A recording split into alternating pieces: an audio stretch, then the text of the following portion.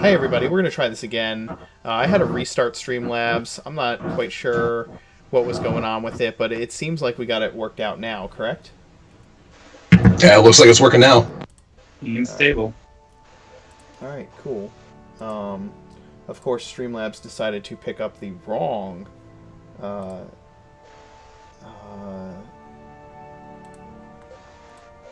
wrong Firefox, so we're going to just switch some things over here.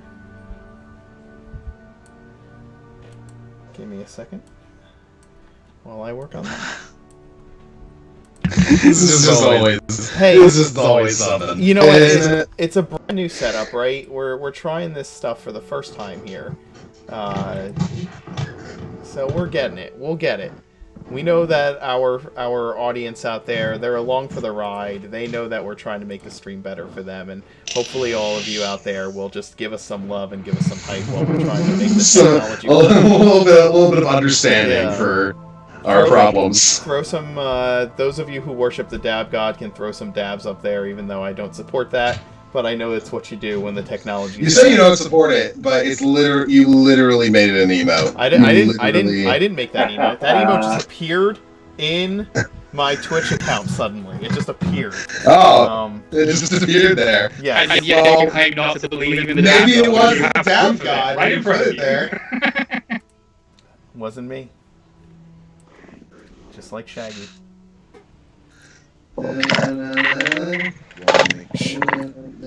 That's saw dab god emo. Okay. All right.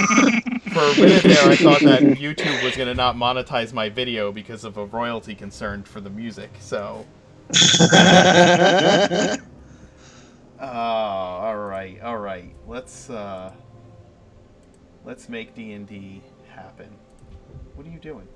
Now what are you doing? What is The cat!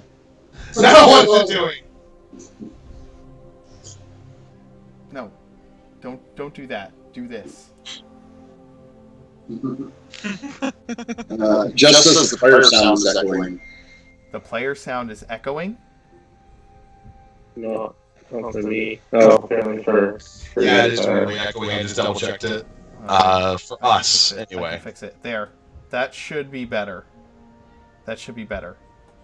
Testing, 1, 2, 3. Do we sound and do we echo? We only know coming from thee. Yes. I'm just going to give some shout-outs. Hey, Dorf, welcome in. Or D_Orf, however you want to say it. Dread, what's up? Thank you for being here and hanging out with us. Ethan, how's it going, man? How's the ridiculously early job? Is it still kicking your ass? And Jess, thank you for joining us once again and supporting the streams. Can't wait for next Sunday so that we can play once again. Oh, Jess, good luck with that. Oh, tell your mom I said hi.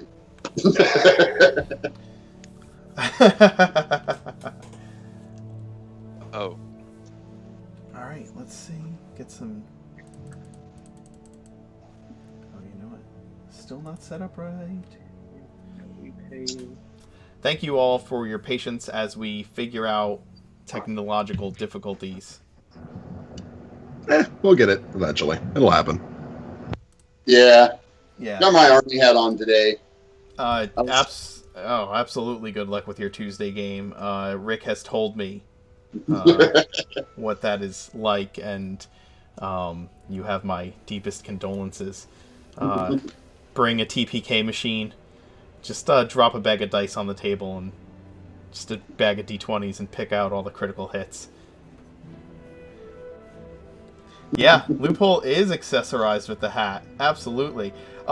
Dave, you almost had to defend your cheer honor yesterday. Somebody else cheered 100 bits, but he is still number one with 101 bits. There you go. So long as that remains intact. I know what's happening right here. Rick, you going in for the kill?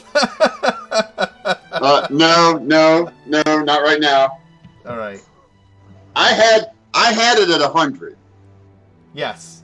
and he did. He I got to, set the bar. he went to 101 just to beat you. By the way, he added that one just so that he could get higher than you. Yeah, I know. That's fine now. That's fine. Yeah, I'm accessorizing with the hat. I had to go outside, and because the baldness is the thing. I got to be careful not to scorch my skull, as it were. I did that last year real bad. I got real bad sun poisoning because I was sitting at a lake, and it was cool outside, and I wasn't paying any attention, so I didn't think that the sun was that bad, but it was bouncing off of the lake and hit me in the head and just torched it. I ended up having to go to the hospital and get an IV and everything. Sounds awful. Well, it was just being stupid. Put a hat on. Nat Your 30s, Nat 30s. Thank you so much for subbing back up. We appreciate it. Give a little bit of the DM Mark Knight hype. All right, I think everything looks all right Yeah. now. I think we're good. We're golden. Good to me. After 20 minutes, even though after getting together half an hour early to make sure that everything was right, and then We spending still started 20 a half minutes- hour late. Yes, we did. Flawless. Because we don't want to set a precedent of us starting early. Oh no, Oh, never. no. We never want to start on time. Because then people start Absolutely not. expecting stuff from you, and Speaking of, Yeah. starting from next week, we actually will be starting at 1 will. p.m. Eastern time. 1 p.m. Just this Eastern. week, we had to set it back to our normal Yeah, we gotta time make adjustments. slightly, but so based on starting what's next happened, week, Next week, tune Tuesdays in around and like Wednesdays. 1:30. 1 You'll probably o'clock. catch us right as we're starting. Yes. O'clock. We're going to be starting at 1 o'clock, so that is 1 o'clock Eastern time, which is actually probably 3:30 Eastern time by the way we get things started. It's like I was ready. I was ready at 1:30. By the way, I was ready. I know you are. I know you are. You're always ready early, but then like you just go off and wander off and find a raccoon or something. Yeah, we'll have Jess. We'll have 2 early games a week. We'll have a 1 o'clock game on Tuesday, and we will have a 1 o'clock game on Wednesday, every single week, from now on.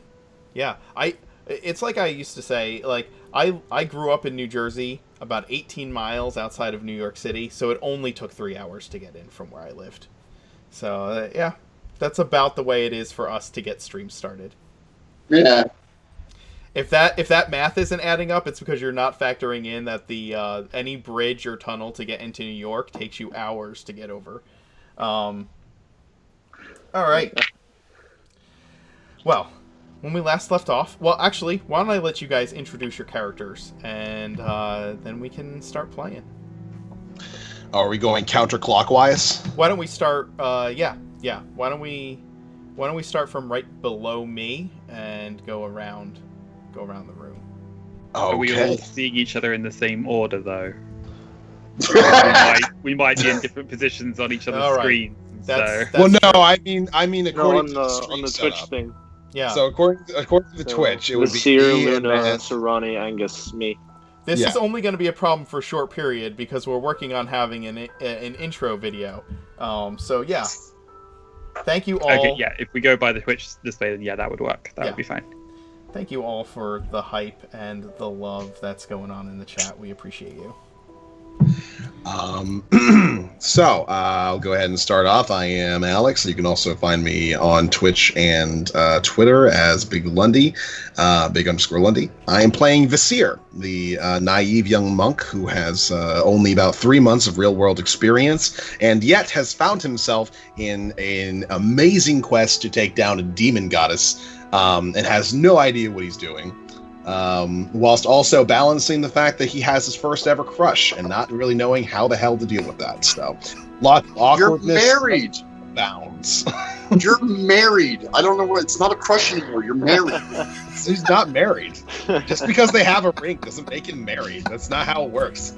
Serrani might assume that's how it works, but Serrani doesn't know what the fuck he's talking about. Didn't a cleric So- put the ring on the both of you? Wasn't a cleric Yep. who did that?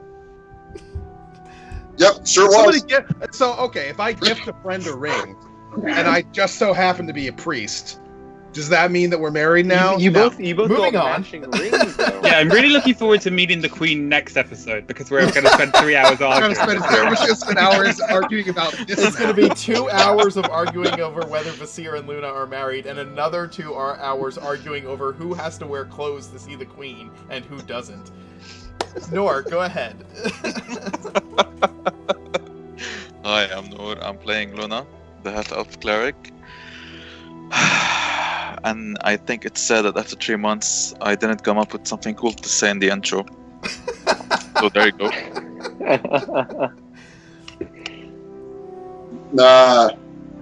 Hey, I am Rick. I'm the Loophole King. You can find me on Twitch at Twitch the Loophole King, and I am playing Sarani, the Shambalid, who is now 7.5 months old and has learned that occasionally, well, I have 3 rules. Rule number 1: don't trust a halfling. Rule number 2: clerics are nice, and Hey! that's it.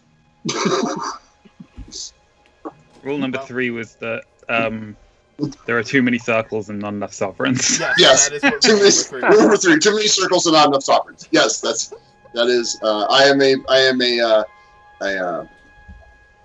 Circle of the Spores druid, swarm keeper ranger. So you might see extra bugs and things floating around Thrani at any given time. There's always extra bugs and things floating around Sarani. It's disgusting. Hi, I'm David. I am playing Angus O'Galvin, who is the party's revived rogue. Because he has something of a criminal past, he has been masquerading as Declan Aberford Blythe, a noble of some high standing, while in the city of Twilight. And because we have recently received an invitation to meet the Queen of Geneva, he's kind of panicking about whether that persona is going to hold up to scrutiny from an actual noblewoman. So stay tuned to see how he's decided to deal with that. Hello, my name is Kim, aka this master of Skype, and I'm playing Mirth, the tiefling bard slash recently converted fiend warlock, who is the outstandingly kind and generous moral compass of the group. He likes to read books, and yeah, he's still committed to making Vizier put a shirt on. Darth, thank you for the follow. And yes, everybody seems to be committed to making sure Vasir puts his shirt on. I am the Mark Knight. I am your dungeon master this evening and most evenings, sometimes afternoons. When we last left off, as you heard earlier, the party was spending all of their time arguing over the fact that Vasir should wear its shirt to see the Queen, to the point where Luna actually stalked off and left the boys to their troubles. At this point, the conversation has continued while each of you has gone off to either blow off steam or continue with your prior plans for the day. However, each one of you has individually made your way out in front of Castle Greybill, which is on the far side, the north side of the city of Twyland Hill. Luna, you were the first to make it there, and you have been standing and just kind of looking up at the castle, and eventually Mirth and Vasir make their way to the same place that you are. It's kind of they kind of arrived in similar time from different directions. Vasir has been convinced to wear a vest as a compromise for this particular meeting. Having taken a deal from Mirth concerning having at least some sort of covering. Did we agree on 150 or 250? 150. Okay, yeah. See, I mean, Are these you are the paying ends I have him to go to? to. Are you paying him? I've paid him to put on an upper body garment to see royalty. Yes. This is what it's gone to. Vasir, is it an open vest? Of course it is. Yeah, that's what I thought. It's like a is it like a Matt Mercer vest minus the t-shirt underneath? Is that basically what we're looking at? It is exactly like that, Okay. yes. Oh my god. He looks like Aladdin. He looks Yes. yeah, exactly. He's got an Aladdin look going on right now. Sarani and Sharp-Eyed kind of make their way up. Sharp-Eyed is still eating half of a raw fish, and it's just kind of spilling down his jaws and the front of Perfect. the front of his shirtless course he form. is. The only thing that Sharp-Eyed wears is a loincloth and a pair of belts across his chest that have the swords of Gerard Dupree, your fallen comrade, hanging off of his back. Sarani, of course, is wearing his armor, covered in his vines and tiny fey detrivores that hover all over his person, chomping at his... and I have a hat. Is it a wide-brimmed hat? Yes. Oh, is it the sombrero I gave you when we first? No. I got a new one. That's smaller because the sombrero. I'm kind of big, so the sombrero had to stick out past my shoulders. At least that's what I was told. But I couldn't get through doorways, so I had to get a smaller. So what kind of is it? Just a normal wide-brimmed hat? No, it's one of those like the musketeers with the feather coming off the top. Oh my god. There's the giant plant monster with a musketeer hat who strolls up.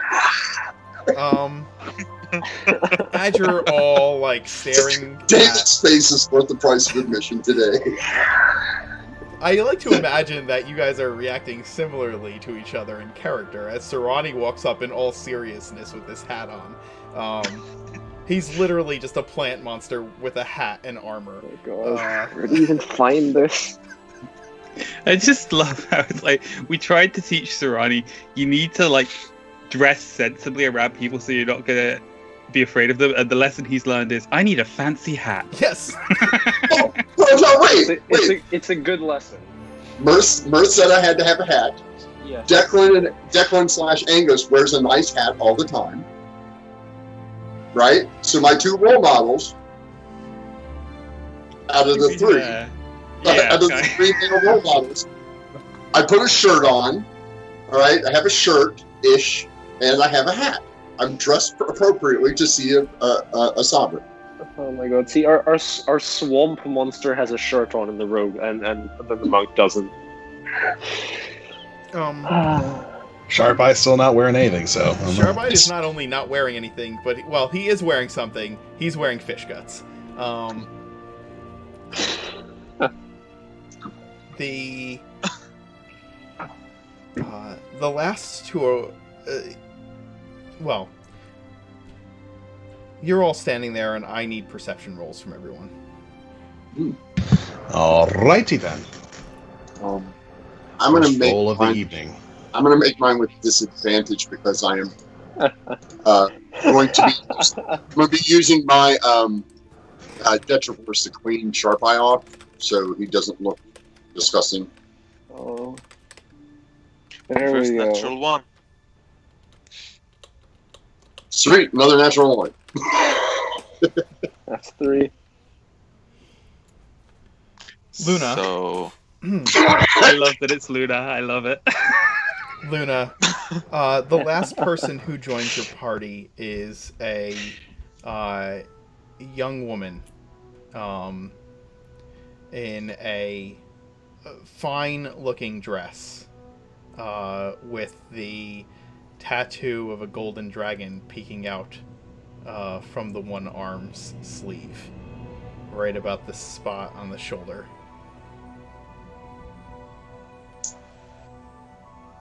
Bonsoir, mon amis. It is me, Annie. Oh, what the shit? I'm going to glance over. Who? Vasir, do not play games with me. It is your dear friend Annie, who you have been traveling with. Remember, my name, I am Annie Gus. Anne Gus. And that is the name that you know me by. Pleasure to meet you, Annie. You're Annie? late. Oh, okay. Do you want I'll to bend describe down yourself to, to like, them, moment please? I'll bend down to, a like, moment of give realization. her just hand dawns like on his a mock face. kiss, and then just whisper "I hate it" in his ear. As I. Angus has been to a barber and had a clean shave, and then has sort of quite clumsily applied some of the makeup from his disguise kit over that. Not done a particularly convincing job of it. So it is very much your first time in drag style makeup, not particularly convincing. He's also purchased a wig. And so because he's going by the name of Annie, I quite like the idea that it's like frizzy ginger curls and that the dress is red to match. And so it's just a sort of sleeveless, high-collared, so quite tasteful dress. It goes down to sort of about mid-calf, and then underneath that is wearing the tights and boots from his fine clothes from when he's in his Declan persona. So I now have 3 characters to keep track of. And this is why I use magic. Oh god. I guess Luna recognizes it's Angus from the tattoos. You do. And the poor makeup job. Yeah. So she just tells him that he's late. Fashionably late, of course, though. No Who are you? response.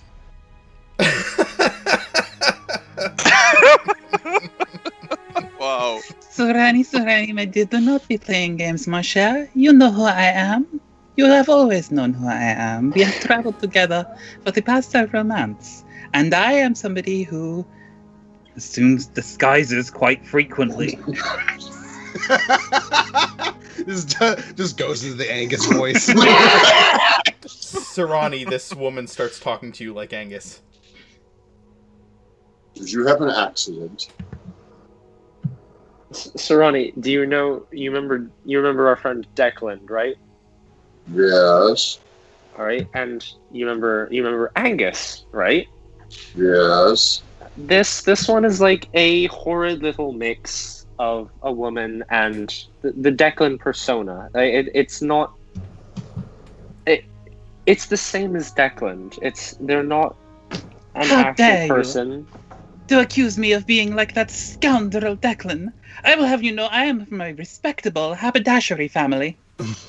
I'm gonna certainly lean close to Annie. Why couldn't you just use the Declan thing? Because, mon cher, it is beneficial for me to have multiple personas to run in separate social circles. Also, there is the very distinct possibility that Felix has already mentioned that you are traveling with somebody by the name of Anne Gus, and so this was the best alias I could come up with under those circumstances. Okay. I figured Declan terrible. would be fine since he's supposed to love be a it. noble anyway. Oh. No, this is my. great. This is gonna be incredible. I'm gonna use disguise self to give myself a big ass tricorn hat. Annie is just going to reach out and sort of fiddle with Visir's vest. You My dear, I see that you have finally agreed to be more respectfully dressed for our meeting with dear Captain Eden ahead of our hopeful encounter with the Queen. And Mirth and I came to an agreement. Agreement being 150 in hard coin. But I think I did a great job. It's going to a good cause, so... Mirth, how are you going to sweep your hat off when you meet the Queen, considering that it's not real?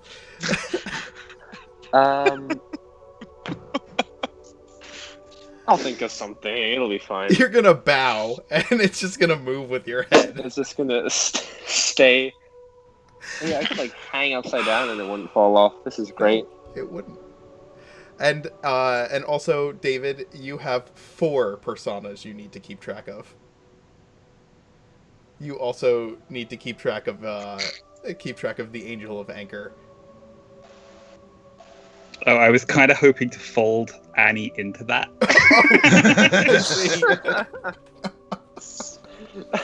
If I'm Annie, going to be an vigilante Angel of supreme. Thunder, it makes sense to be in a female persona. I see. I- So Annie, I have a go ahead. I have a question. If you have all these former wives, why don't you pretend to be one of them instead of making up new people? Because they're all dead. It'd be kind of weird if they were like dead and they came back and then someone was like, "Hey, I know that person. They're dead."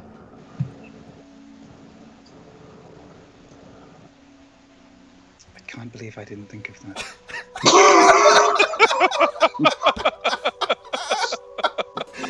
Oh, Just going to God. turn back and keep using the syrup a little bit and be like, well, mon chéri, it is most unusual that you may very well be the first person I have met who has been paid to put his clothes on. Usually it is quite the reverse. Well, I mean, sometimes compromises need to be made for good purposes. Well, keep it in mind for future engagements that you are not completely immune to being bribed. It might prove useful to remember such. Well, it's not Future- like I'm violating a value or anything. Angus and Sarani, you can both get inspiration for that moment of revelation. It Like, cost me more to get Visir to put a shirt on than it did for your brother visit Angus. I think it was pretty. I think it was worth it. You can't see his nipples, right? Please. no, you cannot see. His... Nipples are basically covered. Yeah, Bless you. Unless I move around a bunch. he is. Perhaps, Machete, it would be helpful if you keep your arms folded across your chest throughout the conversation in case of any slips. Oh, I can't do that. That's an extremely aggressive stance. Friend Luna, if it makes you feel better, so you know think enough you will look about- better in a dress than Annie Gus.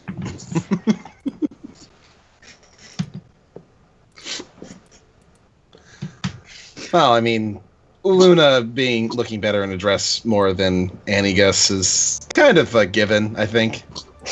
Not for Sarani, it's not. Sarani doesn't understand.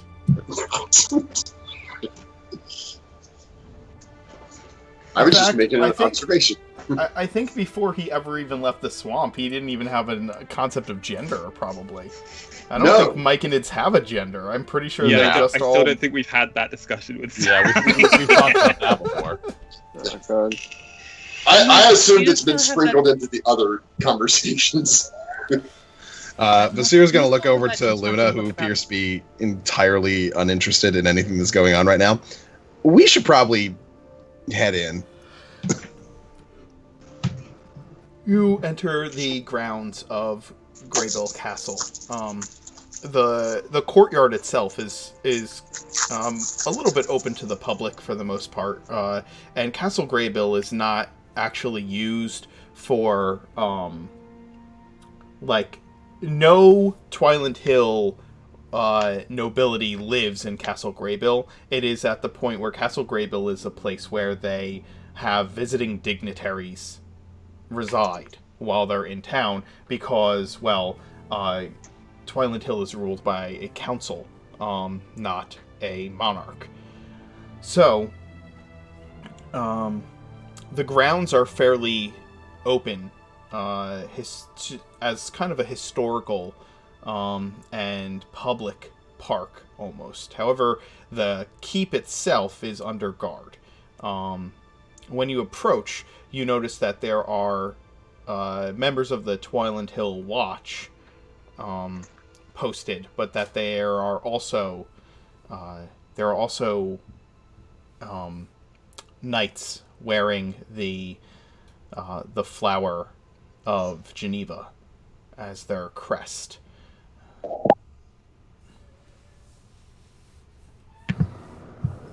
So is this like a foreign dignitary sort of deal? Are you asking the guards? Or are you asking your party members? Just general. Anybody who feels like answering.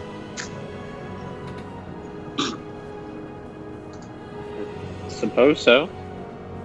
Queen can kind of go wherever she wants, I guess.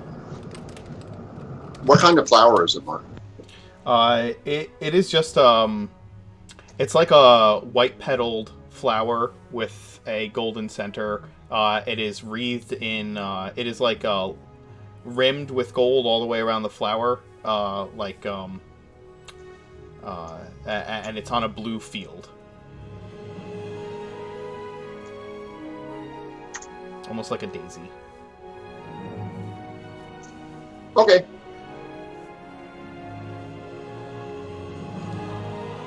I believe that it is a situation of a visiting dignitary. Geneva is on the coast, away from here where we are on the inland. I'm quite curious as to what the Queen would be doing here. It must be the case that she ran into our companions who we traveled here with while they were out on the road.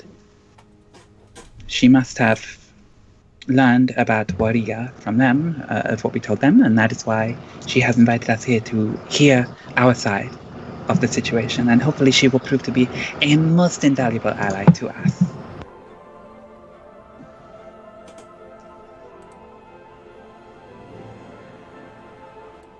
What was the name of the Captain Eden? That is who we are here to meet? Captain Eden? Luna, that was the name that Felix gave you, correct? Correct, DM? I don't Yes, remember. that is correct. Yes. They told you. He told you to see Captain Eden about meeting with the Queen. Yes. Okay. Hey, Alex, can you mute your mic real quick? I can't hear anybody.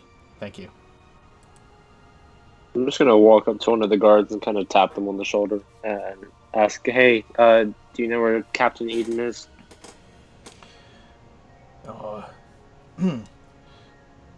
At whose request? Ours.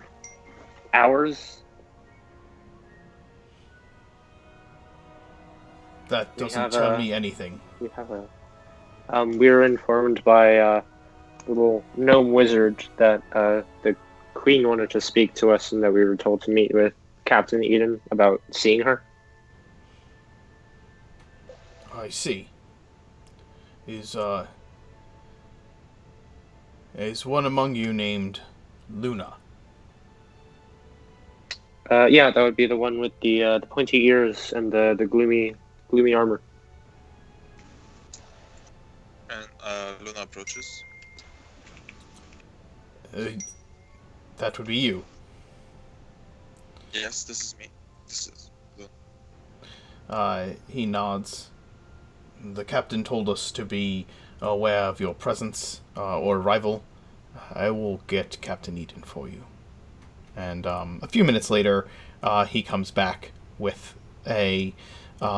literally a knight in shining armor. He is slightly, he's a little on the older side, probably in his late 40s, early 50s. He is wearing bright plate mail, and it is gleaming perfectly in the sunlight as he steps out, and he also wears the tabard.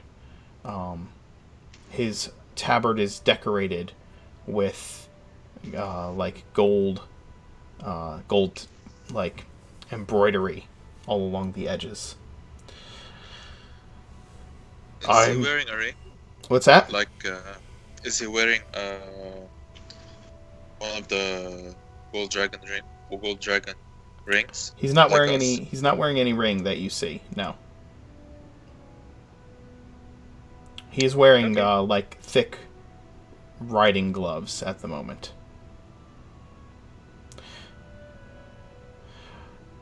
I'm Captain Eden. I was told to wait your arrival, Lady Luna, that you and your party had information that would be valuable to the crown. If you would all be willing to follow me, I will arrange an audience for you and announce you to the Queen. She takes a quick bow and she tells them that yes, we're ready. He looks over your party. Are all of these creatures traveling with you? Yes. And he's going to look particularly offended.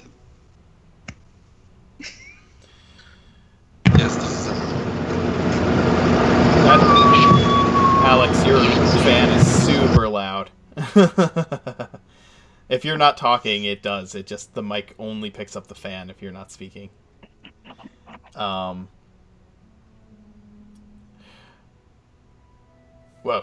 an unusual lot, to be sure, but it seems that what information you have might be quite valuable. So, I guess to the Queen it shall be. You may want to have your lizard man clean himself up a bit first. And Sharp-Eyed holds up the, or he like tosses the tail of the fish that he was eating into the courtyard behind you, and just says, "Fish, good." Yeah, but we're not really supposed to eat the fish yet, I think. We're supposed to, how do these work? We're supposed to meet them first, and then there's usually like a banquet or something. Yeah, you can eat some after. I think Sharp-Eyed will like pastries. And I'm just going to go around to Sharp-Eyed and just do a couple of like tactical prestidigitations to clean the worst spots. Get like fish entrails off his scabbards and stuff. Okay. Sorry about that. He's enthusiastic. He likes his fish. Good. To be fair, there's a lot to like about fish. He watches you fish. like prestidigitate the fish guts off him, and he looks down at it, and he looks up at you, Mirth, and places a heavy claw on your shoulder and says in a very serious way, "Bad as."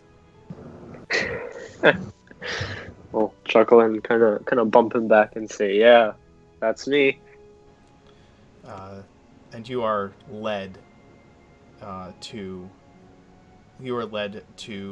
the halls of Castle Greybill and up several flights of stairs till you get to a hallway that leads to a set of double doors into a drawing room. As you are approaching it, Captain Eden turns to all of you. How shall I announce your presence? I need your names and titles, if that's appropriate.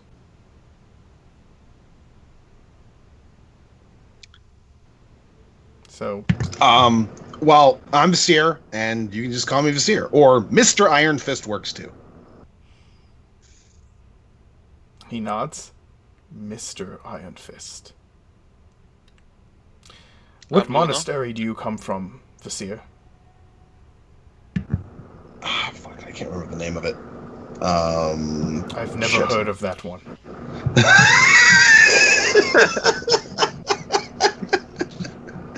I don't have my thing up. I don't have my notes up for my background. Damn it. On the path of forgetfulness.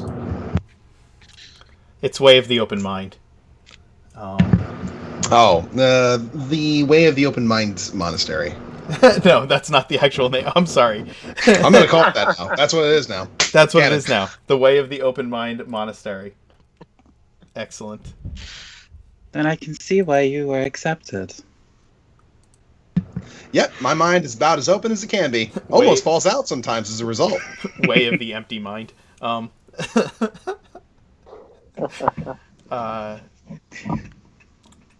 he just kind of looks around at each of you.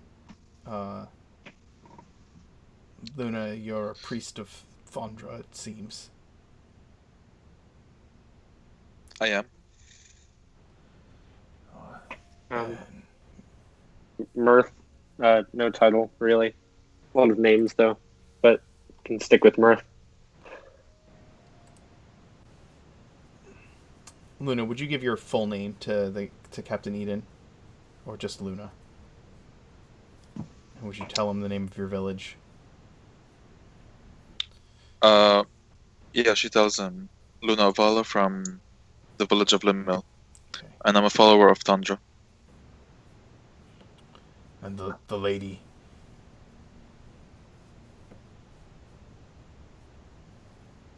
Annie. Gonna curtsy quite politely. Mademoiselle Gus, my friends call me Annie, and I would quite like to be friends with the Queen, so I think that would be appropriate. I'm not fortunate enough to have a title. I'm from a merchant family. We're based out of Ravenreach. Haberdashery is our trade.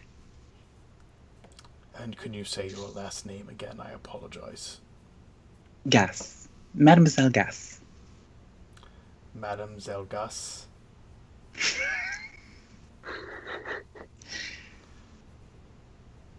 It is a slight affectation. I'm sorry if it comes across as a bit nouveau riche. Madame. Miss. Annie Gas. Understood. I apologize. And, the lizard folk, how shall I announce him? That's just Sharp He Eye. goes by Sharp-Eyed. Tribal name. I think that best He's not makes gonna sense. understand you anyway, so. Yeah, you can call him whatever, but preferably Sharp-Eyed. There are still protocols that must be followed when you approach the Queen. Then Sharp-Eyed the Bold. The Bold. The Bold. And the...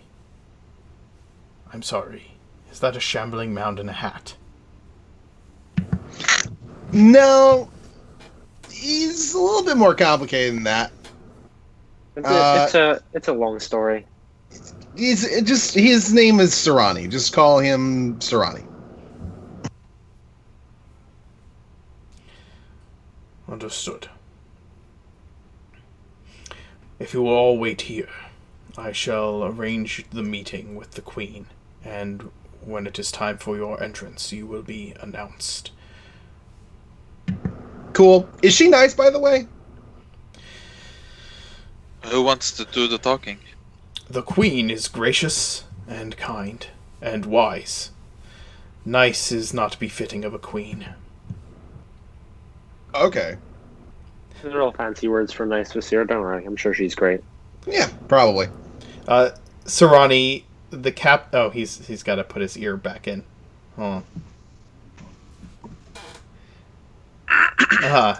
Rick, Captain Eden was going around and asking how each of you wanted to be announced upon entering the Queen's presence. If you have name or title, what would Sarani say in response to that?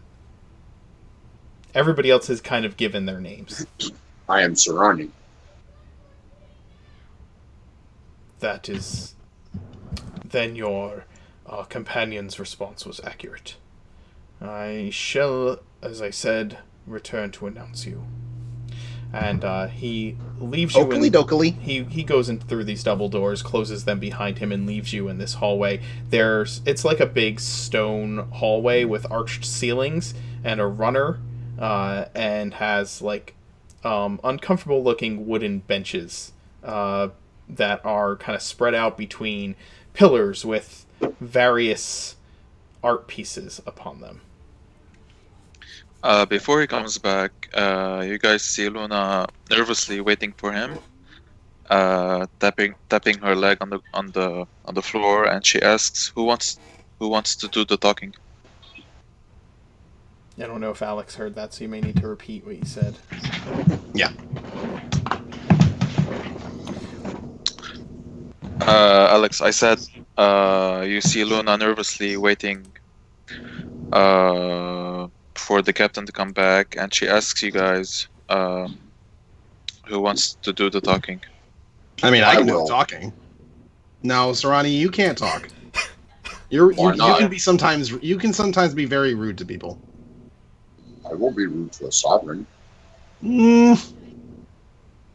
Sometimes you're rude It's not unintentionally. necessarily rude. Yeah, it's just bluntness, Ronnie. We appreciate it, but I think Vasir can handle this one. I'll speak when needed, and he'll kind of just sit down on the floor and then lean against the wall. And Luna, We don't want Annie talking too much because she might reveal a little bit more information than she needs to, especially since I'm pretty sure Queen is probably aware of most noble families and might not have heard of hers. Oh, her family isn't noble. She owns a haberdashery. yeah, I'm a social climber, That's I why. believe is the term. That's why Declan isn't here. Luna, ma sœur, perhaps seeing as you are the sovereign of our group, duly elected, you could be the one to speak if you would be okay doing so.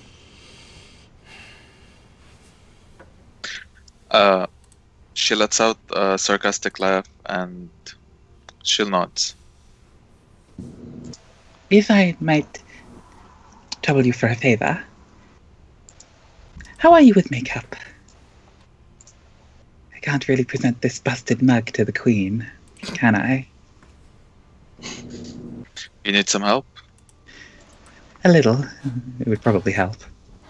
Can't do Didn't much less than what I've tried. Declan have like a powdered white face and stuff? No, it was clothing-wise very aesthetic of like the Tudor era, rather than like the sort of later Renaissance sort of era. So not so much with the powdered wig or any of that. Okay, I thought he had like a powdered face or something. Probably would be a little bit of of concealer because he's very vain. Yeah. The rosy cheeks.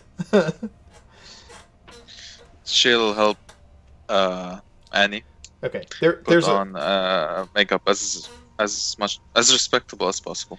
there was a powder room that that Captain Eden had informed you of on the way down the hallway because he knew that you might be waiting in the wings for a little while, and you are.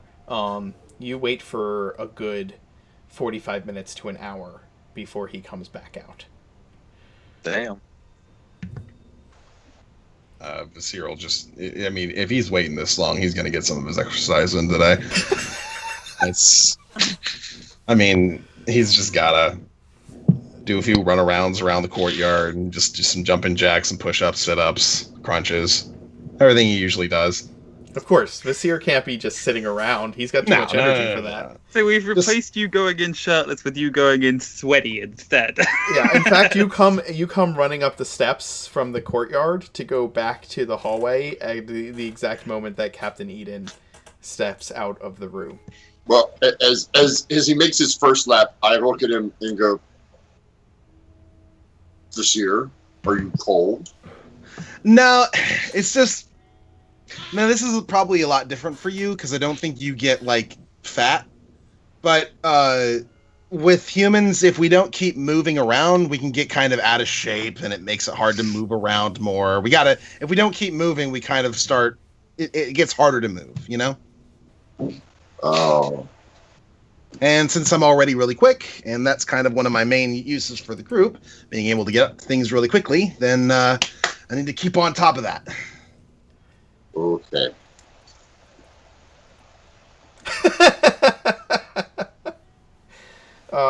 Captain Eden steps out, if you will. All right, cool. Let's go to a queen. He lets you took into. a while.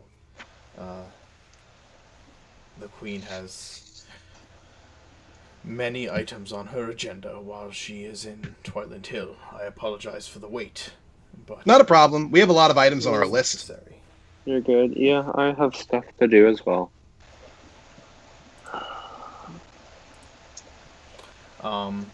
And he leads you into a like a sitting room. You can tell that this area is kind of a suite of rooms that the queen has access to. You're in a large parlor with many couches and places to sit, a fireplace and whatnot. It's very brightly lit. There are many large windows to the outside to let a lot of natural light into this room, and there are double doors to either side of the room on your left and on your right when you enter. And the queen is not there. He tells you that you've been announced, but please have a seat. The queen will be out shortly. And you are led into a sitting room. If I can... What are you doing? I love Roll20 right now. It's amazing. I didn't do nothing. It wasn't you. It was Roll20. Oh, okay. Well, usually when you ask, what are you doing? It's one of us. Yeah, that's absolutely true. I'm not going to deny that. I was just making sure it wasn't me this time. So you're led into a large sitting room with many large windows. And There are a lot of pillows on these couches. there are. Do people sleep on these a lot? No. Why all the pillows then? It's for comfort for your back and head, I suppose. I thought that's what the cushion was for. Can Luna hit a Vasir with her elbow in a way to tell him to be quiet? Yes. You most certainly can. Is that a map of Oregon? Yes. Yes, it is. Serrani will go examine it. It's an older map. But it checks out. Well, I wouldn't know. Serrani would know. Serrani, what is this map of? Serrani's seen a couple of maps as you guys have planned the trip from Anchor to Twiland Hill. So there are parts of it that look familiar to you. Or at least you see where Maris Swampland is labeled. Anchor's not on there. The cave isn't on there. Nearmore isn't on there. But the cities are on there. Just come over and start pointing stuff out to him. So this is where we are, right here. And if you follow this trail all the way down here, that is where Anchor is. We'll go with is. And if you go a little bit further down around the coastline here, that's the cave that we got you from. Yes. That city, Geneva. Is that where this sovereign is from? Apparently. In fact, the cities aren't marked by dots on this map. The cities are marked by their herald, like their crest. Oh. So like Geneva says Geneva, but where there Still, would be like the crests are all over the place. You can yes, draw a parallel from one to that. correct. Yeah. So like there's the flower where Geneva would be, and then it says Geneva under it, and it's like on a little shield at the spot that it would be. What is Gravhari? Sorry? Gravhari? The friend is attempting to pronounce Grover. Grover. Grover. Why not spell it that way? I guess it's an old spelling of it. Anybody have history trained? Yep. Yeah. Nope. So actually, I don't think Mirth would be examining it with them. It's probably he's going to one of the couches in the back and is dozing 21. off while reading Snow Dwarf and the Seven Whites. Mm-hmm. Clever. You are keeping a record of all these books that you say you have, right? So, I have all of them. I'm You're- writing it down as I You're go. writing down because I want to. I do at some point want to see Mirth's library when we get older. So Library is going to be great.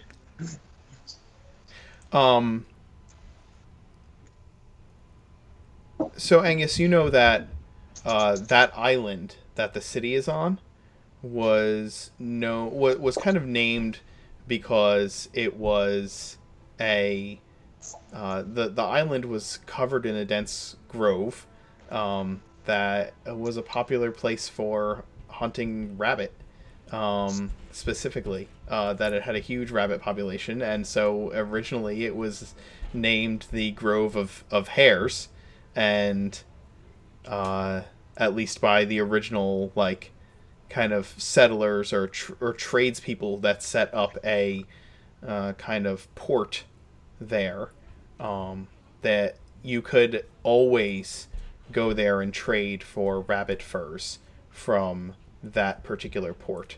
Uh, but over time it just became Grovair.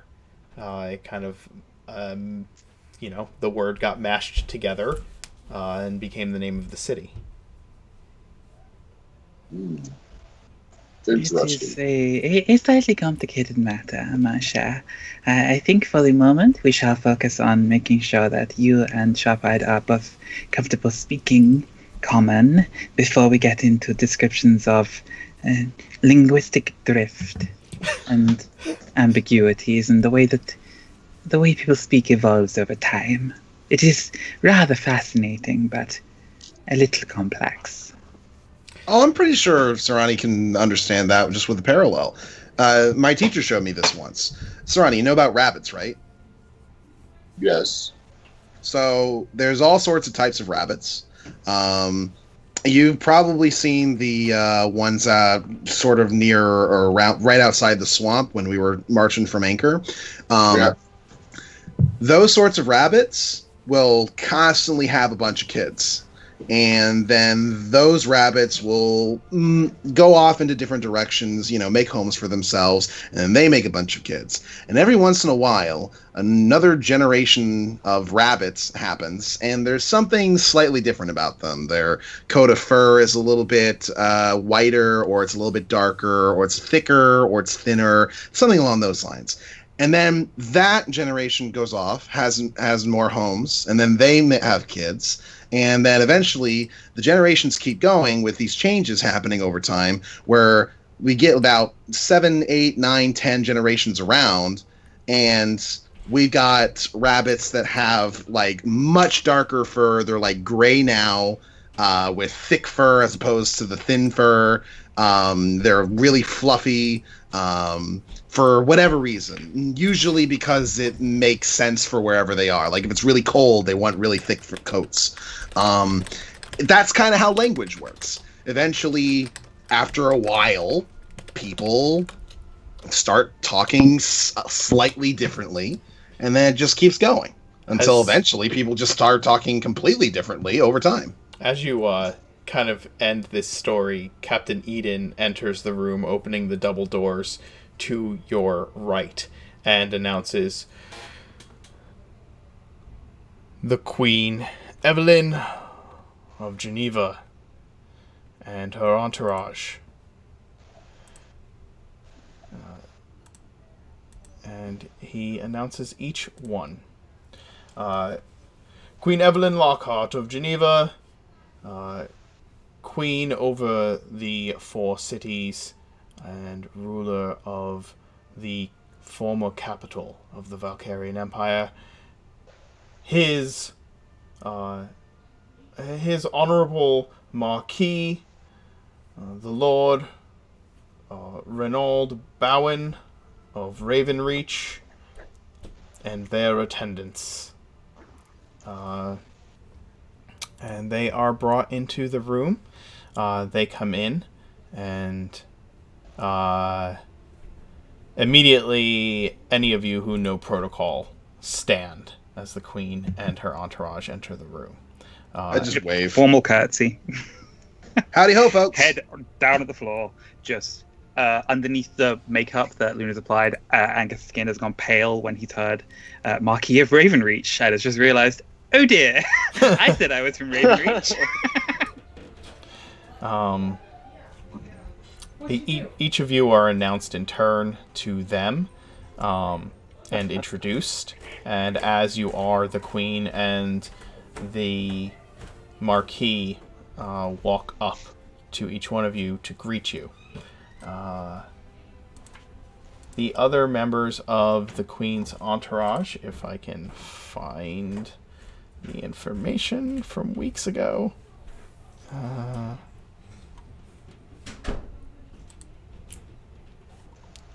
Let's see.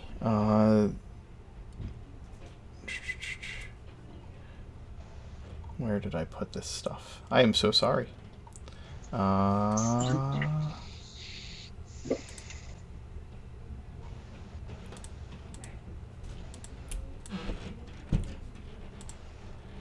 It should be here.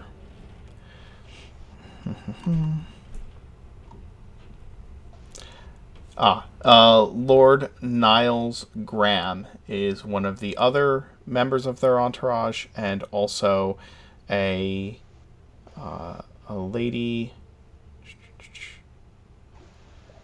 Why?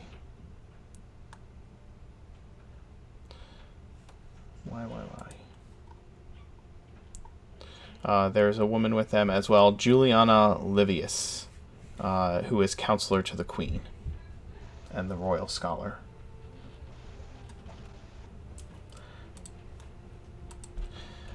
As Murph is introduced, he'll take this huge sweeping bow, and the big hat will just stay firmly put on his head as he's bent over like fully, and then he'll stand back up and wave and tuck the book away. Luna nervously bows slowly, hoping the rest of the party won't do something bad. The entourage is brought up to, who would be the closest to those double doors, which are just beside the map there, in the wall. I guess it would be Serrani and Vasir, and Angus, or Annie. Yep, I assume that would be the case. Okay. The Queen turns first to all of you. She just looks over all of you in the room and says, "It is a pleasure, to be sure. There is urgent business to discuss, and I would very much like to hear from each of you about what has occurred in the swamps to the south. If you would please sit." And she approaches a couch and sits. And when she sits, then her entourage feels free to sit around her. Okay. I'll go ahead and sit across from her and just kind of like leg spread, hands clasped, leaning over. All right, let's have a chat. The Queen is a actually, let me just throw up some images for you. That should help.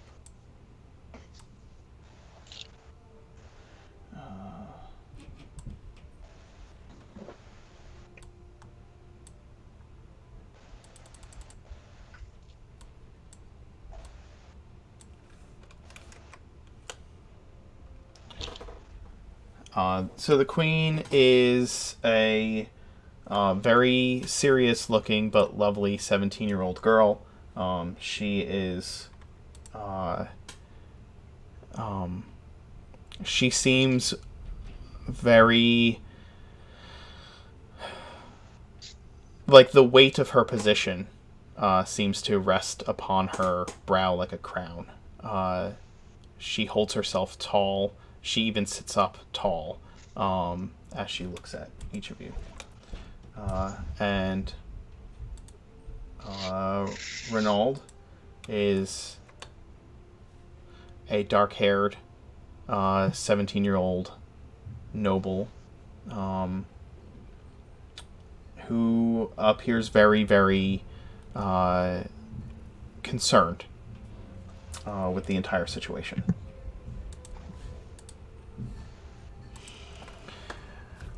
You two would be so cute.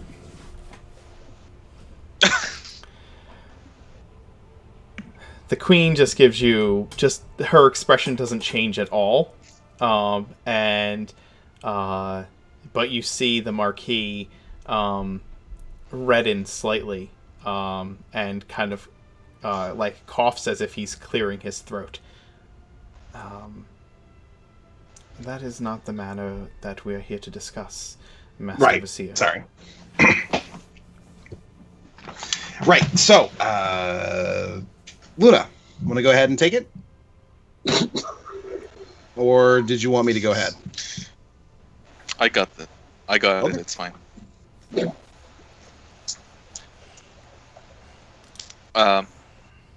Yes, my queen. What do you need to know? We were informed by another group of travelers that you would be the ones to speak to about the threat from the swamp.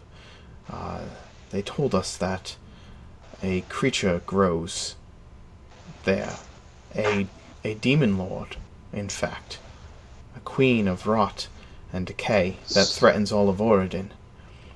We needed to know that you can confirm that this is true. We were told that one of you had actually seen this vile creature. Is that the case? Well, it's true. We saw it in the swamp.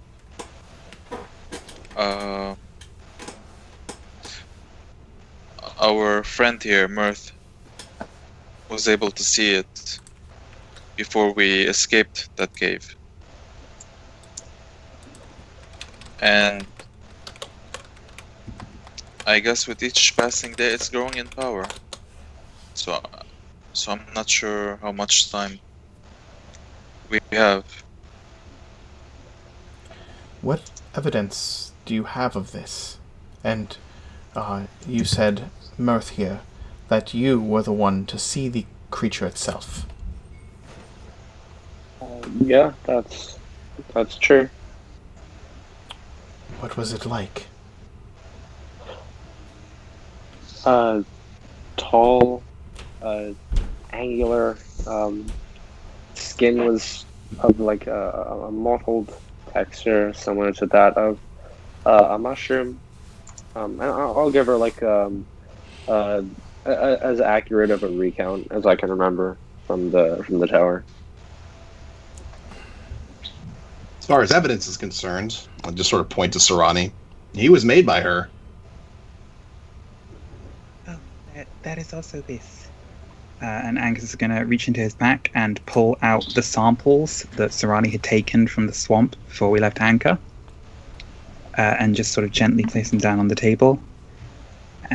I'm afraid I am not much of a horticulturist. I'm not sure if the sample will have survived our travel from out of the swamp, but if you have scholars in your employ who could study it, hopefully this will provide you evidence of the way that Wariga's terrible influence is corrupting the plant life there in the swamps.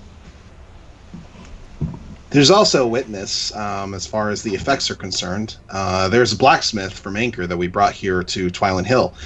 He's staying in one of the warehouses right now with a lot of the other people there. His son was infected with the funguses that were, well, funguses? Fungi.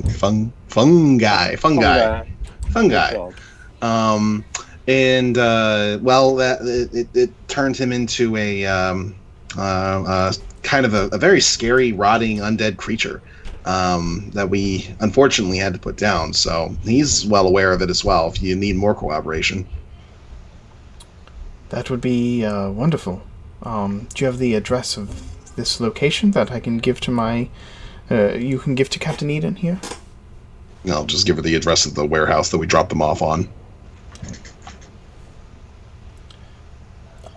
Thank you, Pat. That's awesome.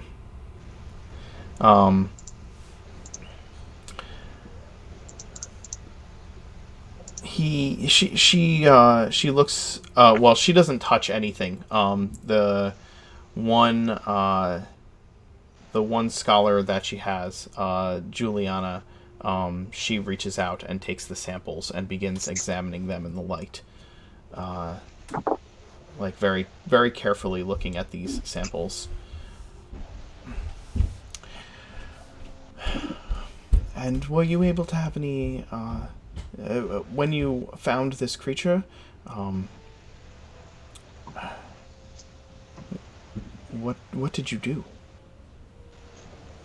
Well, after we saw it, we just kind of ran off, figuring there wasn't any way we were going to be able to handle it. Not as we were. I understand. And for you, she looks at Mirth, that must have been a terribly frightening experience to lay eyes upon a queen of the abyss. It must have been terrible. Maddening. It's not one I'd prefer to redo for quite a while, yeah.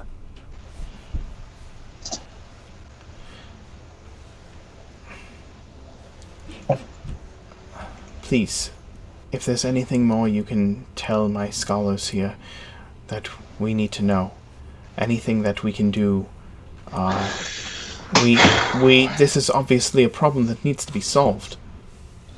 Oh, definitely. I get out my copy of our list of things that we need. We've actually already got a plan on how to deal with it, but it's going to be real hard to get all the stuff we need. If you have any idea where we might find at least some of this, that would be super helpful. What is this list you speak of?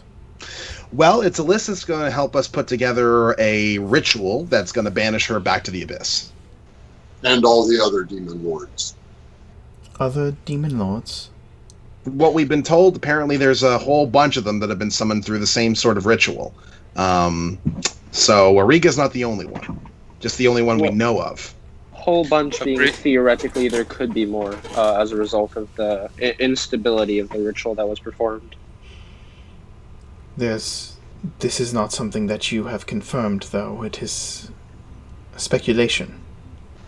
We have it from a reliable source, but as of yet, we have no more info on any demonic powerhouses, is a good word, I suppose, other than Riga. Okay. We haven't seen them firsthand, but we have... There was the Ice Devil. The Ice Devil is a devil, not a demon, Sarani. Plus, the Ice Devil, honestly, probably not near as bad as any of these things. As you're... Anyway, moving on. As you're saying all these things, Lord Graham, who is with them, is like feverishly taking notes on the entire conversation.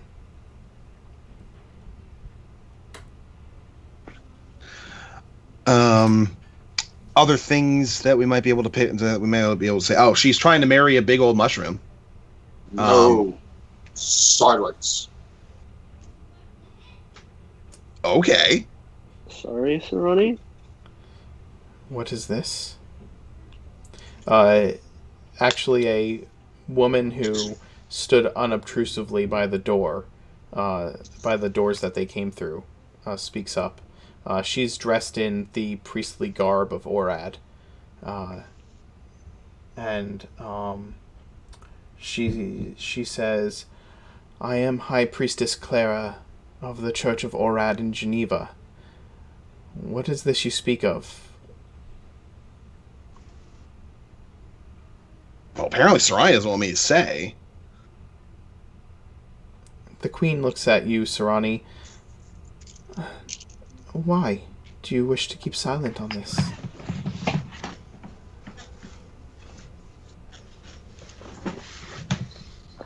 The father of the grove is safe for now. The more people who know his location and know about him makes his plight even worse. Yeah, but Sarai, they want to help. I do not trust anyone except Burundi.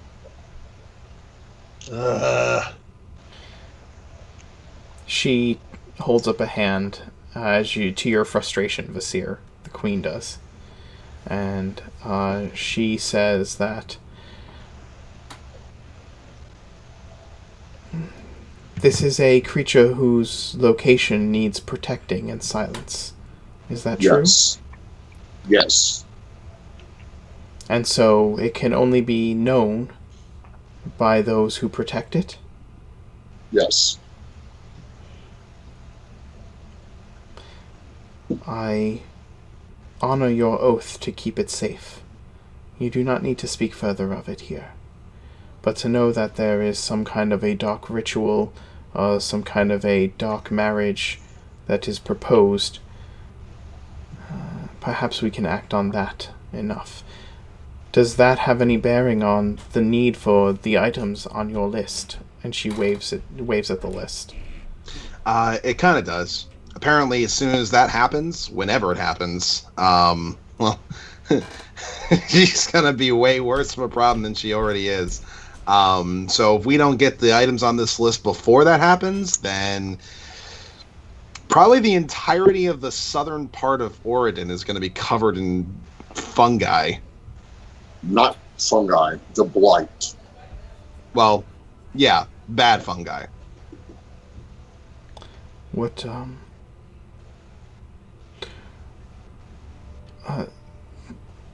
Juliana, examining the fungal spores still, absent-mindedly asks, do you have a time frame as to when that is going to happen?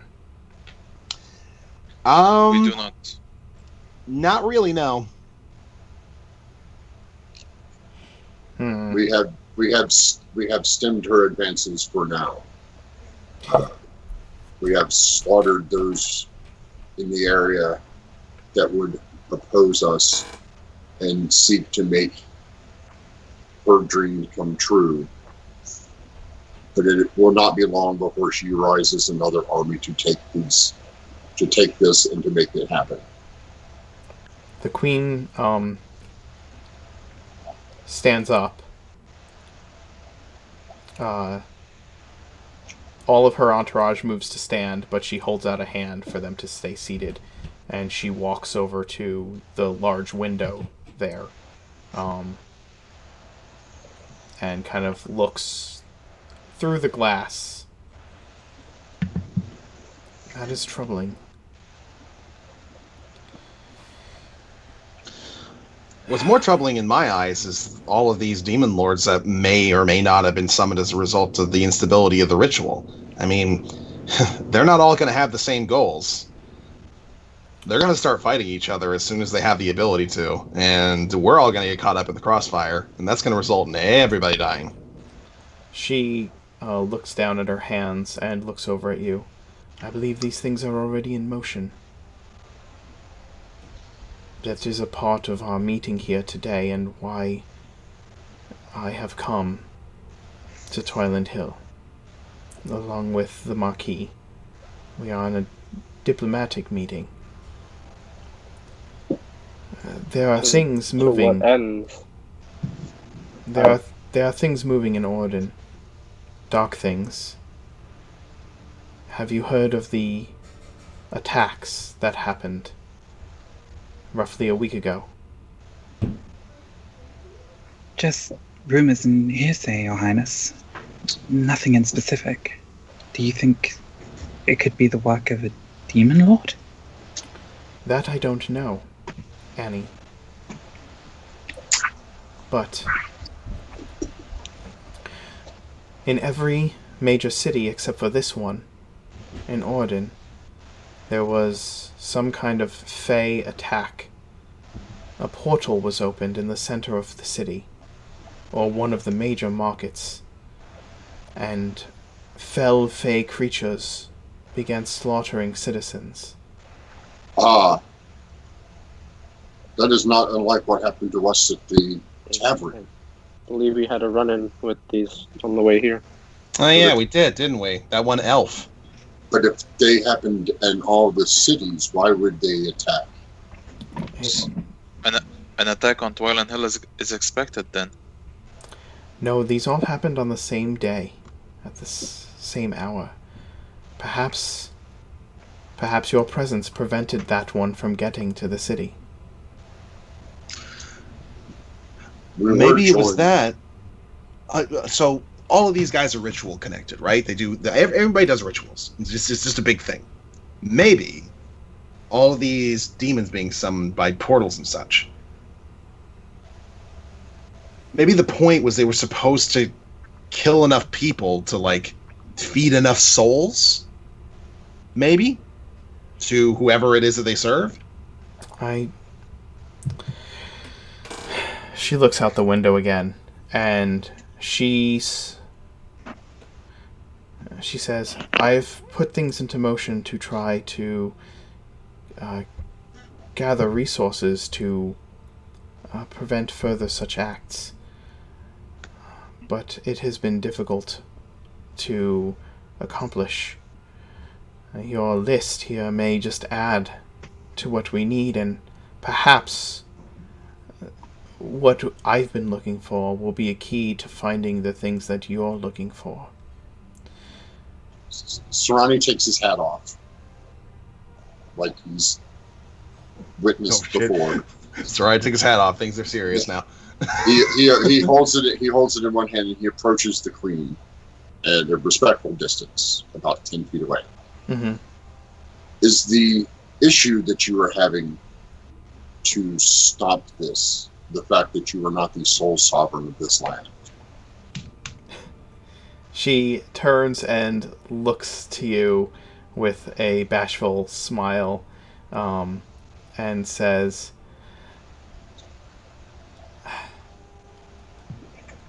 I do not seek to rule over all of Oregon. We've seen how that has happened. We've seen what kind of turmoil that has brought in the past. No. I seek the things that are left behind from that time, though. And But if the other sovereigns were more subservient, that would make things easier, yes? I would like the other sovereigns, as you call them, to not be subservient, but cooperative with one another. A circle made of sovereigns. Yeah, well, I mean, you know how people are. Cooperative, they are not. Unless there is a greater threat, as it was when the orcs incurred upon our lands. This is a time when that may happen. Which, again, is why the Marquis and I have arrived in Twiland Hill, though I dare say that I may speak to... What is that? She's looking out the window. Suddenly... I look. You go to look out the window, and the window explodes in, showering the entire room with glass. Everybody make a dexterity save. Can I forego my dexterity save to catch the queen?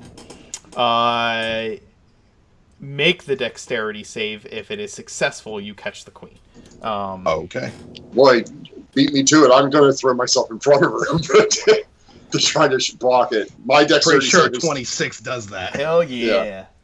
yeah, my dex save is going to be to throw myself in front of her to protect her from the shards of glass. Okay. 4. 9. I rolled a 2. Luna just hurls herself at the window. Falls out of the window. He's like, I'll get there before you guys.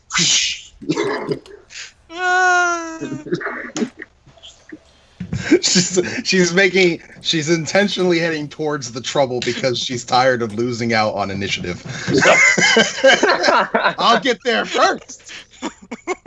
Going to where the danger is. Yeah, and all I can think of is Angus having flashbacks of the other night. All right. Angus, your dex Oh, save yeah. is 20. Vasir, it's 26.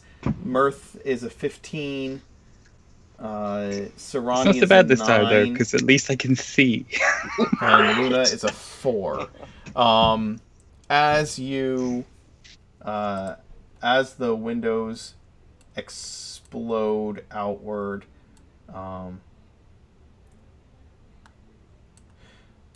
the windows explode into the room.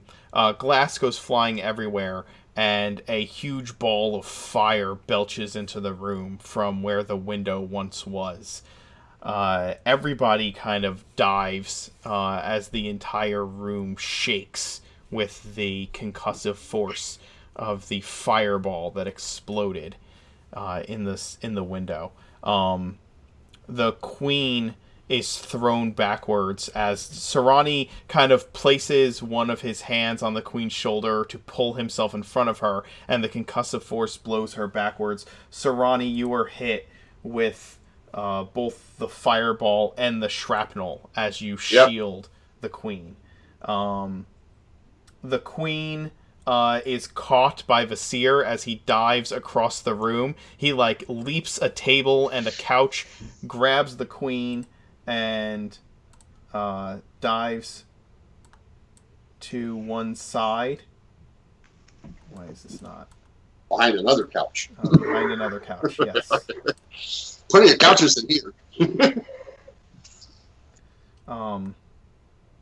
And you dive out of the way with her, shielding her from the blast. There we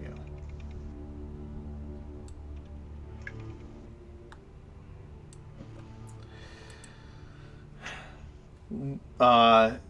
Mirth, you were probably the second closest to the window as you had been lounging on that one of the couches, reading your book before the queen came in, and you have to shield yourself from the blast and kind of dive over the couch.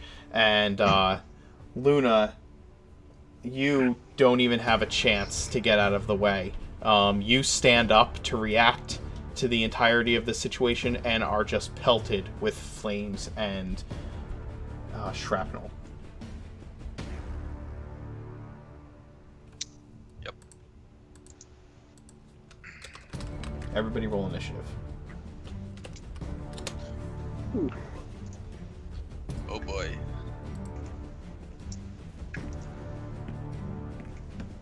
Mirth's tricorn hat disappears and is replaced with shoulder pads and war paint. I got a natural 20 on my initiative. On your initiative. I'm going to pull your tokens onto the board real quick. Oh shit, so I forgot to... Hey, thanks for the sub. Wow. Look at all these gifted subs by Pat. Thanks, man. That's There you amazing. go, Pat. There you go. Look at this. Holy cow. 20 Whoa. total. 10 new gifted subs by Pat. 20 total. Amazing. Amazing. Go hide. Mark, could you grab mine? I tried to put mine on, but it was a square for some reason. Yeah, that's okay. We're not going to pull it onto the screen. We'll just pull it onto the side. Not sure why it's a square, but we'll get it fixed later. That's cool.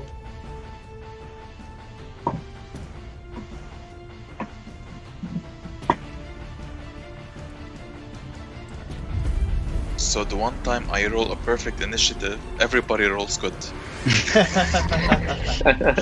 You're ahead of me. You're ahead of me. I'm going to add your turns to the initiative order. Go ahead and adjust them. Man, I love that we just have all these sub-hype, just kind of like things going on right here. One Page Mage, you just got subbed. Look at all of this stuff going on while we are getting combat started.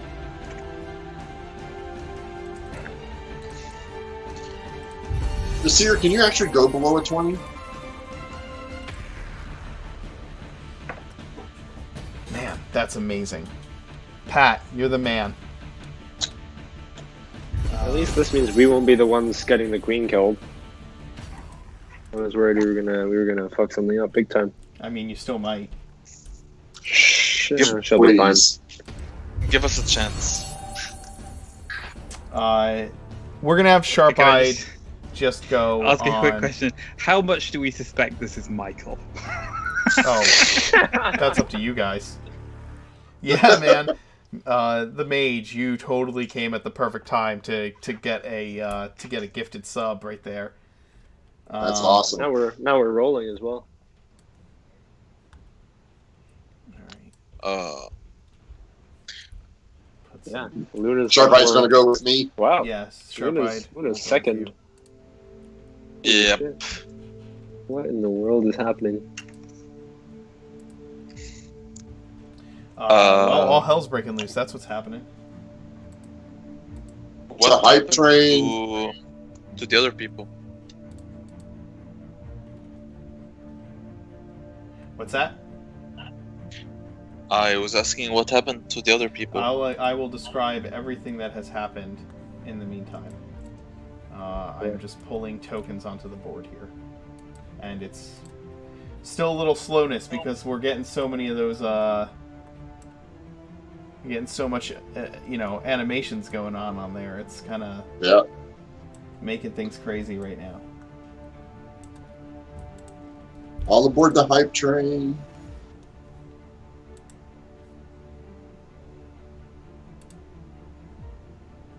And last thing I need.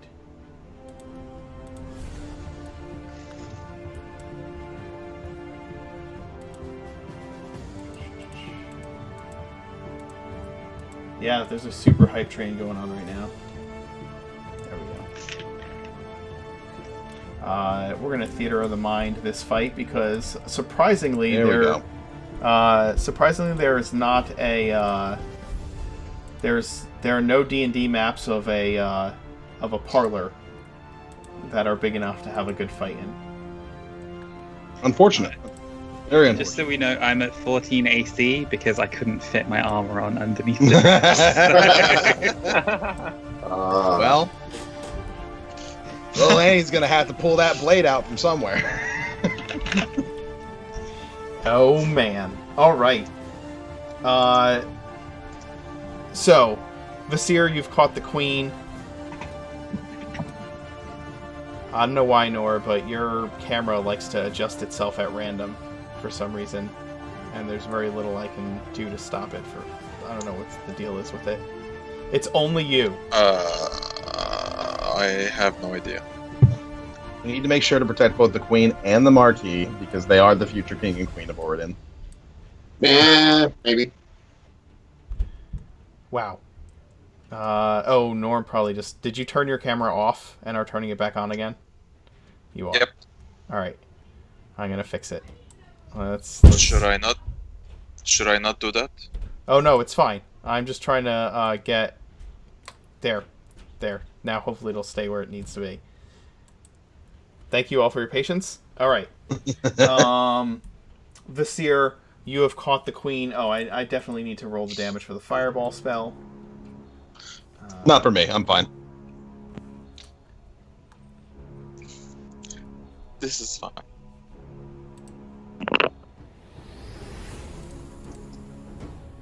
Okay.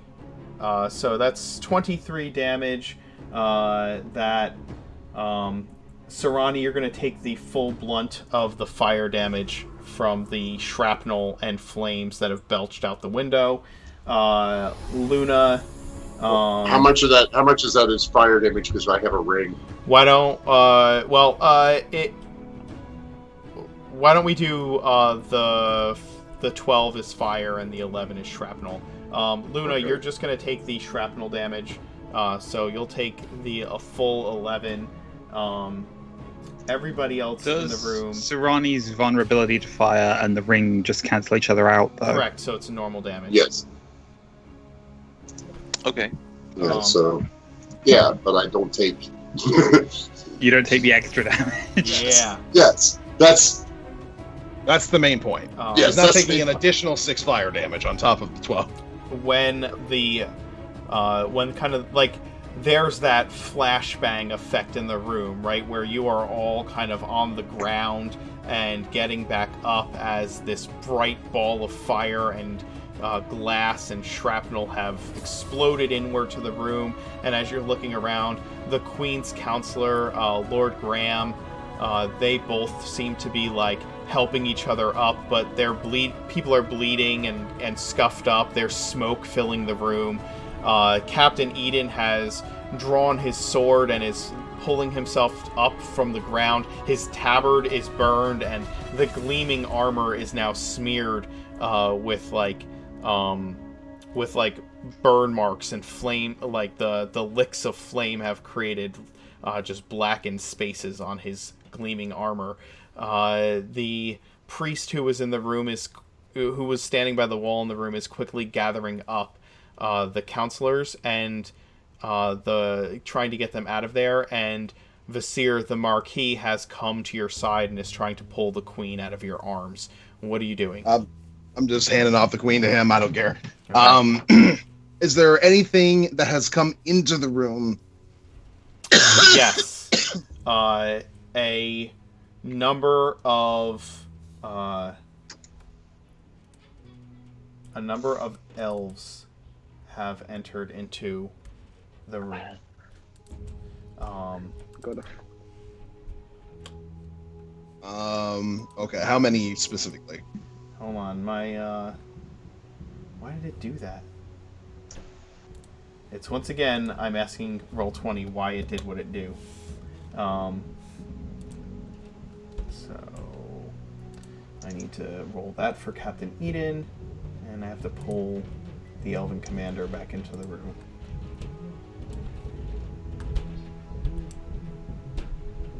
Alright.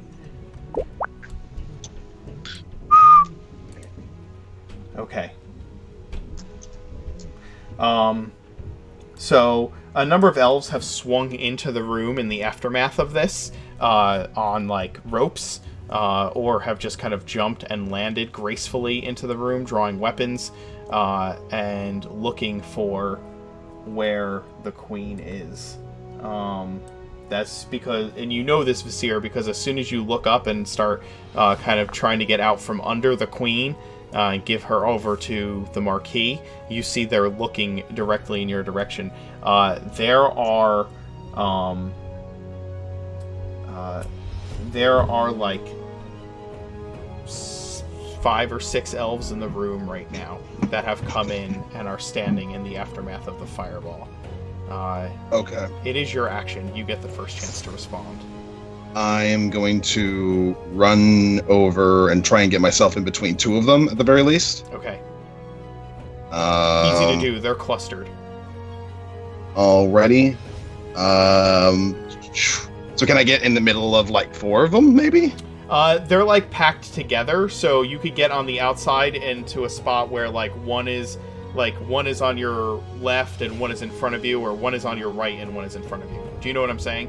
Gotcha. Yeah. So I can get to 2. I can't get to like any more than Correct. that. You can't like get in the middle of them. Yeah. All They're right. all like within the same 5 feet of each other. Do you know what I'm saying? Yeah. Okay. Do any of them look like they're not wielding a weapon? Yes. The one right in the middle of all of the ones wielding weapons. And there's no way that I can get to that one? They are protecting him. They are protecting the mage. Okay. I'm gonna go ahead and make an attack versus the first one that I can find. Okay. So that's gonna be that. I don't imagine 11 hits. An 11 does not hit. All right, let me try that again then. 18. That will hit. For Okay. sure. And can they make a DC 14 Constitution saving throw for me? Yes.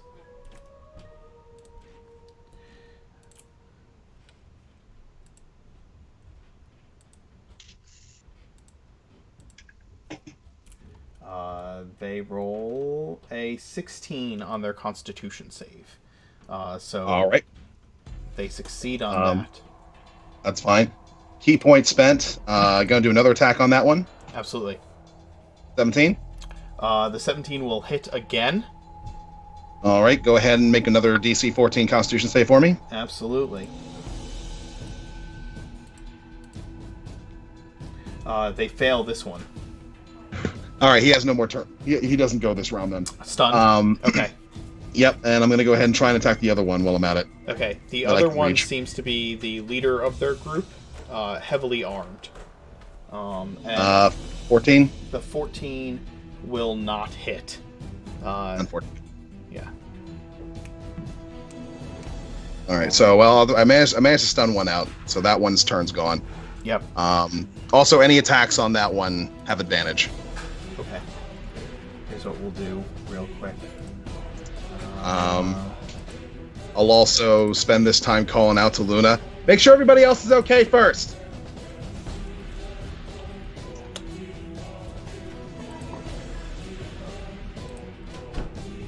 Why don't I do this?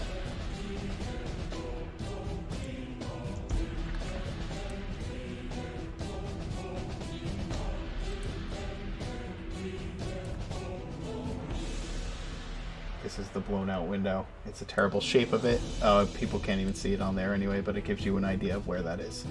And Mark, did you see that? Check Skype chat. I sent you I did not. parlor. Yeah, I sent you a parlor. Yeah, it's in the Skype. Oh, nice. I don't know if you can use it right Why now. is Mirth large sized? Because Yeah, there was no grid like- on the map before he got placed.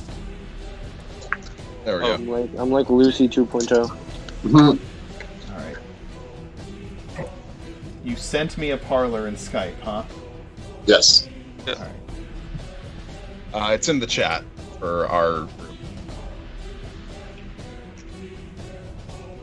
Amazing. Okay. We're going to take a quick break. Now that the combat has started, things have exploded.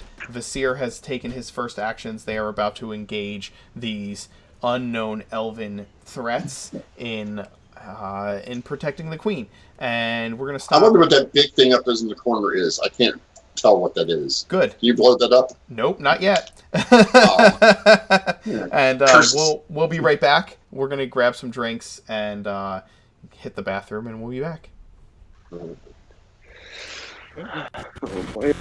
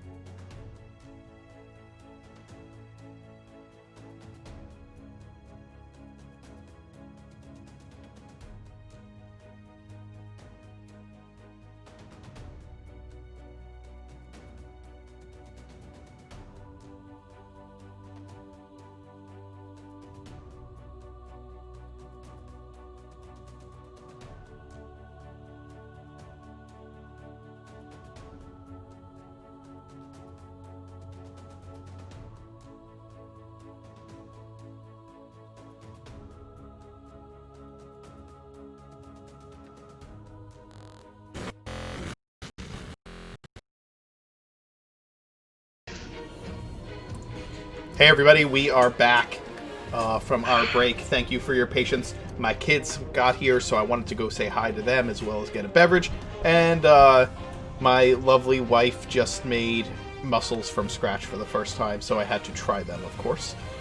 If you see me ducking out of camera every once in a while, it's because I'm still trying them. Once again, Nor, your camera has rebelled and decided to get really tiny. I'm fixing it now. Don't touch it. Don't touch anything. I got you.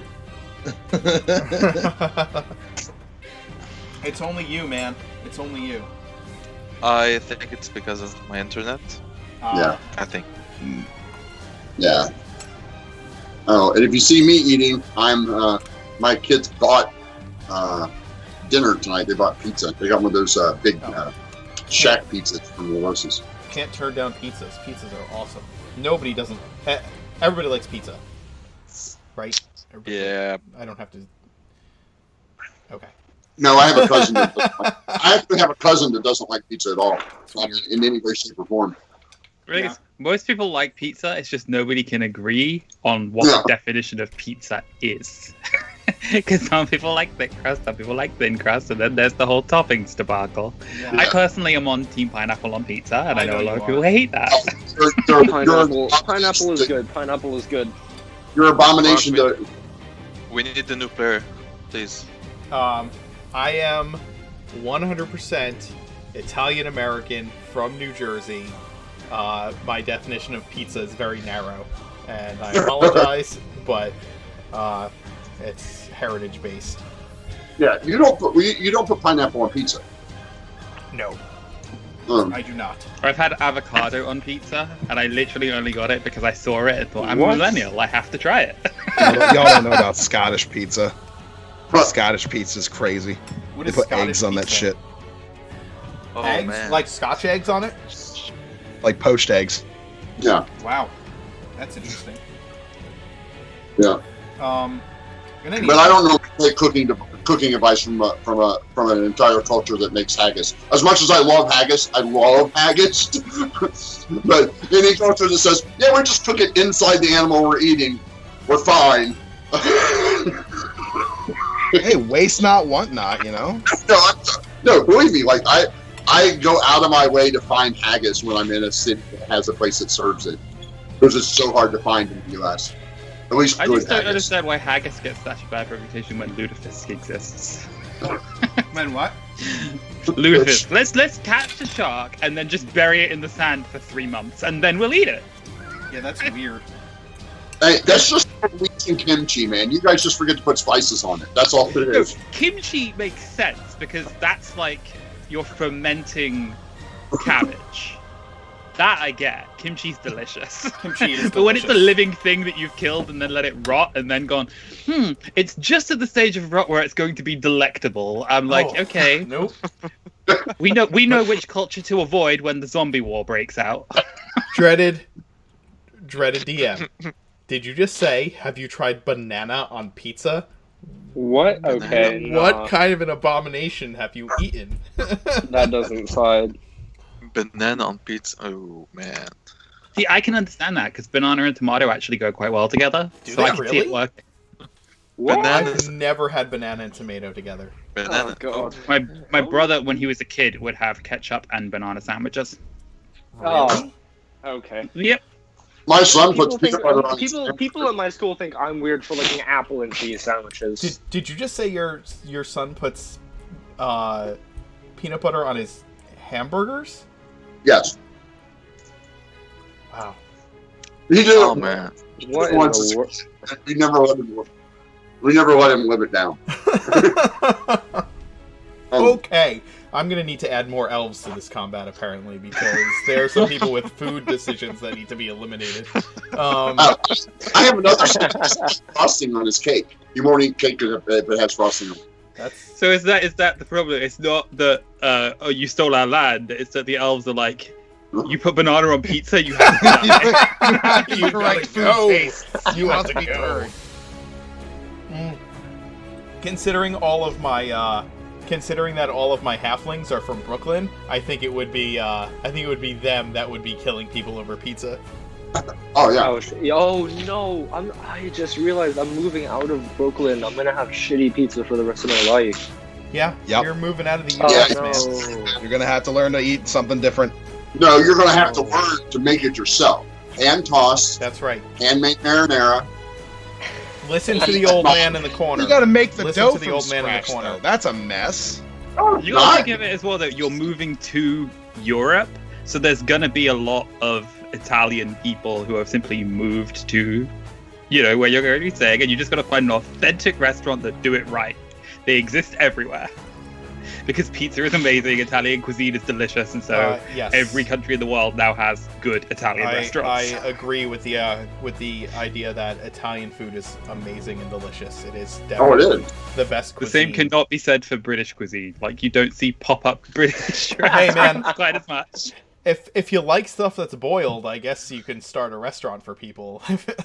But Seriously, Mince I pie hated and- broccoli for like the first 14 years of my life because my mother just boiled it. And then, like, my dad taught her how to steam broccoli, and I realized, like, oh, broccoli's actually delicious. You were just cooking it bad. So I have a question for you, David. Do you guys have Andy Caps over there still? It's not ringing a bell. Describe it to me, and maybe I'll recognize it. Well, Andy Cap was a cartoon character in American comic strips for like the Sunday Funnies, and he's a little Scottish guy. He has the Right, gotta stop you right there. Millennial. I don't read newspapers. Well, no. I But think they, it they, was they, David's never even seen a newspaper. had a restaurant like McDonald's that was like British Scottish cuisine, like McDonald's, like fish and chips and things like that, like authentic, like pseudo authentic Americanized kind. I just wondered if they had it over there, if that's something that you guys had, because I remember growing up with it. We genuinely still might. I don't think I've ever. Oh, read it's it. yeah. You would recognize this, I think, David. It's this Oh, you're sending that in the Skype chat? in the Skype, yeah. Yeah, it looks vaguely recognizable. Wait, Americanized food? Yeah. What? Who Americanizes food? American food is ass. Like any other culture. I mean, hamburgers are basically an American food, I think. Yeah. Oh, The problem when you talk about like American cuisine is that you had like 50s diner Americana food where it was properly like homemade, and then the fast food boom happened.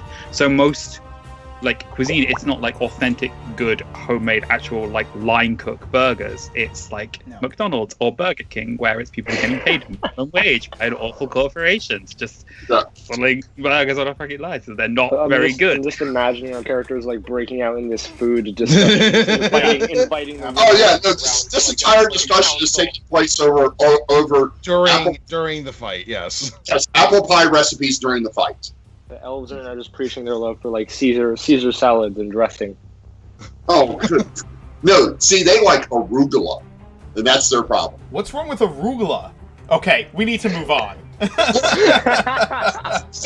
you put on the side of something to make it look pretty. You don't actually eat arugula. Oh, get the heck out of here. You eat... all right. Seen anybody all right. else arugula? All right. I've seen a- This is like someone who says, "I can't taste the oregano." Like, what do you? Where? Show me a place Luna, in it's the your U.S. where it action. has an arugula field. You've never seen one. Luna, it's your action.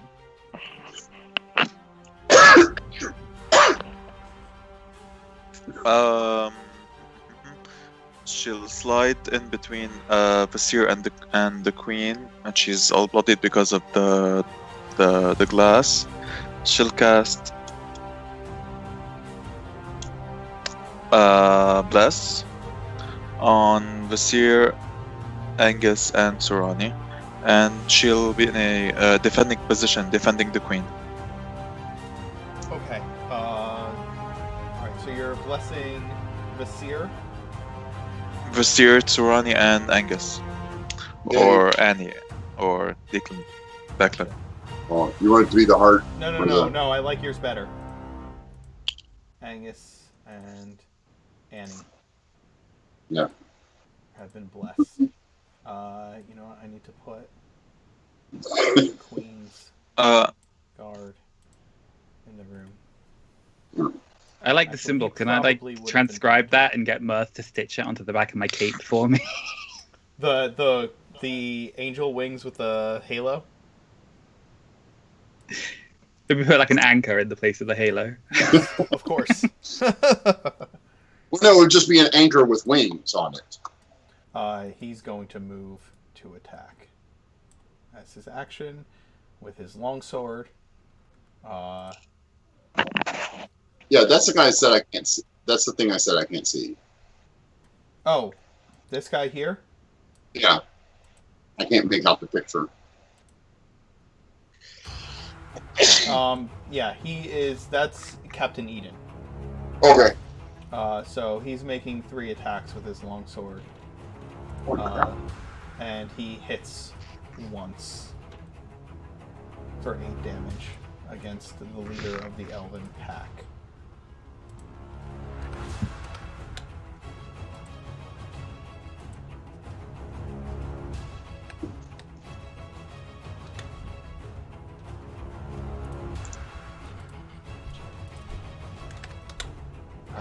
Alright. Damn, like we all go before any of our enemies do. Yes. Yes, you do. That's pretty good.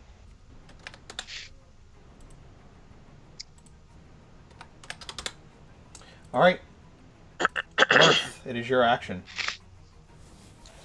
Okay. Let's see what we can do here. 1, 2, 3, 4, 5, 6, and then this here. Okay.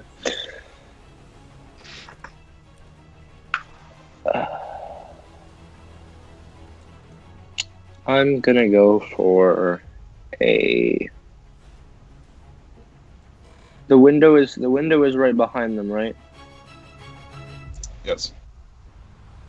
Okay. How far above? How far off the ground are we? Several stories.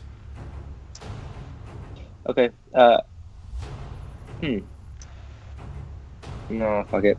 I'm gonna use my bonus action to do unsettling words on the mage, Okay. and then I will drop a hypnotic pattern on every single one of the elves and the seer. Okay. And you said unsettling words does what? Minus 1d8 on the saving throw. Okay. So And wisdom then- save for everybody, including the seer, and the mage has to subtract 5. All right. DC 16. He has a 21 minus 5, so 16, so he beats your AC. Damn it. The elves, the elven troops,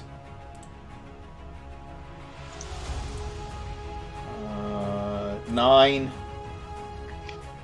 11, 2, 9, 11. So all of the shock troops fail. Alright, Mirth flicks his cloak out, and one of the patches explodes into a blinding flash of light. And as it subsists, every single one of the elves, except the mage, is just standing there, just The, oblivious to everything. the leader also succeeds. Just the Okay. troops fail. So yes, they Well- are completely oblivious. They are considered what? Incapacitated, and their speed is 0 Okay. Until when? Until for a minute, for a full minute. They make this save at the end Or of each until round, right? somebody uses an action or to until they shake them take out. damage or somebody shakes them awake. Okay. And he'll yell out, "Don't hit the stunned ones." All right. And he'll kind of duck back behind this couch over here. Okay. Angus. Or Annie. So Annie is going to reach down under the hem of her dress to get at the dagger she's got strapped across her thigh. Look across to the Duke and the Queen. Just so, Your Highness, Your Grace, please stay back. We will protect you. And then I'm going to use a dash action bonus action to get round to here and fire off a grave bolt at the mage as I go. Okay, firing a grave bolt at the mage. That is going to hit the mage. Actually, the mage is going to cast shield as a reaction, and it will deflect off of the shield.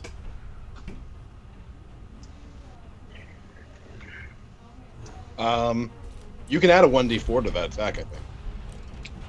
Yes. Oh, yeah, because I'm blessed. We're blessed.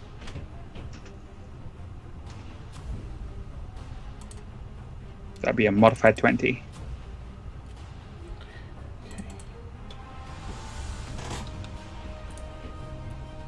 If that's enough. Yeah, I will let you know.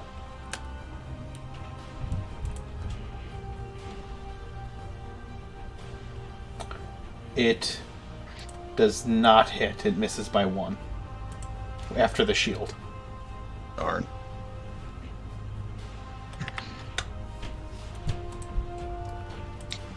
Okay.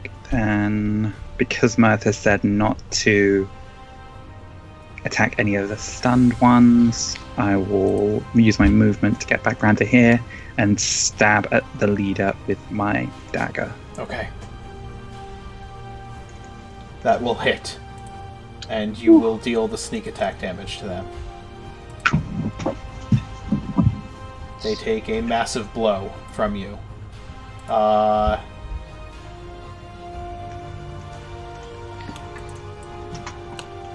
They take a massive blow from you, and they turn to see you as a serious threat with your tiny dagger.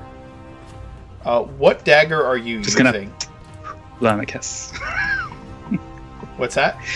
It's just Blow him a standard kiss? dagger. Okay. Just one of my standard ones. The one I had left after the heist. Oh, right. Mirth kept the other dagger, correct? Yeah. I did.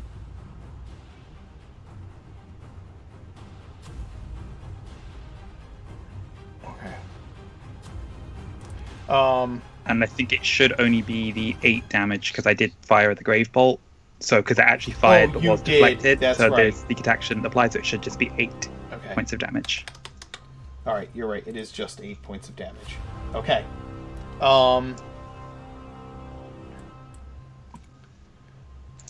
You know what? Oh, that would What? help. Okay, never mind. Sarani, it is your action. All right. So I'm going to bonus action, turn on the spores, granting myself 12 bonus hit points. Need those. So I took a lot from that first one. And then we will move 1, 2, 3. I will hand as I'm running, I'm drawing my scimitar. I'm going to toss it to Annie. Okay. Annie, make a dexterity roll to see if you can catch the scimitar as he tosses it to you. You do. You catch it out of the air as Sarani runs by. He draws the scimitar out from beneath his vines and tosses it, and you snatch it out of the air like an expert.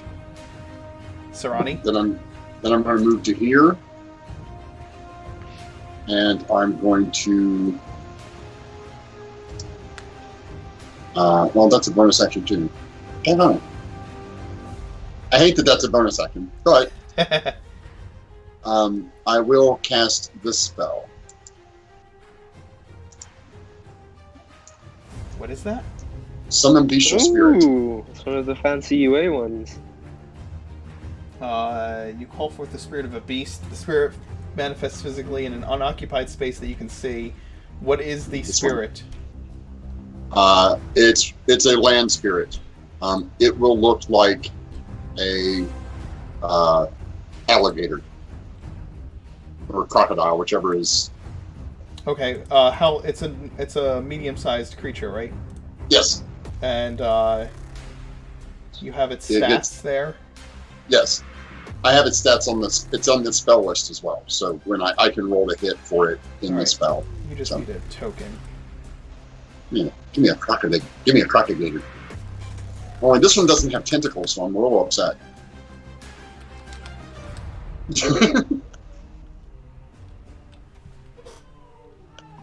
Does the spirit happen to have the spirit of a dead rogue just riding on its back?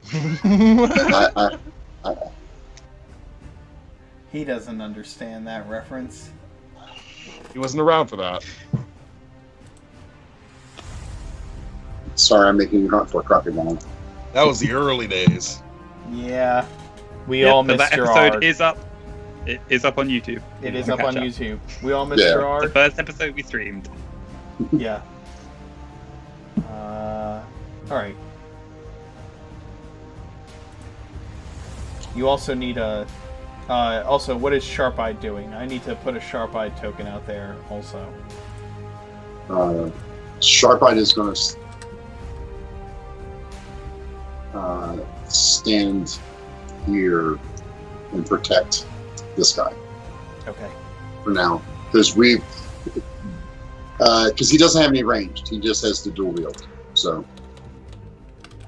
I think he'd probably just stand here and guard until Mert says he can hit one of these people.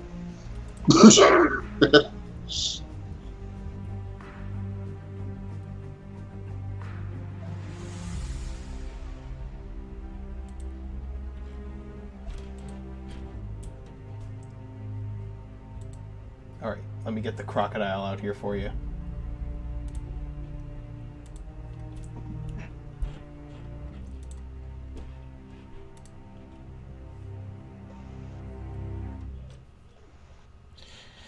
I can't wait to upgrade my system. Sorry. It's not your fault, man. It is not your fault. I will just note as well, I have just double checked. So when Sarani tosses Annie the scimitar, she catches it deftly, looks at it. I can't use this. Well, I guess you can use it. I'm as not a- proficient in this. Yeah, for some reason rogues get short sword but not scimitar proficiency, which annoys me because they're basically the same thing. Well, but they are saw used you with somewhat the- differently. Scimitars are much more They're slashing, like, whereas yeah, short swords are much curved, more and then stabbing. Hacking, and then Yeah. short sword is like a Roman gladius sword, Oh. yada yada yada. Yes.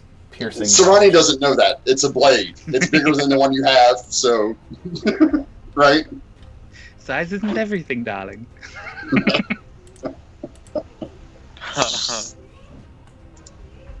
Okay, so you have Sharp-Eyed. Sharp-Eyed there, and you have the crocodile, There. which might show up pretty big. We'll see. It won't let me pull it onto the board. There it is. Come Yeah, on. ooh, that's Yeah. a quite large. He's not supposed to be that big. Oh, there he is. He's so tiny. There you go. He's just a little guy. And he goes. Ronnie just making this even more difficult for us to do anything. By just making this even more Yeah. cramped. Sharp-Eyed would be here at the moment. I don't think Sharp-Eye's on the initiative tracker. No, he's No, going on. he's just with, going in. He's just going on Sarani's turn, and now he's got Sarani has Sharp-Eyed and a crocodile going on his turn. Yeah, because the crocodile goes after me. The crocodile, I'm giving him the order to defend Luna.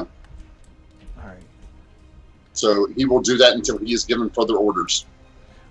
This squad of wood elves run out from the double doors on the side of the room, on the other side of the room, and begin firing arrows at all of you. Oh. You didn't move Sharp-Eyed for me. Where'd you put him? He's in front of the marquee. Right there? Yeah. Okay, so 1, 2, 3, 4, 5, 6. Let's see, how many arrows can they shoot? They shoot twice each. So, I believe Not fair. Not fair. 1, 2, 3, 4. 1, 2, 3, 4, 5, 6, 7, 8. So everybody's getting shot once, including the queen and the marquis, or shot at once. I'm just going to go down the line, starting with Angus and moving right down the line until I get to the marquis. So, Angus, That is a 22 to hit you for 4 damage. Yep, that's gonna hit. They're going to miss Captain Eden. Sarani, they're going to miss you. Vasir, they're going to miss you. Luna, that is a 22 to hit for 4 damage. The Queen gets hit for 10 piercing damage. And now has an arrow sticking out of her. Sharp-Eyed gets hit for 7 piercing damage. And the Marquis is missed by the Wood Elves. I am just going to put something to show that she is injured for all of you. Actually, there's a better one. She has arrows too. It actually has arrows in it, It yeah. actually Yeah. has arrows. I would like to use my reaction on this elf here. Okay, go ahead. Halo Sports. Alright, so DC 14 or 4 necrotic damage? It would actually be 6 necrotic Okay. because I activated my spores. You did. Okay. What's the... oh, right, yes, the spores. Okay. So con save. They are going to take the 6. Okay. As my little minions swarm out and start to harass it. The mage is going to use Misty Step to appear here.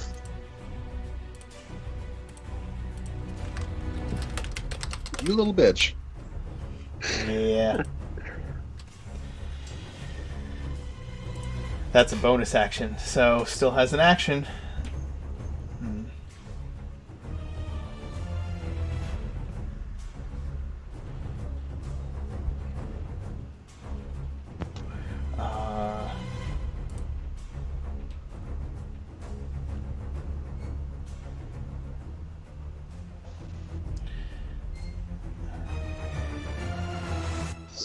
Okay. The mage appears there behind her and is going to use a cantrip, obviously.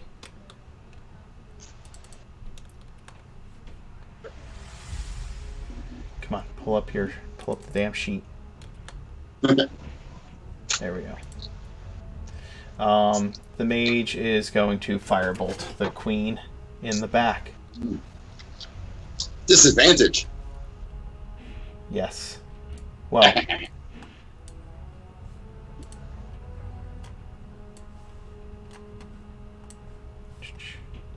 Actually, where can I Misty Step to?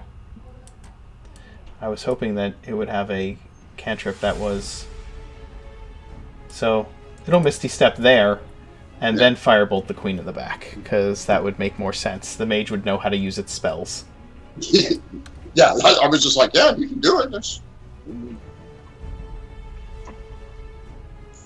He gets confused in the heat of the moment.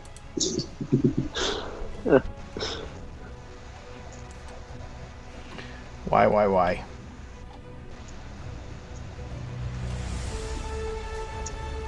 That's okay, my clock data is going to be in a minute. So.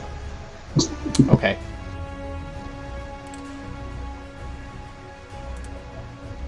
That is going to crit on the queen. The queen... of course. The queen goes down. She falls forward, and there is smoldering. She is smoldering. And then this dude is going to run.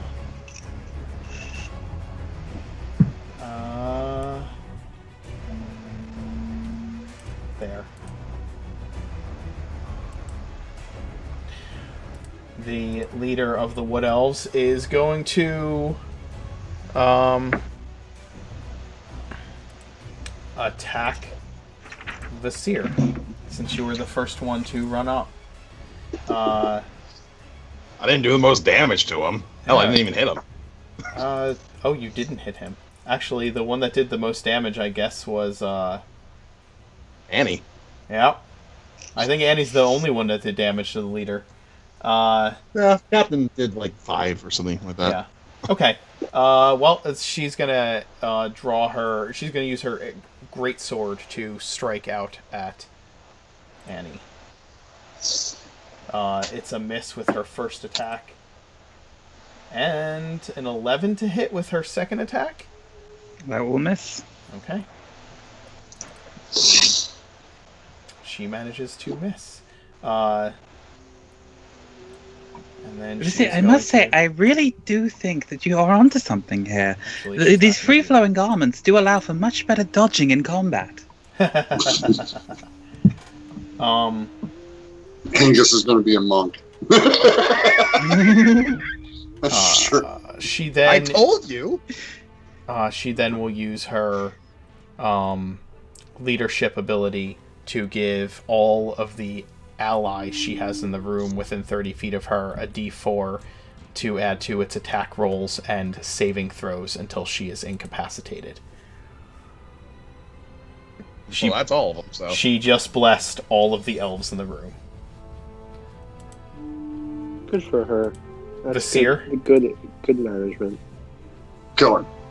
I'm gonna go ahead and so I'm going to start moving this way. She wants to take an attack of opportunity on me. That's fine. Okay, she will. 10. That will not hit. No. Luna, Queen, Sharp Eye, Elves, Sarani, Elves, Captain, Annie, Captain. And run over here. Nice.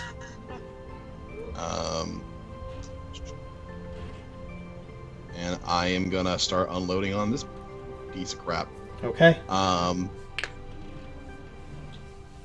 So it's gonna be that 17 to hit. Shields. To protect himself. Shield is such an amazing spell. Yeah. Use his shield. 21 to hit. Yes. Nope. There you go. That'll hit. That's 6 damage. DC 14 con check, please. Yep. Does Merce It's thing still a take check, count? right? Take Yeah, effect? it's a save. Con save. Yes. Yeah, Yes. it's a save. Succeeds. 17. Okay. Damn. Oh well, still did 6 damage. And Yes. used his reaction, so. Yes.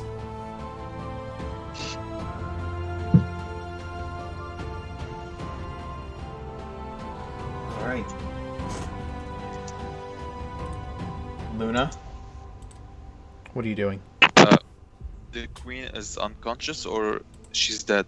Just for She's clarification. unconscious. Well, you can't tell. She's lying down and there's smoldering...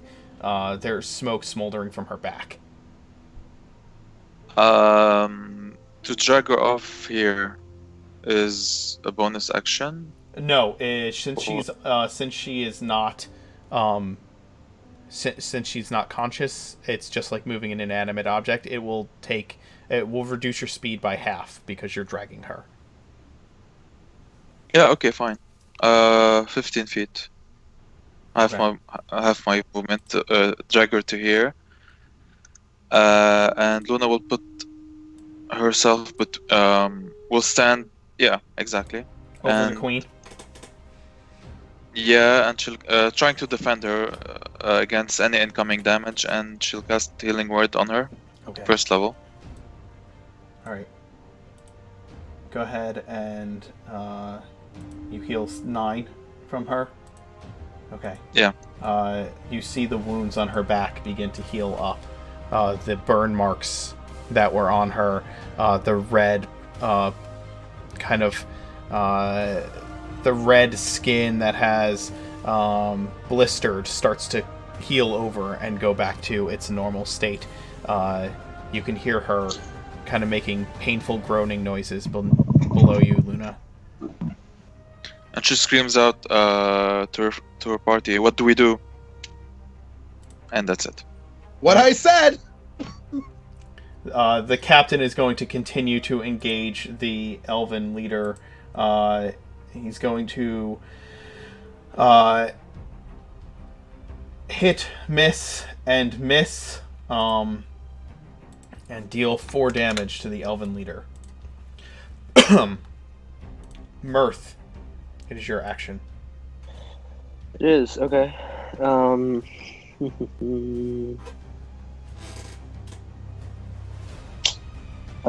mage over by Vasir. Is he holding his staff / wand / orb, his focus? He is. All right. I'm gonna run up here, unsettling words, and then yell. I'm gonna use command, and then I'm gonna toss him the book on goblin reproduction, and then yell exchange. Interesting. So he needs to make a wisdom save. Yep. Ah, it's so good. -3.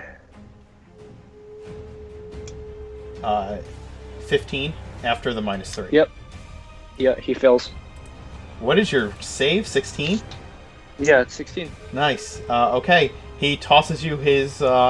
He tosses you the kind of crystal orb in his hand, and catches the book. I give him a wink and a smile, and duck back behind this this couch. Nice. And I hope you enjoy. It's a good read. Angus. Just going to stab out again with my dagger. Okay.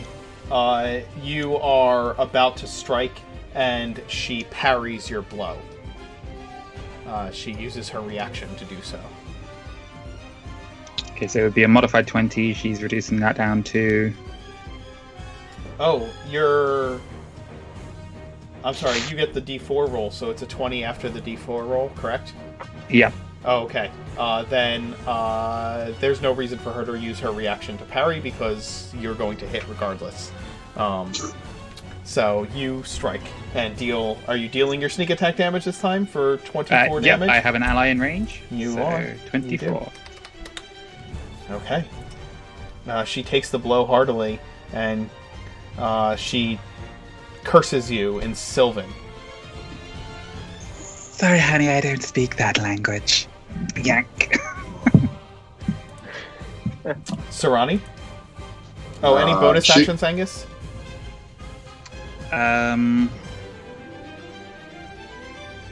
to think whether... No, Visir said take on the leader, so I will stay here and I will support Captain Eden. Okay. I'm going to move to here. She can take her attack if she'd like. She will. Burn her reaction.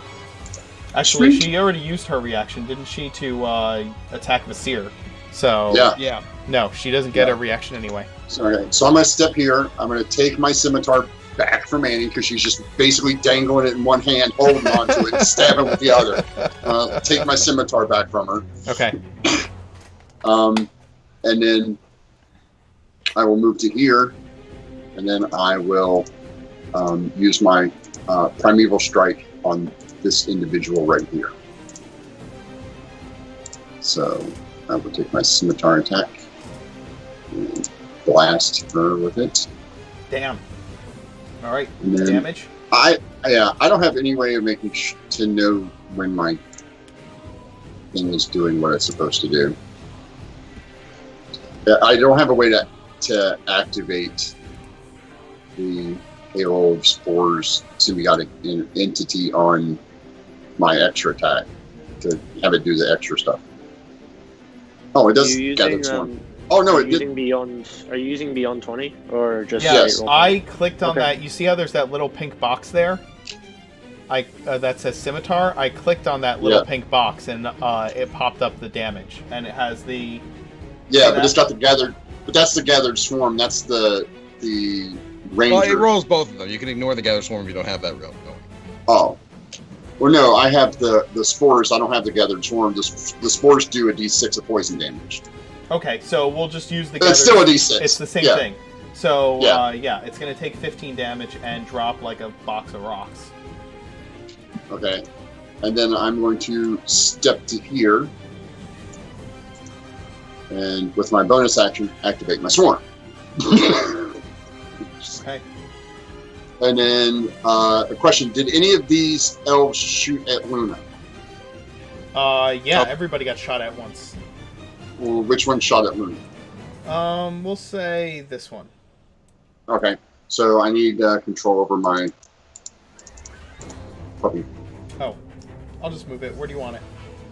In front of the one that attacked Luna, because it was told to defend her. Okay. Make your attack So- with it. It will run up and attack with a +1. That will hit.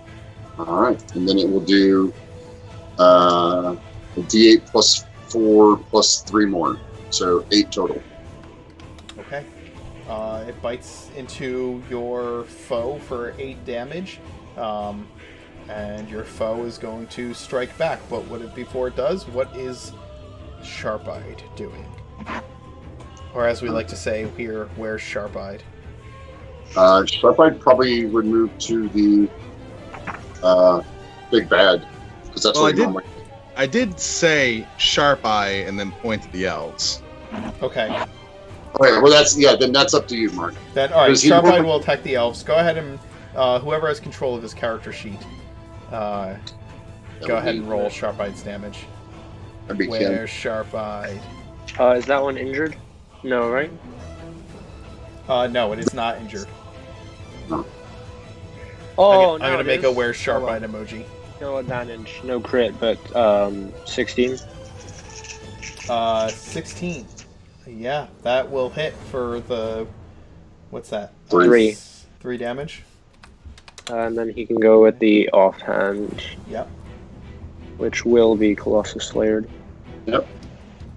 That's 8. 4 damage. The 8 is gonna miss.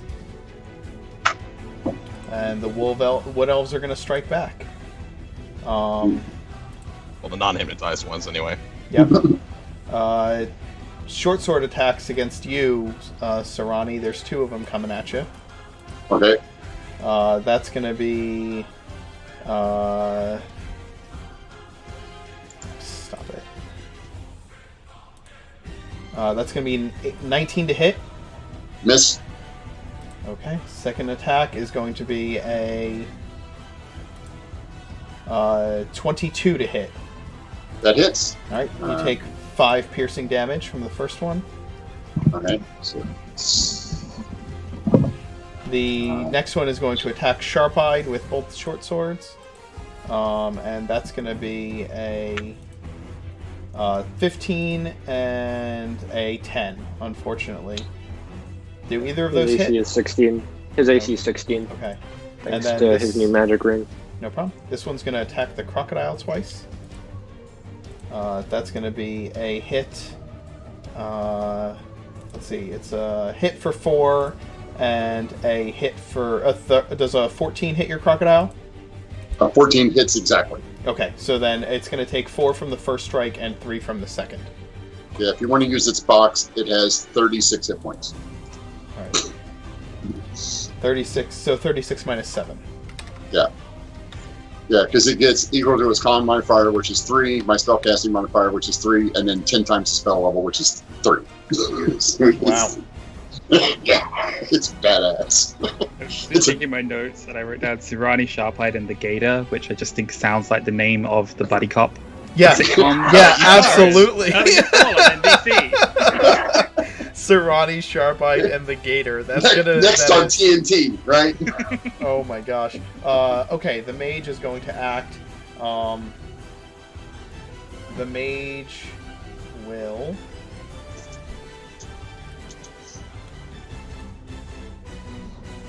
Oh, I'm sorry. I forgot my reaction. I got hit.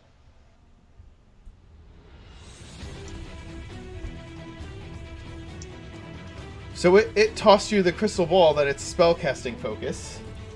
Yeah, that would be its entire turn. Yeah. That is its entire turn because it failed its spell. So it's just going to stand there. Sucks to He be him. did good. He did good. The leader... Oh, you know what? I didn't add the D4 to its... Oh, no, I did, and it still failed. That's right. this leader is going to take the attacks of opportunity and break off and rush Luna. Go ahead and make an attack of opportunity. It's going to get hit for 6 from Captain Eden, and 18 from you. Yep. Because sneak attack is once per turn. Once per turn, not once per round. Yep. It's then going to make 2 greatsword attacks against you, Luna. 20 with the first one for 13 damage. Yep.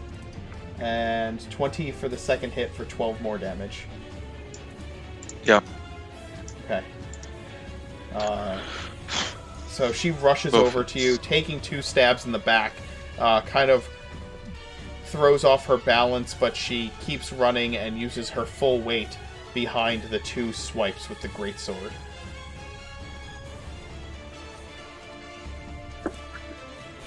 Luna just got fucking right.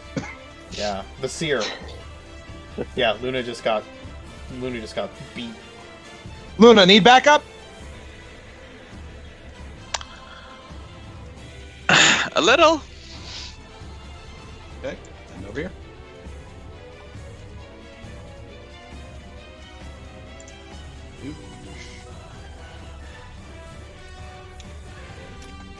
Start attacking. Yeah. 24 hits, I imagine. The mage can get its reaction now, right? Yeah. Okay, so it'll stab at you with a dagger. 15 to hit you. Nope. All right. Technically, I guess this one could have reactioned me as well. Yeah, depending on the route you went. So that's fine. Yeah. We'll give you a short sword attack. Critical, 10 damage. Alrighty.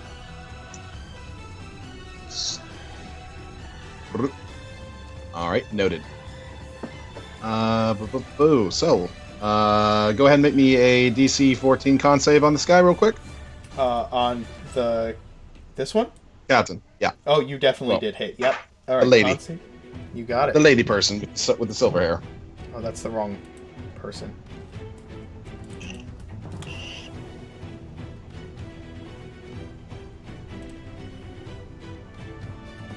She fails. Okay, she is now stunned. No turn for her this round. Nice. And we're gonna go ahead and keep on going. That's a crit. Yes, it is. She goes down. Down? She's down. All right. Thanks between Angus's sneak attacks, 2 in a row, and that critical, she's just done. Let me just measure something here real quick. So that's 30, and that's 15. Cool. And I'll flip on over here for bonus action unarmed strike. Okay. That will miss. Now we'll save that last key point.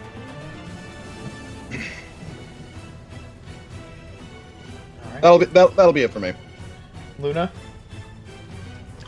Yep. Vasir has come to your rescue. Instead of you coming to his. First time for everything, right? Good husband behavior. Yeah. Can I cast Spare the Dying on this elf? You can. That's as an action. As a bonus action, I'll take a potion of greater healing. Okay. Go ahead and roll that 44 plus 4, sir. You get 13 hit points back.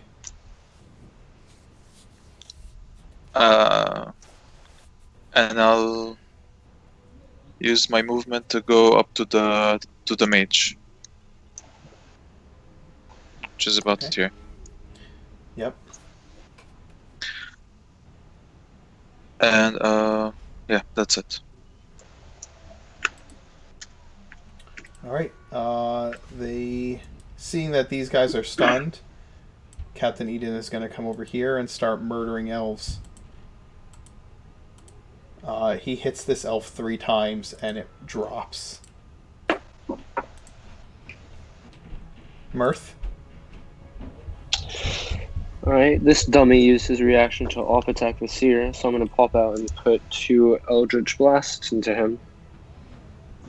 Yeah.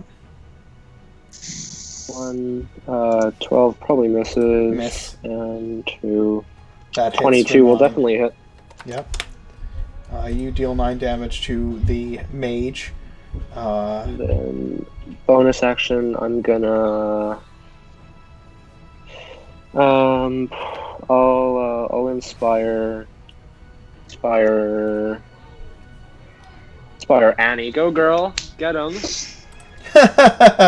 Annie? Yeah. Mirth's battlefield control is quite impressive. And I hope that someday I will have that level of battlefield control with Andal. That's what bards are for, man. Yeah. Command is probably my favorite spell. I love command so much. So I'm gonna get to there, use my cunning action to dash as I summon up a Grave Bolt, and just let it go as I step the final 5 feet into range. So that's targeting the mage. Okay. That will hit for 19 necrotic damage. Ooh, that's painful. Oh. The mage is still standing, but not doing well. I have now done 69 points of damage this round. Nice. Encounter. So I almost don't want to. But yeah, just go. I've done 9. Try to step in. I haven't done very behind- much. Mirth, you've done 9 points of damage and have essentially locked down the battlefield. I think I'm doing alright. That's our job, Mirth. Our job is to provide support. If you weren't here, do you realize how much more difficult this encounter would have been for them? They would have gotten shot another arrows. 10 times with arrows twice now. Or 10 times with short swords twice. I don't know Certainly about wouldn't have that. been able to pull away from the main group here to start engaging this group at Yeah. all. I Uh-huh. don't know about that. I didn't use my area of effect spells because Plus people Mirth would said have not been to kill him. surrounded. Mirth said not to kill them. I do what I do. I do what I can. What is the athletics just check gonna- for? Stepping in and just going to try to grapple the mage, try to take him alive so that we can Okay. question them Oh. about their aims. So that's I'm sorry. 16 on the roll, plus 3 from Bless, plus 2 from the Bardic Inspiration. So that's 21 total. Alright. They're going to make a acrobatics check to not be. And they are, in fact, grappled.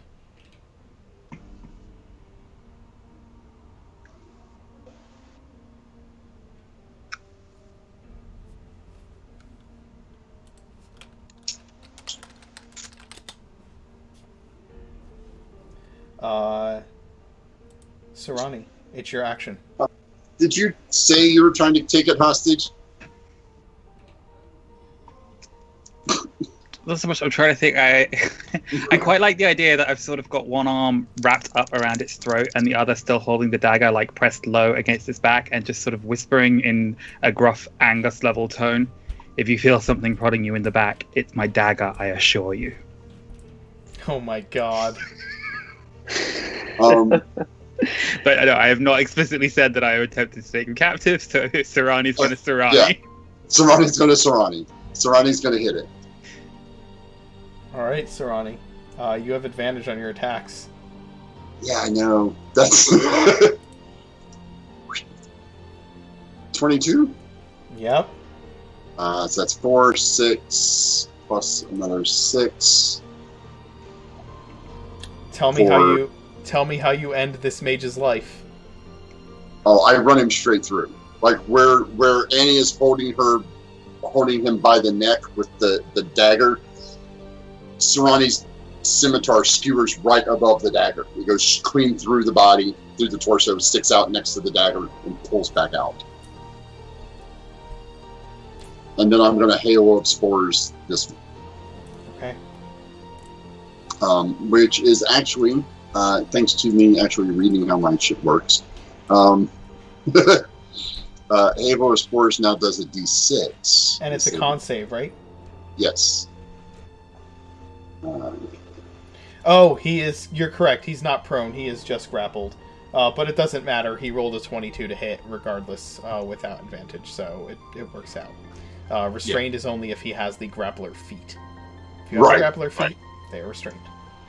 Or at least our version of the grappler feet. Yes, our version, the right version. The one that's actually useful. Yeah, the one that makes it no longer useful, useless. Yes. Yes. All right, so it makes a con save against your Halo Spores, correct? So Yes, it DC fails. 14. It fails. Okay, so it takes 2d6. Because I'm 6th level now. I'm over 6th level, so when I hit 6th level, it's just like the because it doesn't say when you're 6th level in this class. It says when you reach 6th level, the damage goes up. So I'm assuming it works the same way as the Eldritch Blast and all those. Cantrip scaling. 15 and 12 both miss you, correct, Sarani? Yes. Okay, the wood elf behind you attempts to stab you in the back and misses both times. Oh, my puppy dog is going to eat them when they turn to. We forgot my puppy. You're right, and Sharpite as well. We'll take this thing. He misses. Go ahead and make the 2 attacks with Sharpite.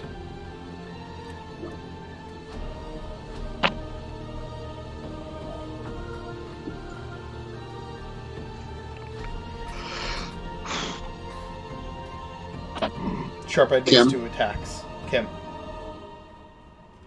Oh, my bad. Yeah. This one also hasn't been hurt, so the first one won't have Colossus on it. Gotcha. Nice. That will hit for 6. And here's the follow-up. That will no hit advantage, for but 8. 8, I think. And the last elf that is not stunned will go down. The Marquis has, at some point, come over here and gathered the Queen and brought her into this other room during the fight. All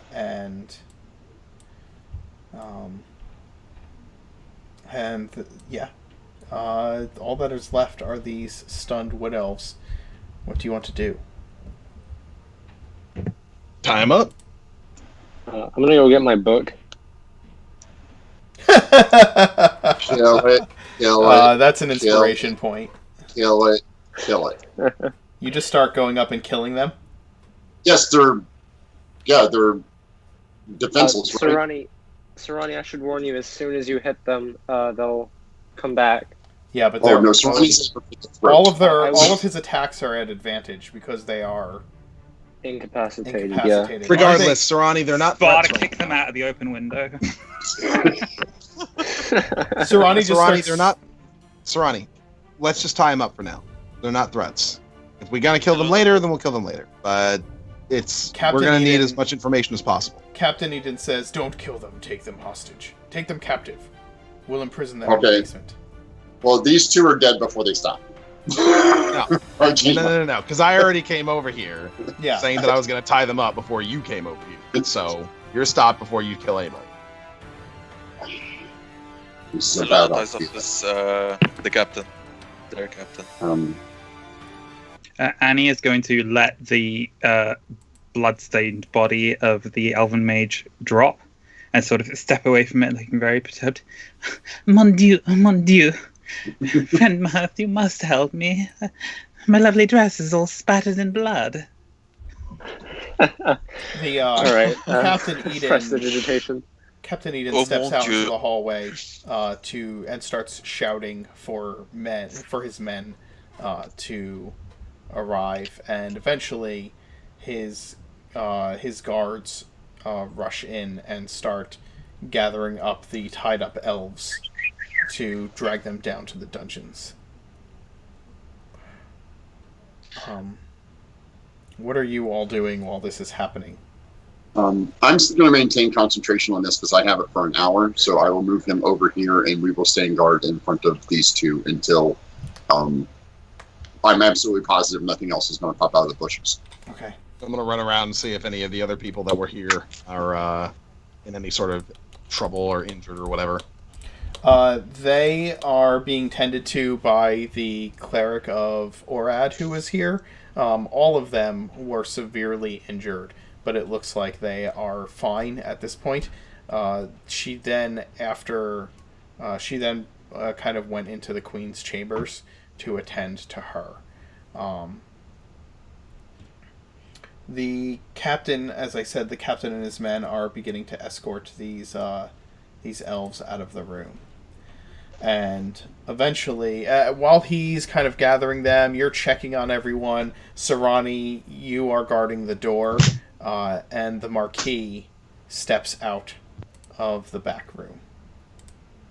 I'm sorry. Was the room cleared? Did the elves come out of that room? There were elves that came out of that room. Yes. Okay, then I want to go in the room. I Okay. won't be standing outside. The window is busted, but there's no one in here. Okay. Well, I will be. Yeah. So I will be in the room, and the alligator will be outside the room. Can Luna go follow where they've taken the queen? Yeah. The guard are too busy kind of clearing out the elves to really interrupt you from going into the room. You enter in the room, and the scene is basically, it's like a large master bedroom. The Marquis has placed the Queen upon the bed, and she is being tended to by the priest of Orad. And the Marquis looks up at you and Sarani and says, You shouldn't be in here. We're just checking on the queen. Will she be alright? The priestess says, She will be fine, thanks to all of you. The Queen says, the Queen kind of grabs the wrist of the Marquis and looks at him and says, No, they saved me. Let her come. Yeah, it was pretty hard too. I mean, those guys really wanted you dead for some reason. If the queen is still hurt, Luna will cast Cure Wounds. Okay. You do. And where could those elves have come in here from? If you the big ass window that's Ronnie standing in front of. The encounter that we had on the road leading to Twiland Hill, the mage who was responsible for summoning those fey creatures we fought, he was a wood elf. And before said something about for Avelia Wood, for Corial, for Thalriel, and Mirth seemed to indicate that was the name of their ancestral homeland. It's possible that these attacks that Queen Evelyn has been investigating and this attack on her life now are connected. And I think that she must be informed. Why are the elves so mad? Maybe we should... Angus, She said something to me in it sounded like the elven tongue. I don't speak it personally. Perhaps Luna would be able to translate it. And I'll repeat the word that Captain shouted at me when I stabbed her. Which was in Sylvan, so I'm not sure if anybody actually speaks. I could comprehend languages if needed. Does anybody speak Sylvan? I can understand all languages. Right. But I don't speak it innately. The Queen beckons for you to... You came over and cast Cure Wounds on her, Luna, and the Queen is... she just seems... kind of a bit... exhausted from the ordeal, but not hurt anymore. She sits up in her bed, and she takes both of your hands, and she thanks you. Very, like she just very heartfelt thanks for your aid. She looks over to the Marquis. There is a box on the dresser. Bring it to me. And he does. And she opens it. I am afraid that I have but one of these remaining. I did not anticipate the need for more. And she pulls out a brooch that looks like the crest of Geneva. It is a white petaled flower with a golden center, and with gold gilding kind of binding it all together. This is my favor. I cannot give one to each of you, so I will give one to all of you, to use as you see fit. If you wear this in my homeland, then you will be known as a friend of the Queen, and you will have access to my court. She holds it out to you, Luna.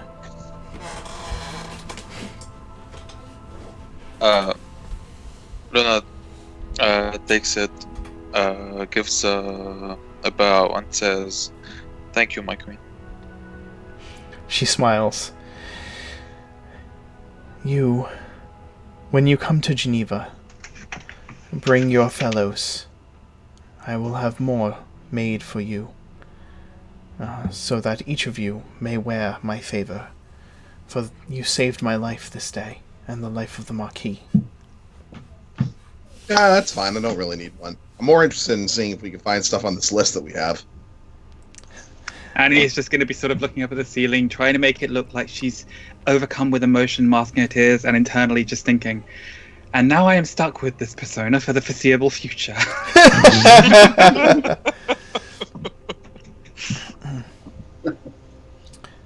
Just when you're in Geneva. The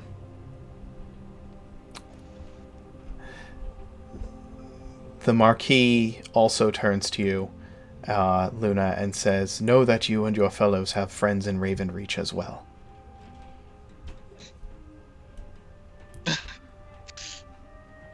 I have a Thank you, question. my lord. Not now, Tarani.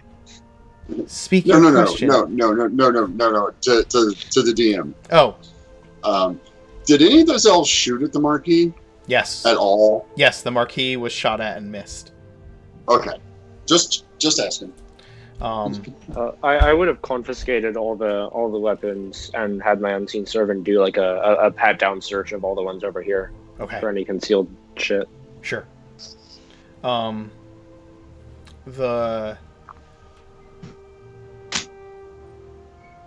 Queen,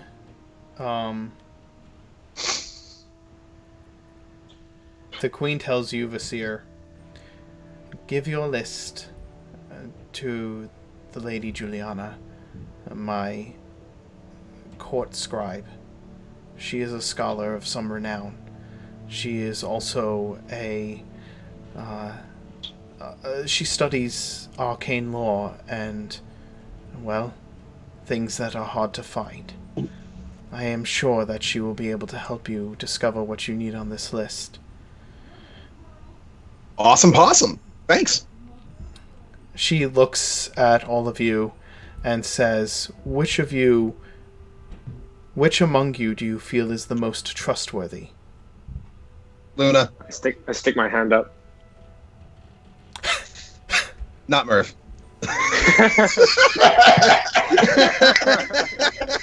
I like to think it's one of those moments where Martha and Annie are both stepping forward to take it, and Vasir just like grabs us both by the shoulder and pulls us back.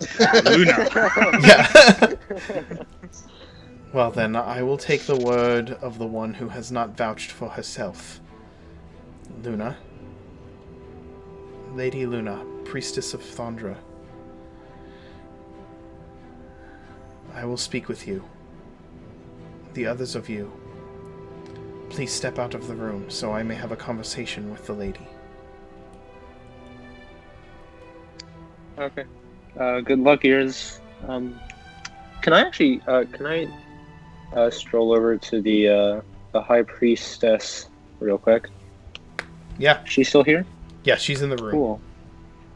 I'll just pull her discreetly aside, and hi. If I could bother you for a moment. What help do you need? I have something that I have arranged for the procurement of, but it's going to take longer than I would had anticipated and would like, very simply put. And it's very much down your alley. Would you have the knowledge to create one of the following, or procure one rapidly from your temple? And Mark, I think I know what I'm referring to. So you ask her for it. I'll offer to make a donation if need be, but I just need it quickly, basically. Okay. Planning a heist again? What? No. I think he's planning something. If I wanted help on a heist, I wouldn't go to a high priestess. What kind of donation are you would willing do to? that. What kind of donation are you willing to make for such an item? I have money, quite simply put, if that's what you're looking for. It's the simplest one. I also offer the knowledge that this is a nice act, which is not always true to my nature, but this is something that I feel must be resolved. It's been too long.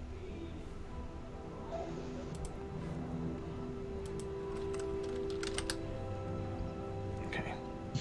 I'm gonna head down to the dungeons. Okay. Wait to see which one of these elves is conscious first. All right.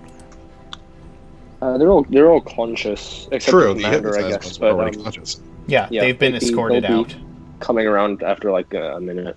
Yeah, they've all been escorted out. Like they were tied up and then made to walk down to the dungeons. Also, if nobody else took them, I would have taken and scabbarded all the short swords and bows and tucked them into my backpack. They were probably gathered by a bunch of them were probably gathered by the by the guard themselves. What level is the spell you're looking for again? 7, Okay. I think. Yeah. It was 3K previously, and 3 weeks, which was the main issue there. Yeah. When she was asking you what kind of donation you were willing to make for something as powerful as that, you got the impression that she was asking you how much you were willing to donate specifically. Well, not in a way that was like, how much are you going to give me for that? But more of a, that's an item of quite some value to the church, and you mentioned that you would be willing to give a donation. I need to know how much you would be willing to give, sir. I can go for 5,000, but that's stretching what I have at my disposal right now. She kind of places a hand at her chest and puts a hand on your shoulder and says, half that would be more than enough. Okay, it's done. I shall have the scroll transported to you. Where are you staying? Oh, that's a good question. Shall I... Well,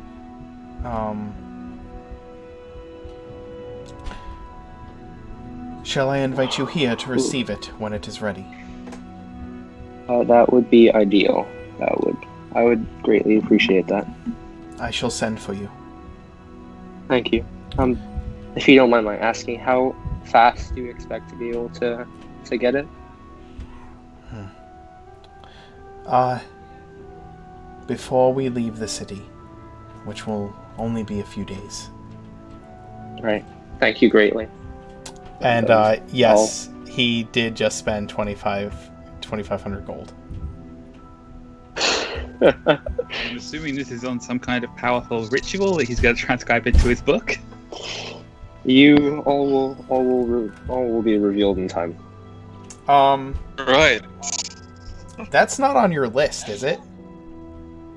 It is actually. Okay. Yeah. It's a Bard Cleric exclusive. Okay. Luna, everyone leaves the room. No. The Queen has asked everyone to leave the room. If you do not leave the room, you will be pulled out of the room. Well, the window's not fixed yet. The window will not be fixed for quite some time, you are informed. Well, someone the has window, to... the window is in the other room. No, the window. There's a window in here that Yes, came out there of is a here window too. in there too. Oh, okay. Yeah. Yeah. Ryan does not trust that Luna will be able to protect her at all. Yeah. Well, And no. Captain Serrani doesn't. Yeah, Serrani doesn't believe that Luna and the Queen should be left alone in case something else happens. Annie is going to leave the room, go into the next room over, and look at the window to see if she can, like, shimmy out onto the ledge Yes. and sneak across and eavesdrop. Go ahead and make a stealth roll and an acrobatics check, please. Realize that if you fail an acrobatics check, you'll be falling about. He can like spider climb. you can spider climb. So no acrobatics check. Are you wearing the slippers? I'm assuming you are. I said I was wearing the same shoes that I wear when I'm in my Zekman persona. So Okay, then all you need to do, all I need from you is. unfortunately, a I couldn't stealth find roll. any high heels of spider climbs to complete the ensemble. Just a stealth roll, please.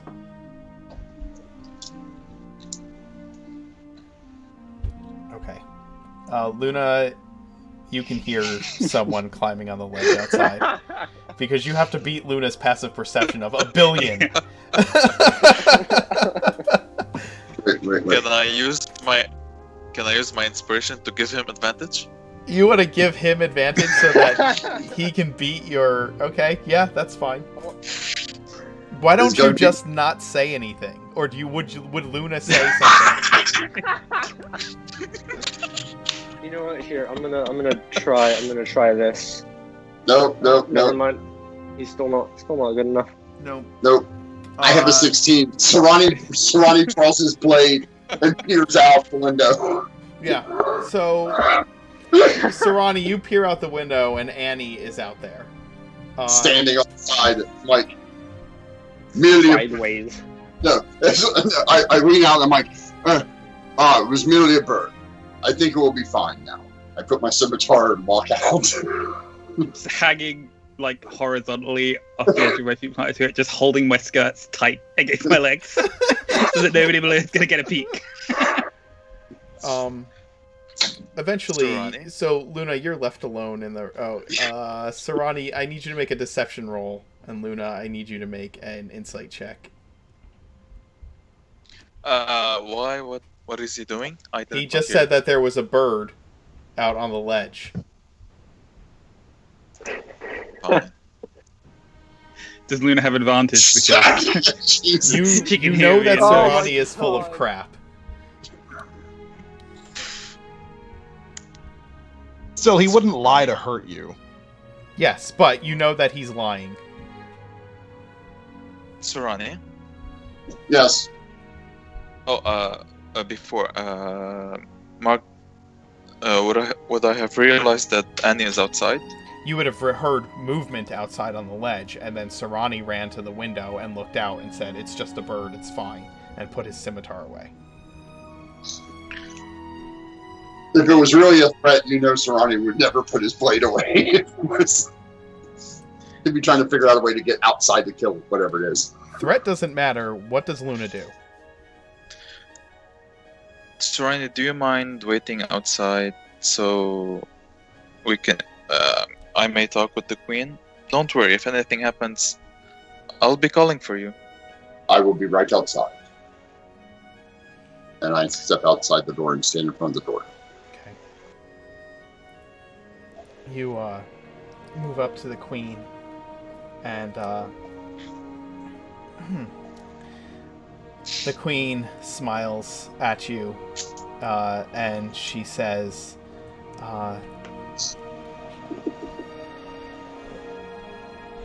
Luna, Lady Luna, I must ask before I say anything. Does your friend Annie, does he always dress like that?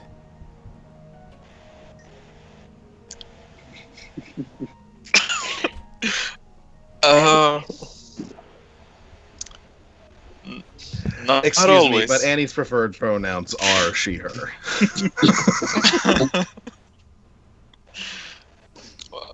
What do you mean?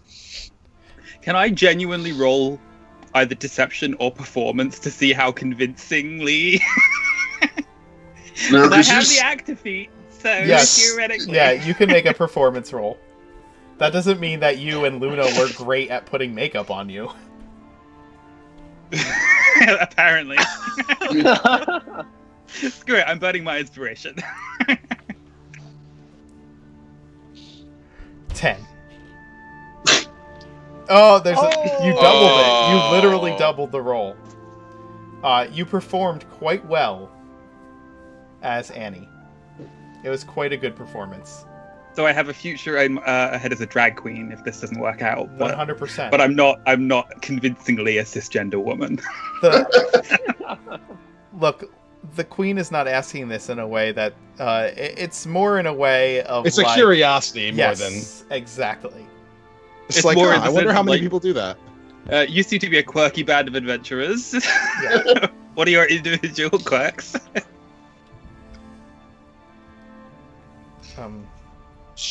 She's an odd fellow, but she's a good person. Oh, I don't doubt that. I've just met so few people who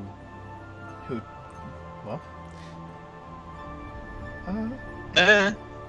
you understand what I'm asking. It's Yeah. not something a queen encounters every day. I can imagine.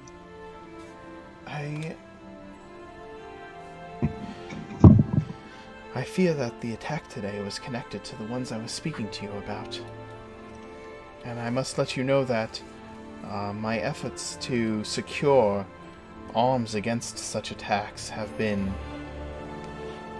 well, noticed by these same assailants and hindered by them. Yeah. I don't know exactly what's on your list, and believe me, I will, by the end of today, know what is on that list. But, I seek a place where ancient secrets are held, where ancient powers are locked away. I fear that there is an urgent need to go to the next of the suspected sites of this location. I am telling you because, as your party said, you are the most trusted among them, so I am entrusting you with this grave secret, and I expect that it will stay with you and only be disseminated to those who you deem worthy of knowing. Can I trust you with this secret, Lady Luna? Yes, my queen, of course. I have sent my airship to Ironstone Hall to seek an entrance into Mythfont. At the same time, I believe there is another entrance in Avelia Woods, and I believe that the elves may already be on their way there. Do you know what Mythfont is? I'm not really sure. Make a history check. Can I make one as well? Yes. Because I'm listening. Just saying. I will know. I should do this with a disadvantage because I didn't know who Merwin was, so it wouldn't make much sense for me to You know. knew only the very basics of who Merwin was. Yeah. So go ahead, make a roll with disadvantage. Yep. DM, do I All hear? you've heard the name before, Yeah. but you don't know what it's connected, what it means. You just know that, like, isn't that some, like, from those old stories about that wizard? Like, that's like your level of knowledge about it. I'm sorry, my queen. I'm not very familiar with that word. But you've heard of Merwin. I've heard the name. Merwin was the greatest advisor of every emperor who ever lived.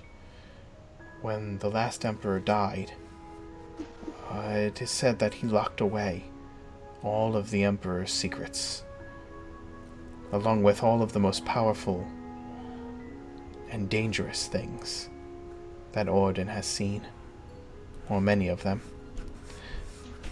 I seek an entrance to this vault that he once held. I believe that there are more than one entrance, and that it takes opening all of them to open the place entirely.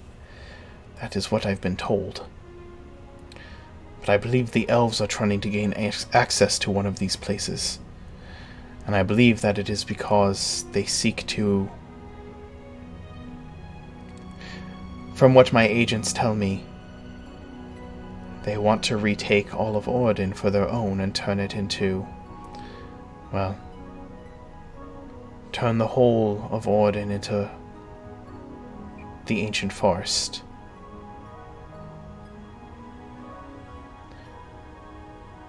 There was a time when the elves were the most culturally significant peoples in all of Orden before the Empire. And it was the first emperor who drove them back into their strongholds and caused them to be even more reclusive than they first were when they entered Orden so many hundreds of years ago.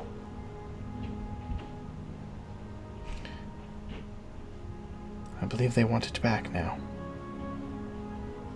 I also believe that it may be connected to this... to these things that you have said have entered our world.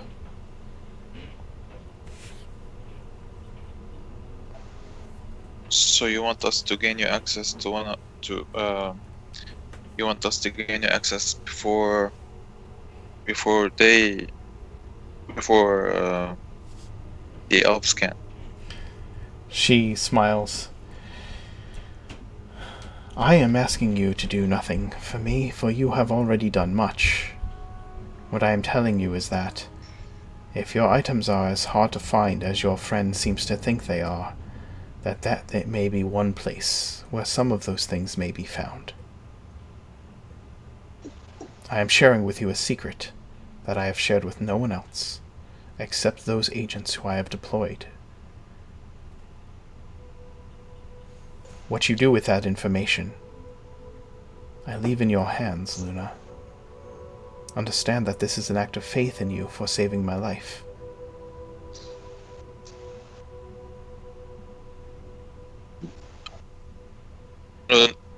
Luna nods. Thank you for coming to So my aid. But what about the elves?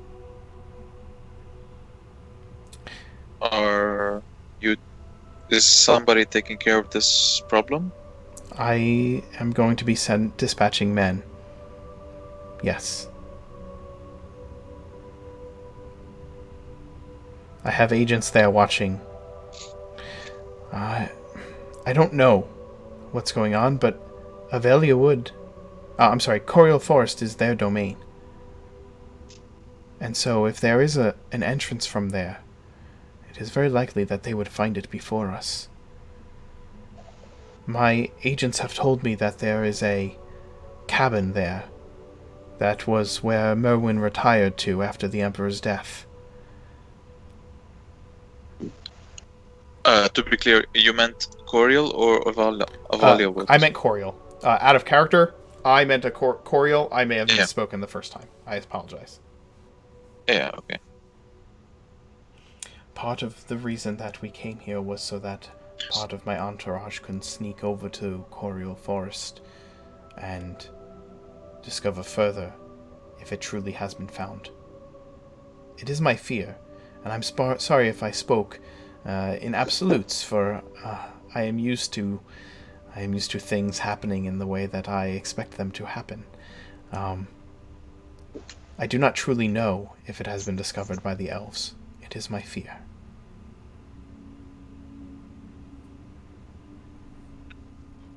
So we should get there as soon as possible. It is not a request upon me, from me, upon you. But Yes. I understand your meaning, Luna, and it may be beneficial to you to do so, yes. I hope this information is helpful to you, and not further work for you and your friends in your quest. In the meantime, I will see if I cannot marshal forces to slow whatever it is coming out of the wood. But if it is as... from coming out of the swamps, it will take time to marshal men and march them all the way across Ord into the swampland. But I will do what I can.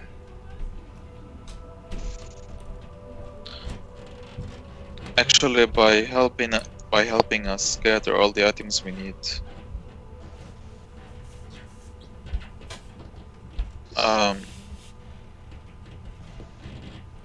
beating these evil beings might become a bit easier. So I do think we should beat the elves at getting into, or at least finding the items left by Merwin. Good luck.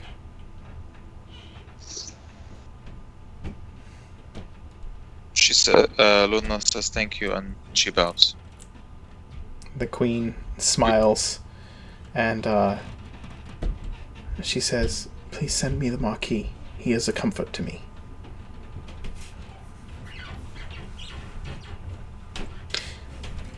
In the meantime, the Marquis has been out in the main room, and eventually makes his way up to you, Mirth, and says, "What happened to your friend Annie?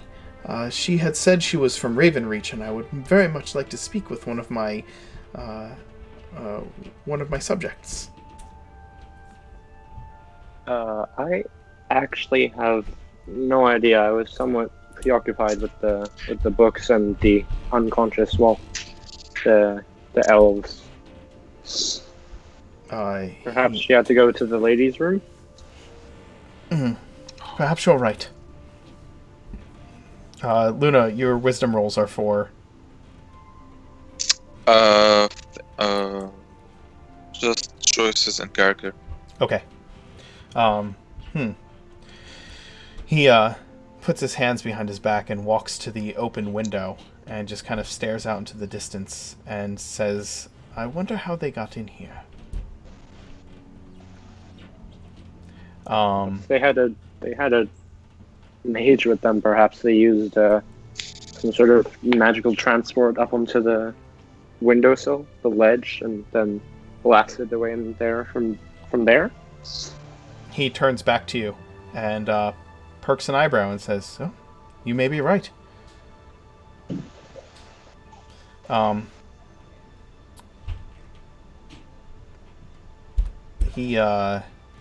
Let's see. In the meantime, also, Visir, you are down in the dungeons. You followed the soldiers down there. Captain Eden did not go with them. he stayed behind to guard the room. But the rest of them have been led down there, and now there are several unconscious and 5 conscious but tied elves in cages. The guards have simply brought them down there and locked them away and are guarding the area. I'm going to approach one of the cages that has a conscious elf. Okay. And I'm going to kind of like sit down in front of it and just go, "Can you understand me?"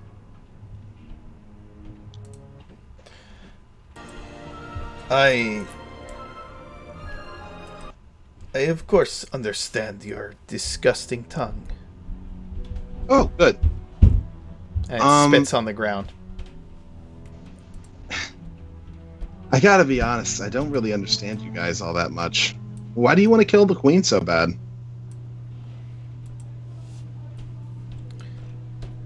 The queen is dabbling in things which she should not dabble in. Like what?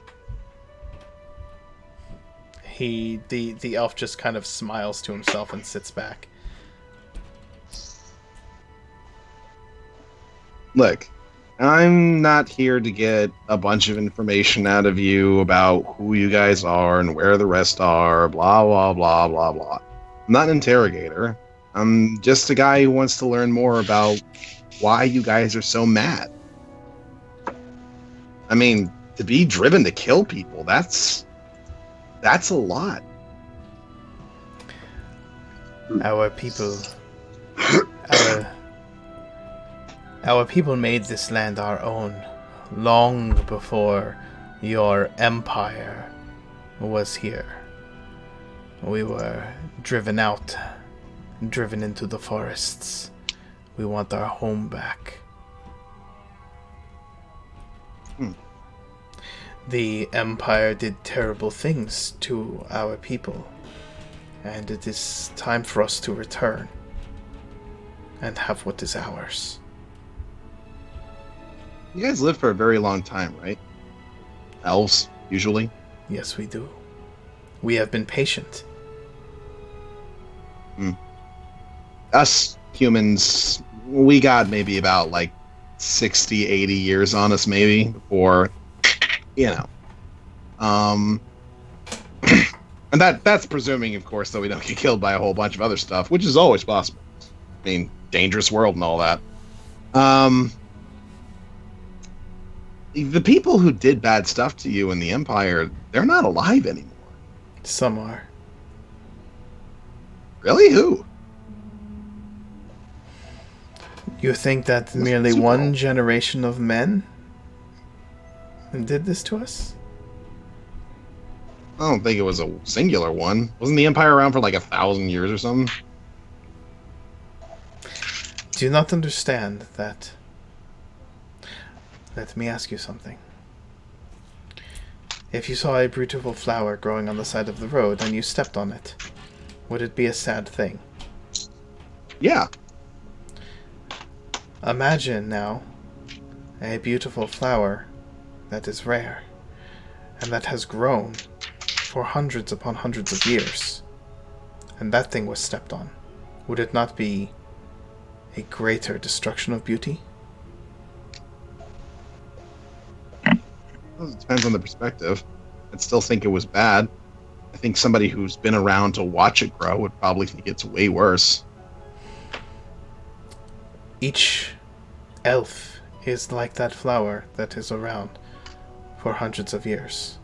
There are few of us. We live a very long time. To end a life like that prematurely for selfish gain, it is long remembered.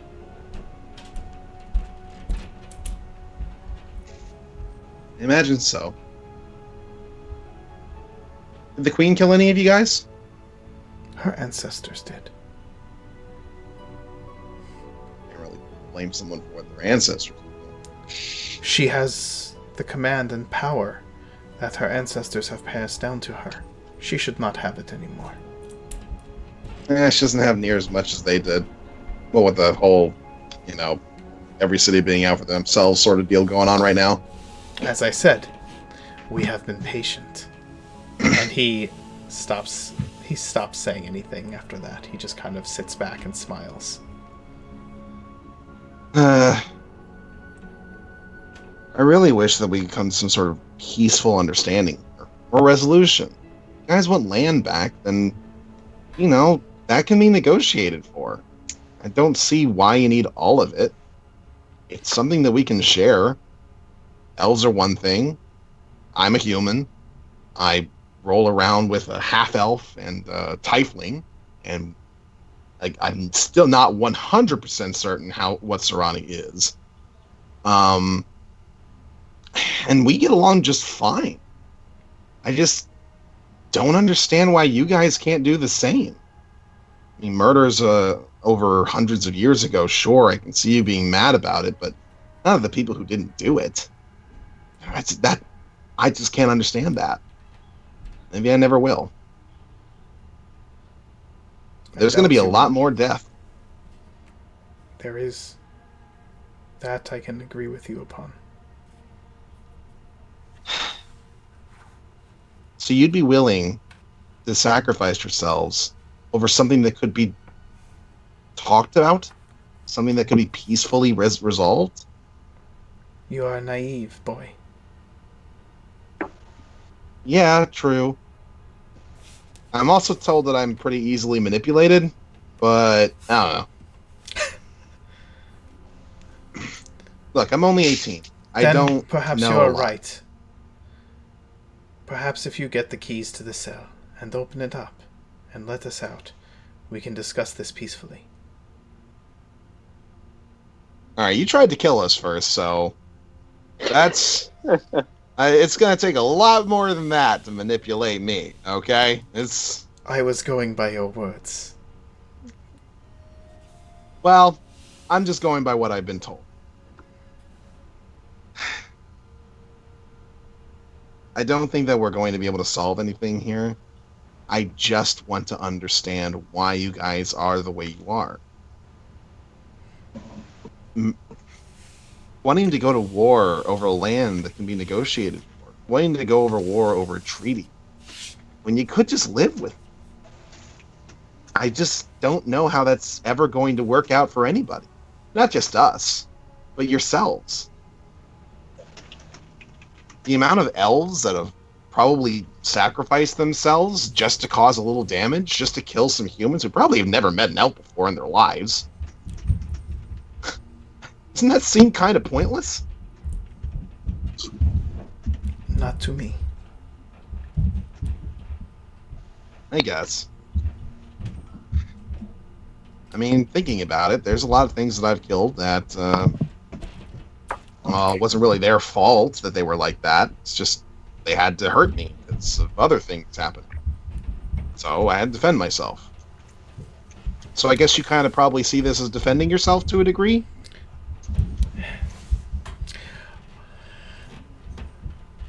Are there things you would die for?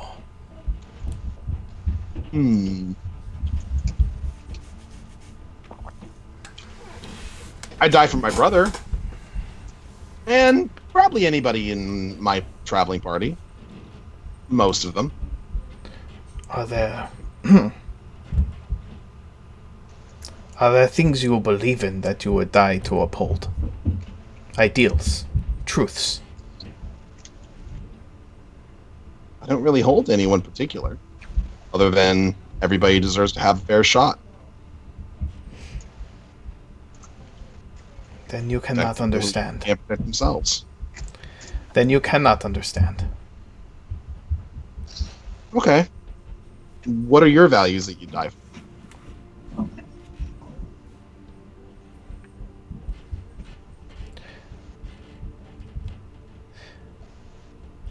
I would die for the glory of Thalriel. I would die to uphold the command of my king. I would die to restore my people to their rightful place. And I would die to bring an end to the reign of those who have caused our seclusion for so long. Those who are still in power now, whether they were in power then, they still hold that power. I would die for that.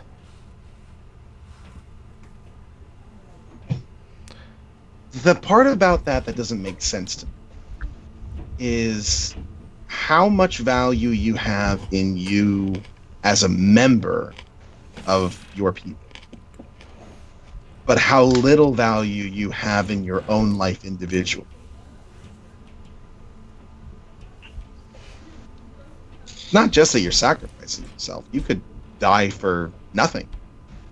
The mission here was an utter failure. You didn't kill anybody. It sent a message. A message that people need to attack elves more? Might not be the message you want to send.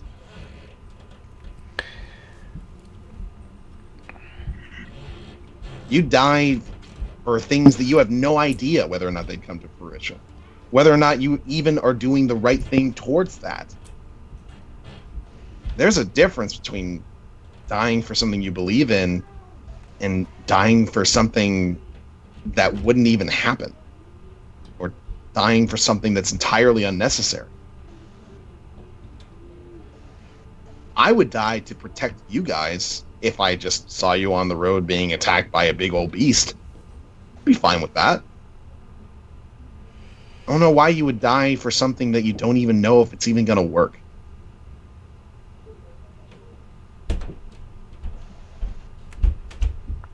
I wish I could help you understand, but I do not think I can. And your understanding would be pointless. I don't think it would be. For some reason, even though I am young and naive and kind of stupid, I'm starting to become kind of connected with a lot of powerful people. Very weird. If I could understand, I could help them understand, and, maybe we come to an understanding together. It's kind of unfortunate if you guys gotta die. I don't want you to. I think that fate is sealed. Well, I hope not. Do you think they will let us live after attacking this queen? Well, if they did, you'd probably attack them again, wouldn't you? Regardless, I am pretty sure that the punishment for assassinating one of your monarchs is to be put to death. And he sits back and leans his head back against the wall. I have suffered much today. Send a message. Why is everybody so silly? I have already suffered much. I would prefer not to suffer this conversation any longer. But thank you for your attempts to understand. Too bad, because I'm going to try and understand each and every one of you. Nothing you can do about it. Can you understand in a different place, please? Maybe not. There's at least one other person I want to talk to down here, but they're still unconscious.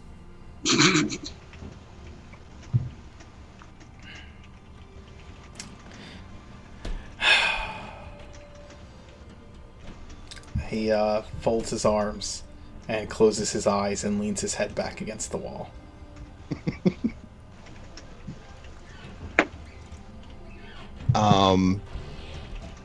Does the guard table down here have any, playing dice? Or cards or anything? Yes.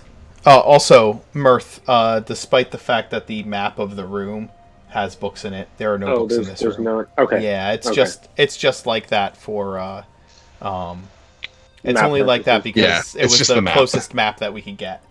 That's fine. Until the captain of these guys wakes up, I'm going to try and convince any elf that I can to try and, if not teach me a game, teach them a game. Okay. That's going to be 4 hours from now. I will wait. I do not mind. In the meantime, upstairs, Angus, after you come back in the room, the Marquis of Ravenreach, goes to the Queen and spends some time in there, but eventually comes out of that room and shuts the doors behind him. And he goes, Annie, I did wish to speak with you. My lord, as you wish, how can I be at your service? You were announced as a haberdasher of Ravenreach, and I was wondering, I was wondering how long you have been away from our homeland. It has been quite a little while. I last visited Mama and Papa at home many months ago now. But I have been traveling with these wonderful new friends that I have made. We have been getting up to some interesting adventures, and most recently dealing with that frightful matter down in the swamp. It is the most grotesque thing I have ever witnessed. That's terrible. And do you intend to return home? It is something that weighs heavy on my heart to know that Mama and Papa, if things go badly, will never see me again. But this is more important. I can do good by being here and helping with assembling these rare and curious ingredients that we require. I'm not sure if you have seen the list. I know that the markets of Ravenreach are some of the finest here in Arden. Are there anybody that you would perhaps know who might be able to obtain some of the ingredients on this list? I know spider silk in particular. I'm sure there is a tailor of high standing who works with such fabric. Now I'll hand over one of the copies of the list that Murph has written up for us. He looks down at it, and he says, "A tailor that works with spider silk. I actually happened to have met one just before leaving Ravenreach to arrive here." Excellent! Do you have the name of this individual? I do. Yes. He's a master tailor. His name is Archie. He only goes by the one name. Mystique. It is fantastic.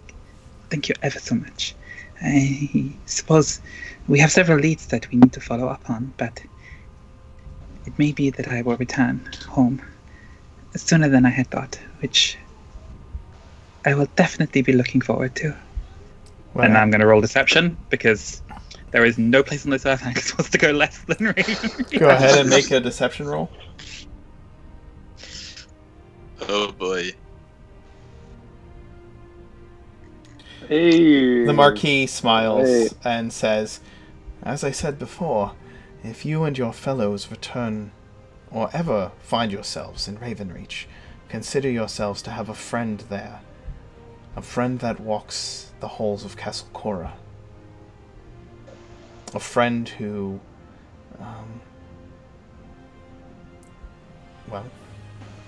a friend in the Marquis." I cannot wait to tell Mama and Papa that I have had the chance to have this conversation with you. I must say that my father, in particular, has always spoken highly of you and of your father. Is he doing well, the Duke, His Grace? His expression kind of clouds over when you say that. "My father has been more reclusive lately. I fear that his health may be in decline. It's unfortunate, and I hope that he will be well. But I fear that my need to be at home will be greater and greater in the coming months." Well then, I wish you safe travels in getting back to Ravenreach. I know that these are troubling times. More than you know. Great many dangers on the road. There are. Sorani and I, we have been taking a closer look at the window. I believe you had a conversation with Matt a little earlier. It does strike me as puzzling how they have managed to break into a room that is on an upper story of the building.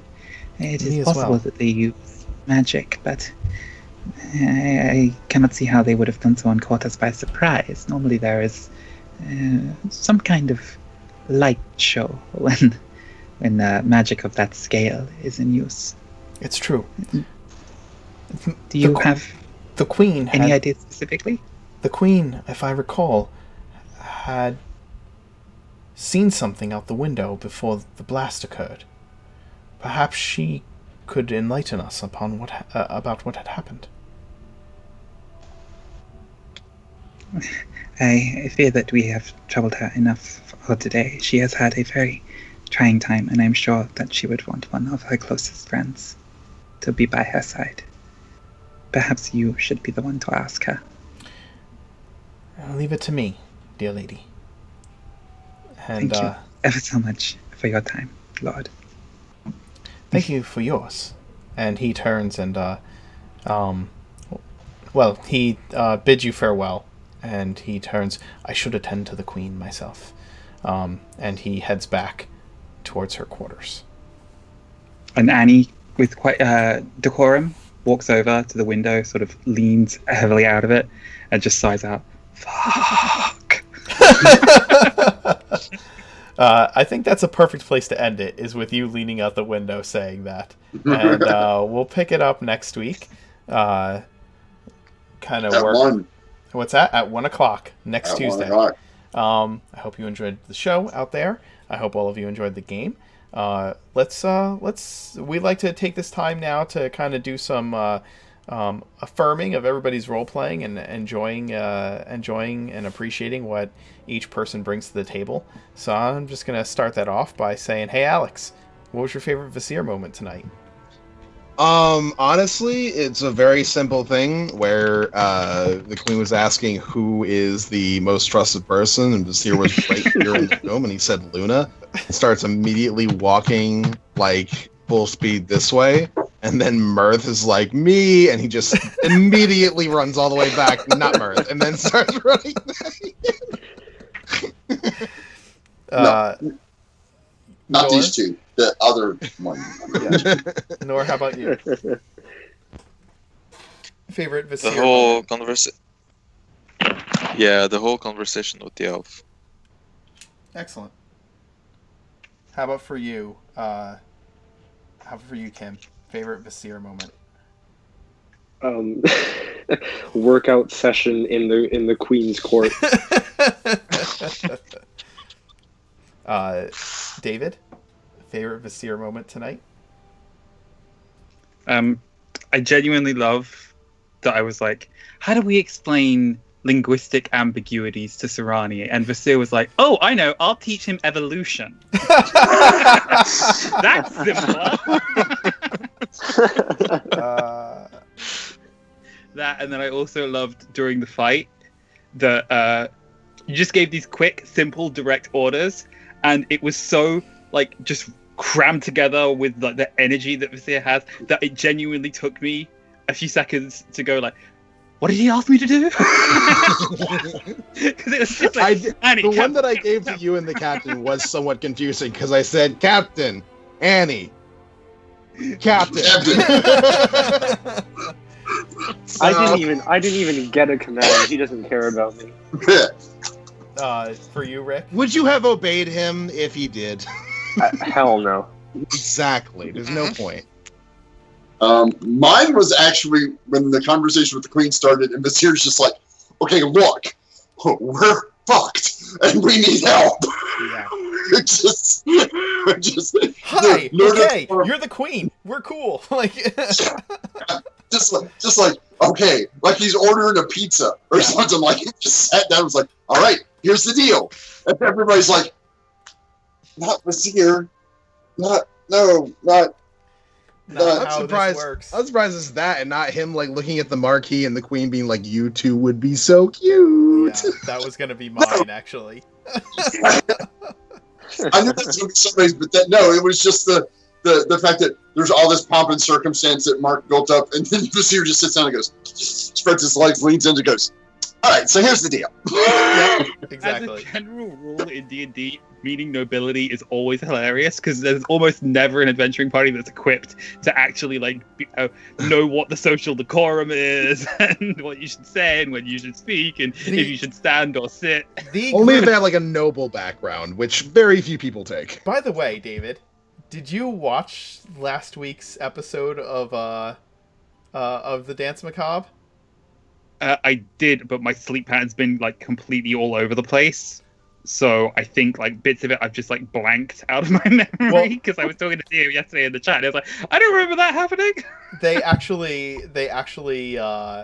met the Marquis last week, so they had to deal with the social decorum, and they're a party that is sort of equipped to do that, except for maybe one person.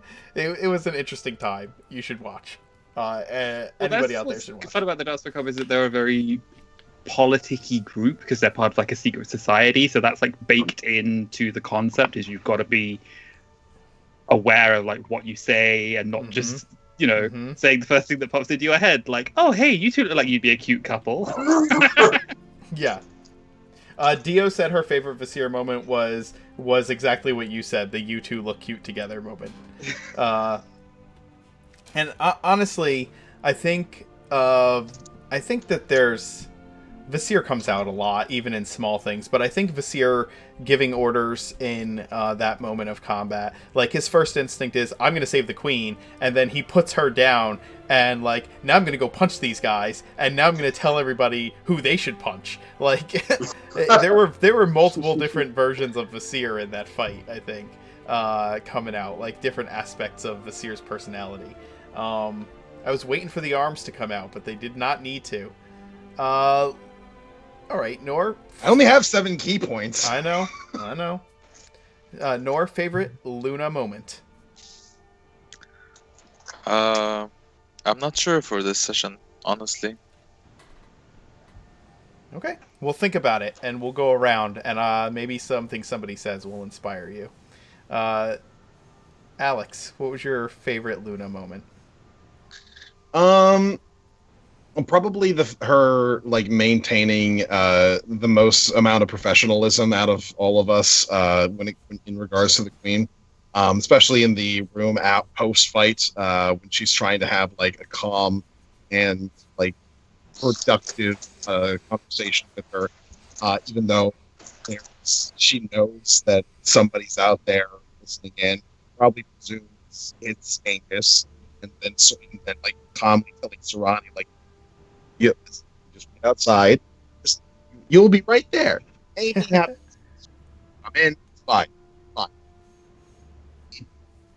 Right. Cut out a little bit. You cut out a little bit. Well, it's just the fact that she remains as professional as possible for everybody else. When that is definitely necessary. Yep. Yes, it is. Kim, your favorite Luna moment? It was actually it was a small moment in chat where Luna walked out to meet Serrani and just said, "Serrani, I don't like being lied to, but it's okay." And I just thought that was like a happy little mix of threatening and the classic Luna forgiveness because she's the sovereign, but like everybody still has all of their stuff going on, and she's I appreciate that little like the jab. I don't like being lied to. I love that Luna offers forgiveness before anyone ever apologizes to her. Like she always forgives them before they even get up the gall to go and apologize every time. David, your favorite Luna moment? I love that Luna did her signature move of dragging somebody out of combat, standing defensively over them and healing. But that I also really liked when she was having the conversation with Queen Evelyn, and it was sort of talking about, okay, these Albertax, they're organized. They seem to be targeting people. This isn't all out war. We think that they're trying to get into Mithfon. And Luna just had that moment of asking them, what are you going to do to the elves? And it's just a nice moment to sit there and go, yeah, you're talking to a half-elf. So she's got at least a little bit of conflicted loyalty there in that they're kind of her people too. Mm-hmm. So I'm not sure how much Luna's ever thought about that and whether she thinks about having elven heritage in that way, but it just sort of struck me as a nice moment to sort of be the character who's not just thinking about how do we deal with this problem, but like, are you just going to kill them because they attacked you? Mm-hmm. Rick? Mine was actually at the very beginning, where we started the same conversation when Andy walked up, and it was like, I'm not even starting. She didn't say a word about anything. She just walked over to the edge of the corner, just stood there and waited for the four knuckleheads to do their thing. And then we're like, oh, we should go now. When we finally decided, oh, we should probably go, Luna was like, okay, we're going. And just like, she didn't even participate this time, where normally she's trying to herd the cats, as it were. And this time she's like, no, I'm just going to leave them to their own devices and see how bad this gets. I'm tired of refereeing this bunch of knuckleheads. And, Absolutely. you know. She's fed up, right? Yeah.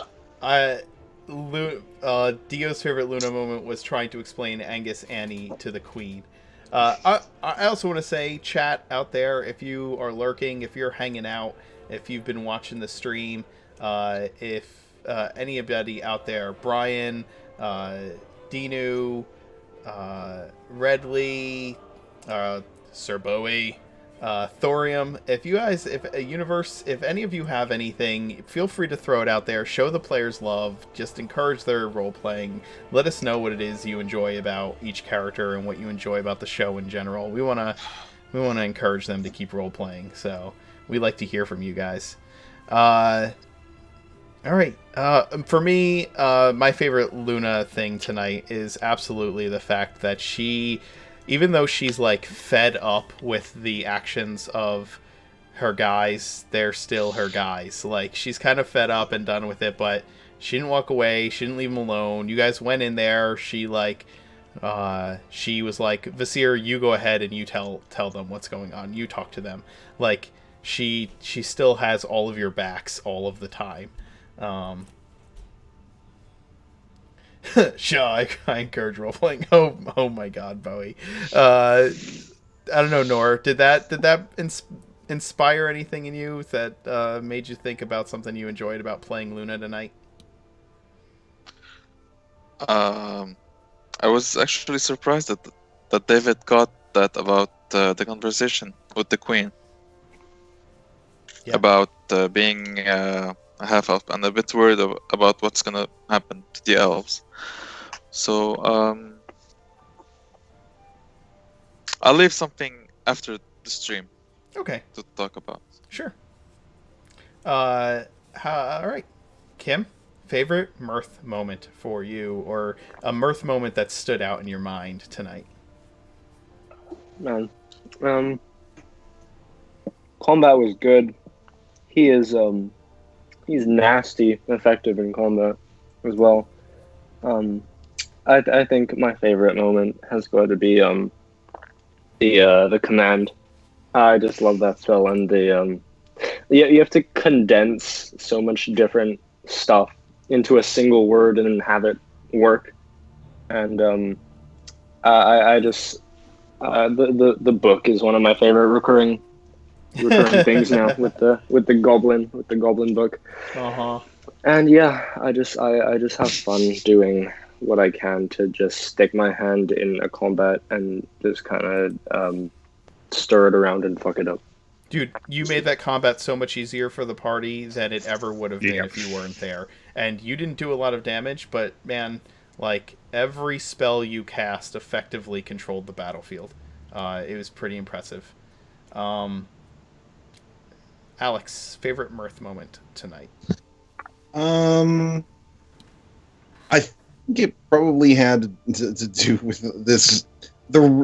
I'm a huge fan of when role play during combat, and mirth tossing the sorts, to the mage, the what. After success, going lovely book. I mean, you'll have fun. Yeah, absolutely.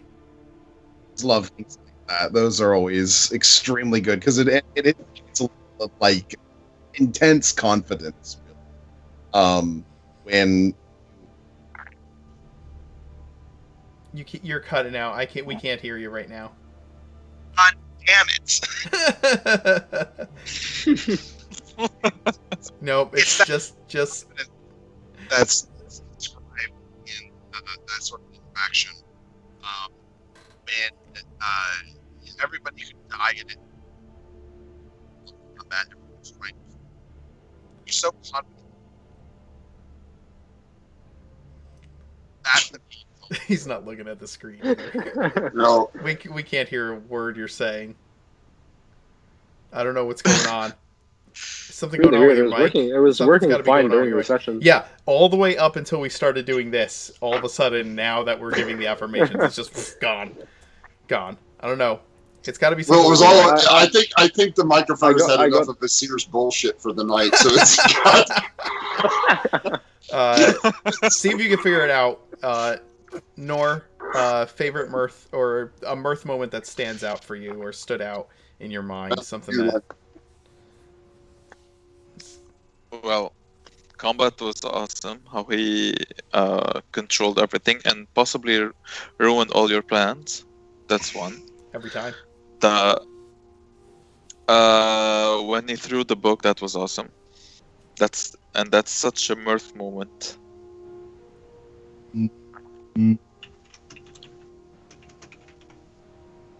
And that's it. No, it's still being weird, Alex. David, favorite mirth moment for you? I really like when we were having to give our names to be introduced to the Queen, and Murph sort of offhandedly went like, "I have many names. I go by Murph," because it's completely true. It's just like, yeah, that's just the name I'm using at the moment, and it's just how evasive it is. Where it's like, yeah, I don't want to give you too much information. Yep. That, and then I quite like that he did the illusory hat, so when he bowed, it just stayed on his head. And as everyone has said, the battlefield control was really good. Like that hypnotic pattern, just like instantly taking 5 people out of the fight. That really made a difference. Yes, it did. Hypnotic pattern is strong. This is I love annoying. that. Love that spell. How about you, Rick? Jesus Christ. Mine is actually one that's in chat, where Mirth sits in a comfy chair and flips open the Iron Chef Warforged Cooking. I don't know how many of you saw that in I chat, saw it. but I love the Iron Chef, the original Iron Chef, and that just, to me, that epitomizes Mirth, right? Yeah. That is all this chaos, all this stuff is going on, and Mirth is completely at home. It's like, oh, okay, well, we're done, and just flips open a new book. And just sits down and starts reading, like, yeah, you guys can do all the piddly, important, 100%. yeah, all the piddly stuff that's beneath him, that doesn't require him. Like, I still see Mirth's combat as him messing with people. It's not that he's in a fight. It's just a greater chance for him to use his abilities on a larger number of people without getting in trouble. Right? That's how I see that. Mirth is like, accurate. I could totally screw with all these people, and Luna's not going to yell at me, and Vasir's not going to be mad at me. Right? This is just good. I get to do all this stuff, and nobody's going to be mad at me. And then when he's done, he's just like, I haven't opened this book in a while. It's just All right. Oh, there it is. Oh, there we are. I just unplugged and replugged it. Maybe your microphone fuck? came loose. Maybe the cord came loose. I don't know. Well, I mean, the light is still on, indicating. Whatever. Whatever. Real quick. Kim, you want to explain to Sir Bowie the what the deal is with the beef between you and Michael? Oh, yeah. So back when we did the crossover episode with the Tuesday and the Saturday cruise meeting, we had a battle against another elf who summoned a bunch of creatures. We fought them, and then afterwards, the wizard tried to escape, and I think Felix knocked him out. So he was like unconscious outside, and he was part of a group that Mirth has a long history with. So obviously, I wanted to question him. And Michael decided to just pop out the window and fireball the unconscious elf, which obliterated him. So Mirth got pissed, and then Eldritch blasted him, and then it kind of devolved from there. Yep. Yeah, it turned into half of each team yelling, "Everybody stop fighting, the wagons are on fire," and the other group consistently finding reasons to keep fighting, up to and including Mirth using enemies abound to trick Jen into joining the fight. Yeah. So you know what's the funniest thing? I'm pretty sure I was the only person in that combat who didn't take any damage. No, you didn't. Yeah. You didn't take any damage. you didn't take a Because he was single just point of cutting damage. words, cutting words, I cutting came out words. completely unscathed somehow.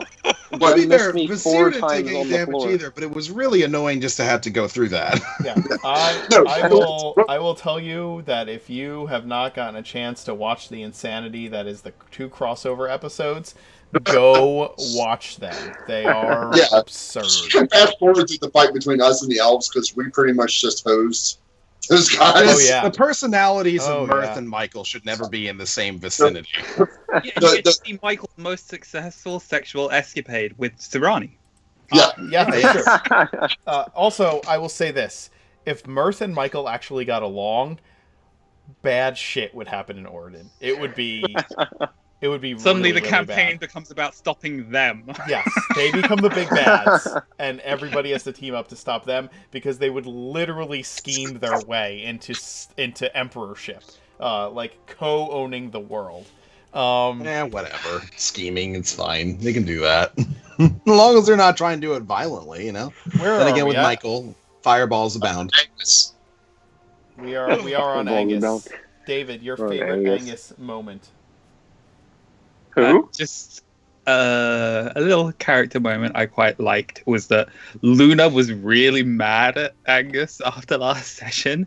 So when she made the point of like, okay, who's going to talk to the queen? And everyone was immediately just like, oh, I'll do it. No, I'll do it. And I was just like, oh, Luna probably asked because she wants us to pick her. I should do that because she's mad at me.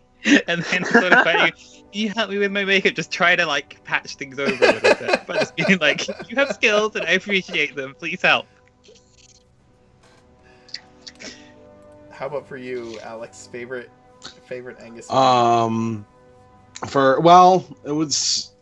It's kind of a toss-up for me between the first time Annie approaches us and just introduces herself, and just confuses the hell out of Sirani and Vasir at the very least, and we're just like, what the fuck? And when we get the promise that we'll have marks made for ourselves to signify that we are friends of the Queen whenever we go to Geneva. Because and then Annie responds by pretending to be overwhelmed by the honor, but just going, I'm gonna have to fucking be Annie when I'm in Geneva. It's literally what Sirani said is coming true. I am a different person in every city we visit. I'm a prophet. Nor, how about for you? Eavesdropping from the window. Yes, the fact that you And go ahead. When the character first appeared. I have to say that burning your inspiration to make sure that you could eavesdrop out the window was fantastic. Especially since it didn't even work. Yeah, it didn't work at all. I wanted to give him a fighting chance against a 19 in perception. It's not my fault that Luna's omniscient. To be fair, you didn't beat my 16 either. Luna So. literally hears everything all the time. Luna could hear like a mouse eating a berry half a mile away underground Yeah. and just pinpoint it. How about for you, Kim? Favorite Angus moment? when the Marquis is just like praising him and commending him and expressing his great concern, on the inside he's just stuck in abject horror and like, I'm never going back ever again. This is terrifying. I hate this. That was so good because like there's Annie who is fictional unless you actually have a family, and probably not Annie who's fictional. Nope. And then Angus, Finding a haberdashery family. They're like, do you have a daughter named Annie? Nope, doesn't exist.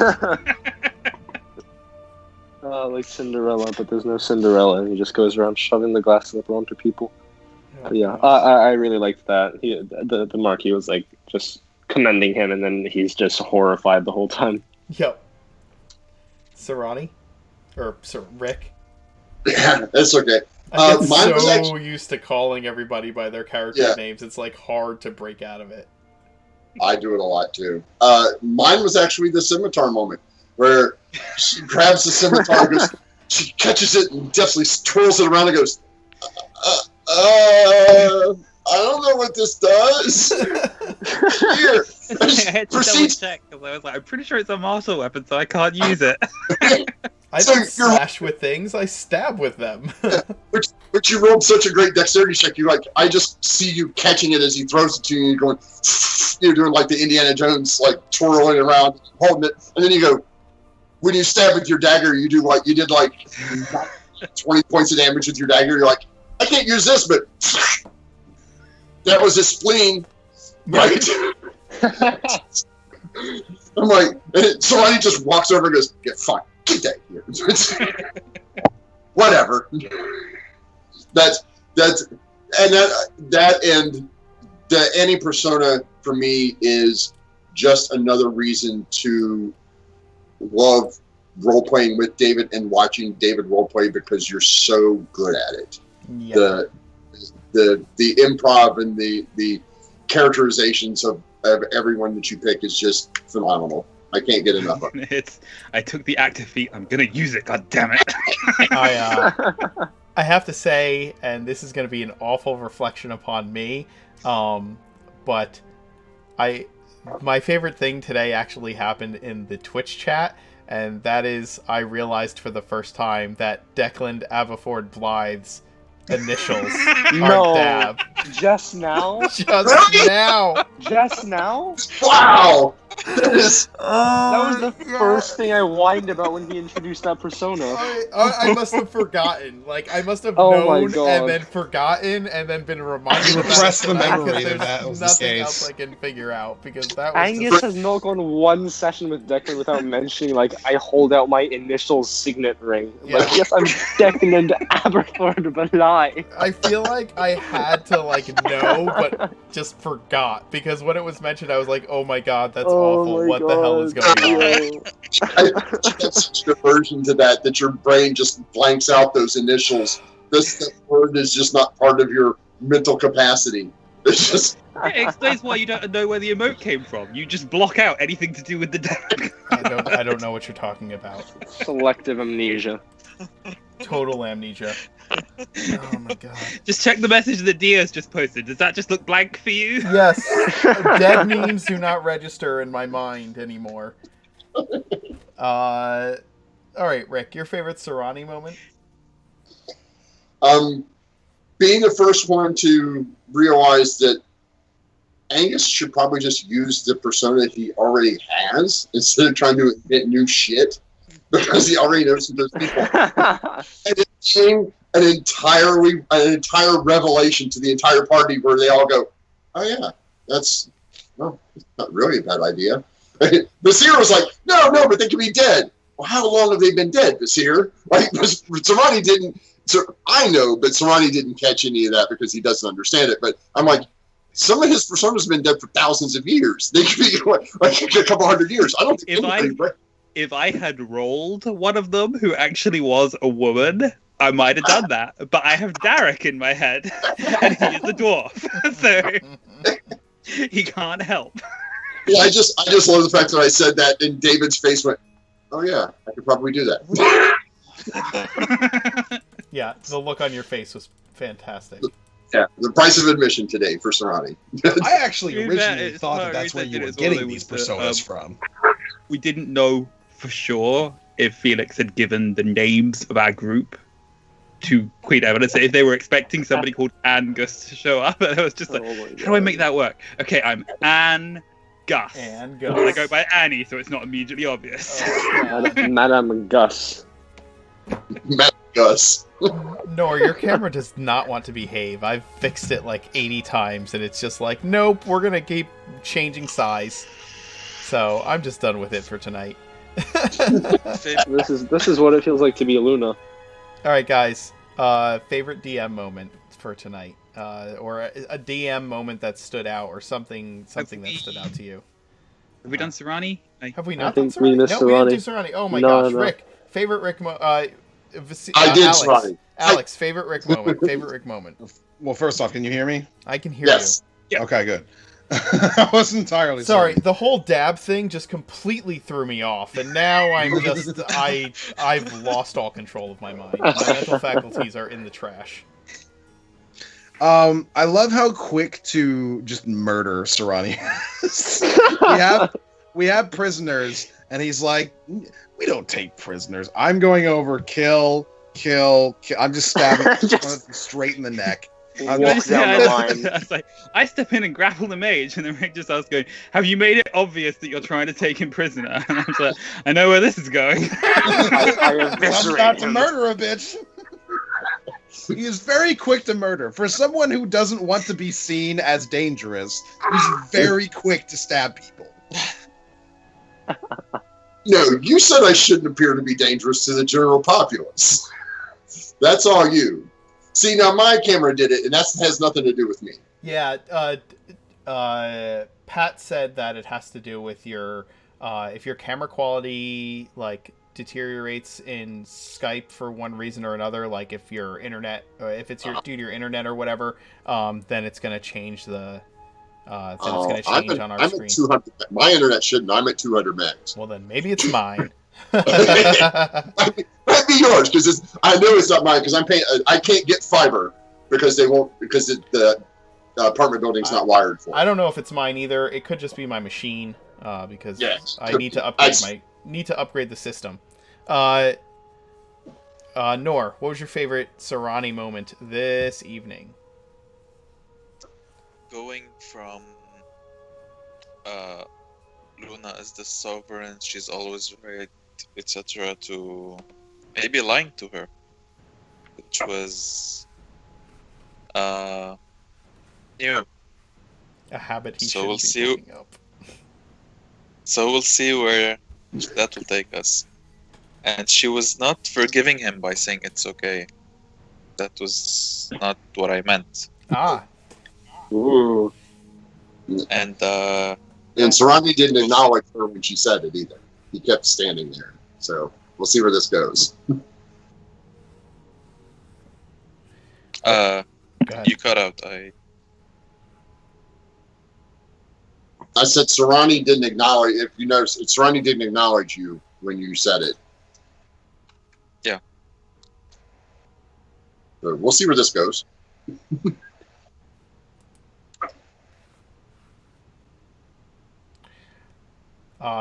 Kim? Favorite Serrani moment, man.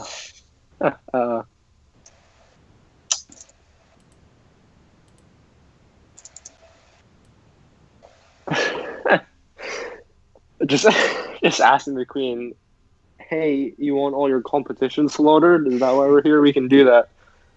We can get that sorted out. You want to be the only sovereign? That's cool. And yeah, also just planning to just basically walk down the line of just like zoinked out elves and just eviscerate each one by one. I got scared, but that. How about for Yeah. you, David? I really love that Vasir was giving his explanation about like the threat Warriga poses, and when he started to mention Glamarazal, as Serrani just instantly cut across, like, nope, don't mention that. She doesn't need to know. And then he was basically very defensive of it because it's outside of like, this is important. Like, I trust Baraldi. Baraldi is protecting, keeping it safe. So that's on a need to know basis. I enjoyed that as well. My favorite Sarani moment, I think it was the hat. Just being like, oh yeah, it's a musketeer hat. And the fact that he took it off in the presence of the queen to address her. No one expects the Shamlit Inquisition. Yes.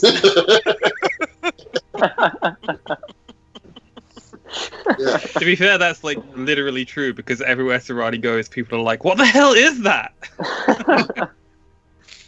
Yeah. Sarani's supposed to be non-threatening to normal people, but when Sarani gets in combat, Sarani has this thing about, it's the survival of the fittest. If you don't, you're either food or not, you're either prey or predator. So he's still working on it.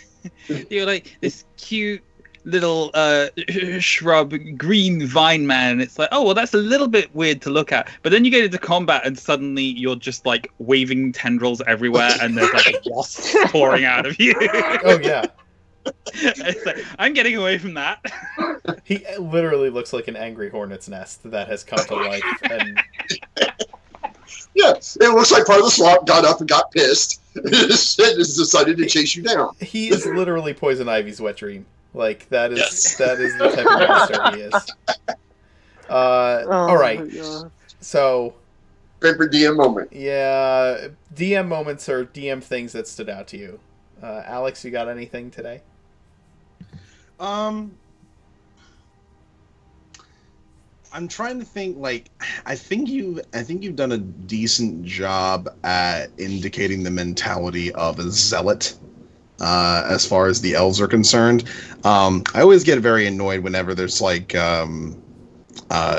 extremely idealistic, like raving lunatics that want to like kill people or overturn society or anything along those lines, and you never get a chance to actually like delve into what the hell's going on in their heads. Mm-hmm. So the fact that you were able to at the very least make something understandable was pretty decent as far as I'm concerned, especially since I'm pretty sure you didn't really expect us to actually go down and talk to them. I didn't know, and it's not the first time, but it isn't the first time that they have been asked that question. I've been asked that question. That almost a very similar conversation to that happened with the old Friday night group, actually. Yep. So yeah, but it went differently. Well, yeah, because Basir was asking the questions, not tech type. So actually, it reminded me of the conversation between. Rowan. With Rowan and Hoff and the elf captive. Yeah. But yeah. Rowan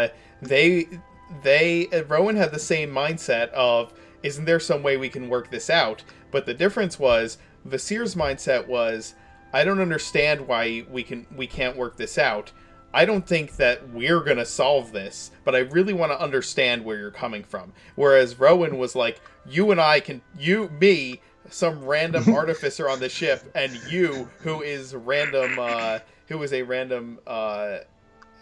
combatant elf, we can talk this through, and I can get you to understand that your way of we can solve international relations, just us two, or at least between this group of elves that you are with, we can at least solve it with them.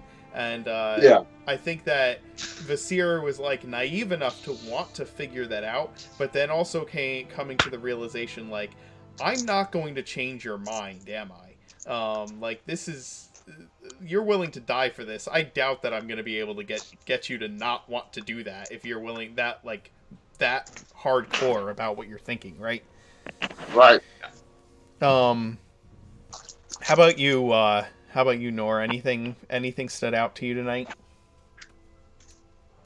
Did I do anything good? fixing my cam about 200. Hey, fixing cameras on the fly.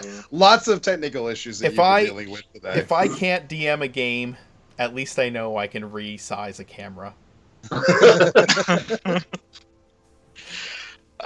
Story-wise, I was kind of excited to meet Queen Evelyn, so that was cool. Cool. Anything from you, Kim, up there in your little hidden Uh, box? I mean, I'm gonna say this every single session. Your NPCs are never a miss for me. I think you do the personalities really well. As Lundy said, I think you capture they're like they're not just a raving, aggressive elf with a bone to pick with everyone. They have their own ideals, and of course they see it in their own light. And I thought that was really good. Um, as for everything else, I mean, just generally, you managed to juggle so much like shit at the same time.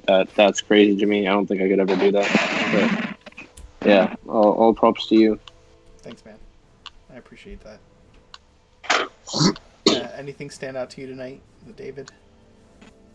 I really love when Captain Eden was asking us for our names, and so I'm trying to get into the headset of being this new character. And it's like, she's a little bit pompous, she's a little bit self-involved, a little bit French. So I'm choosing the title Mademoiselle Gust. Zalgust? It's just like, just can't, I don't know what you say. I just get the word, just Anne Gus. It's like, all right, okay, Madam Gus got it written down. In you go. How about Just for yeah, you always do a good job with NPCs of finding moments of comedy and beats where you can play off that, and the fact that like sometimes NPCs genuinely just do not have the full situation. So sometimes they're not going to be able to give you the answers you're looking for, or they've got certain decorum of what they're expecting. And so it's fun to play with that, and I like that. We as a party, when it's like, if you have any tiles, and it's like us in contrast to the Dance Macabre. No, we spent our first 6 sessions in a swamp. None of us are that important, but we have been made important by the events happening around us. So, like I said, you guys are the in over your heads. Like you guys are the hobbits going to Mount Doom. You know what I mean? Like, Absolutely. How about you, Rick? Anything on your end? Anything stand out? Mine, honestly, and this may just be because of being from the Friday group, but as a DM, I love it when you have an idea that for some reason didn't work in one scenario, and you're able to find a place to put it in another one. So the wards thing for me was really, to me, it shows what kind of a master GM that you really are. Well, don't say things like that while I'm on camera, man. Well, it is for me. It's because speaking as a DM, and I'm sure Wendy can say it. Having an idea go south, it's really hard to put your mind back into that headspace to get it to come back to want to put it back out there in front of something. So, props to you. Well, Myth Font is still out there, and it would be, and there are things there that I'm not gonna. I was like, this place is still there, and there are things there that people are still gonna need and still gonna want. That part of the story is still out there on the internet forever. So. Yeah, but that's for me. That's the thing, is being able to. Like I said, it shows what kind of master DM you are. I mean, you run 6 games, you manage to keep the timelines fairly straight, and I literally have a wonderful time playing Serani. Cool. It's a blast for me, and I enjoy it every minute. Awesome. I will say, guys, it's just it is always an enjoyable experience playing with every group that I have, honestly, but I haven't laughed as much as I have in the last few sessions that we've played together in a D&D game in a little while, and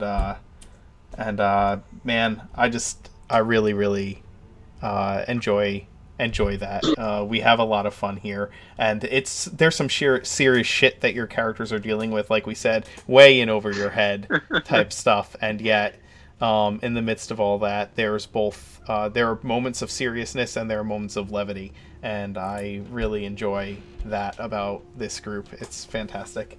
So, thank you all for a wonderful experience. You guys make it what it is far more than I do.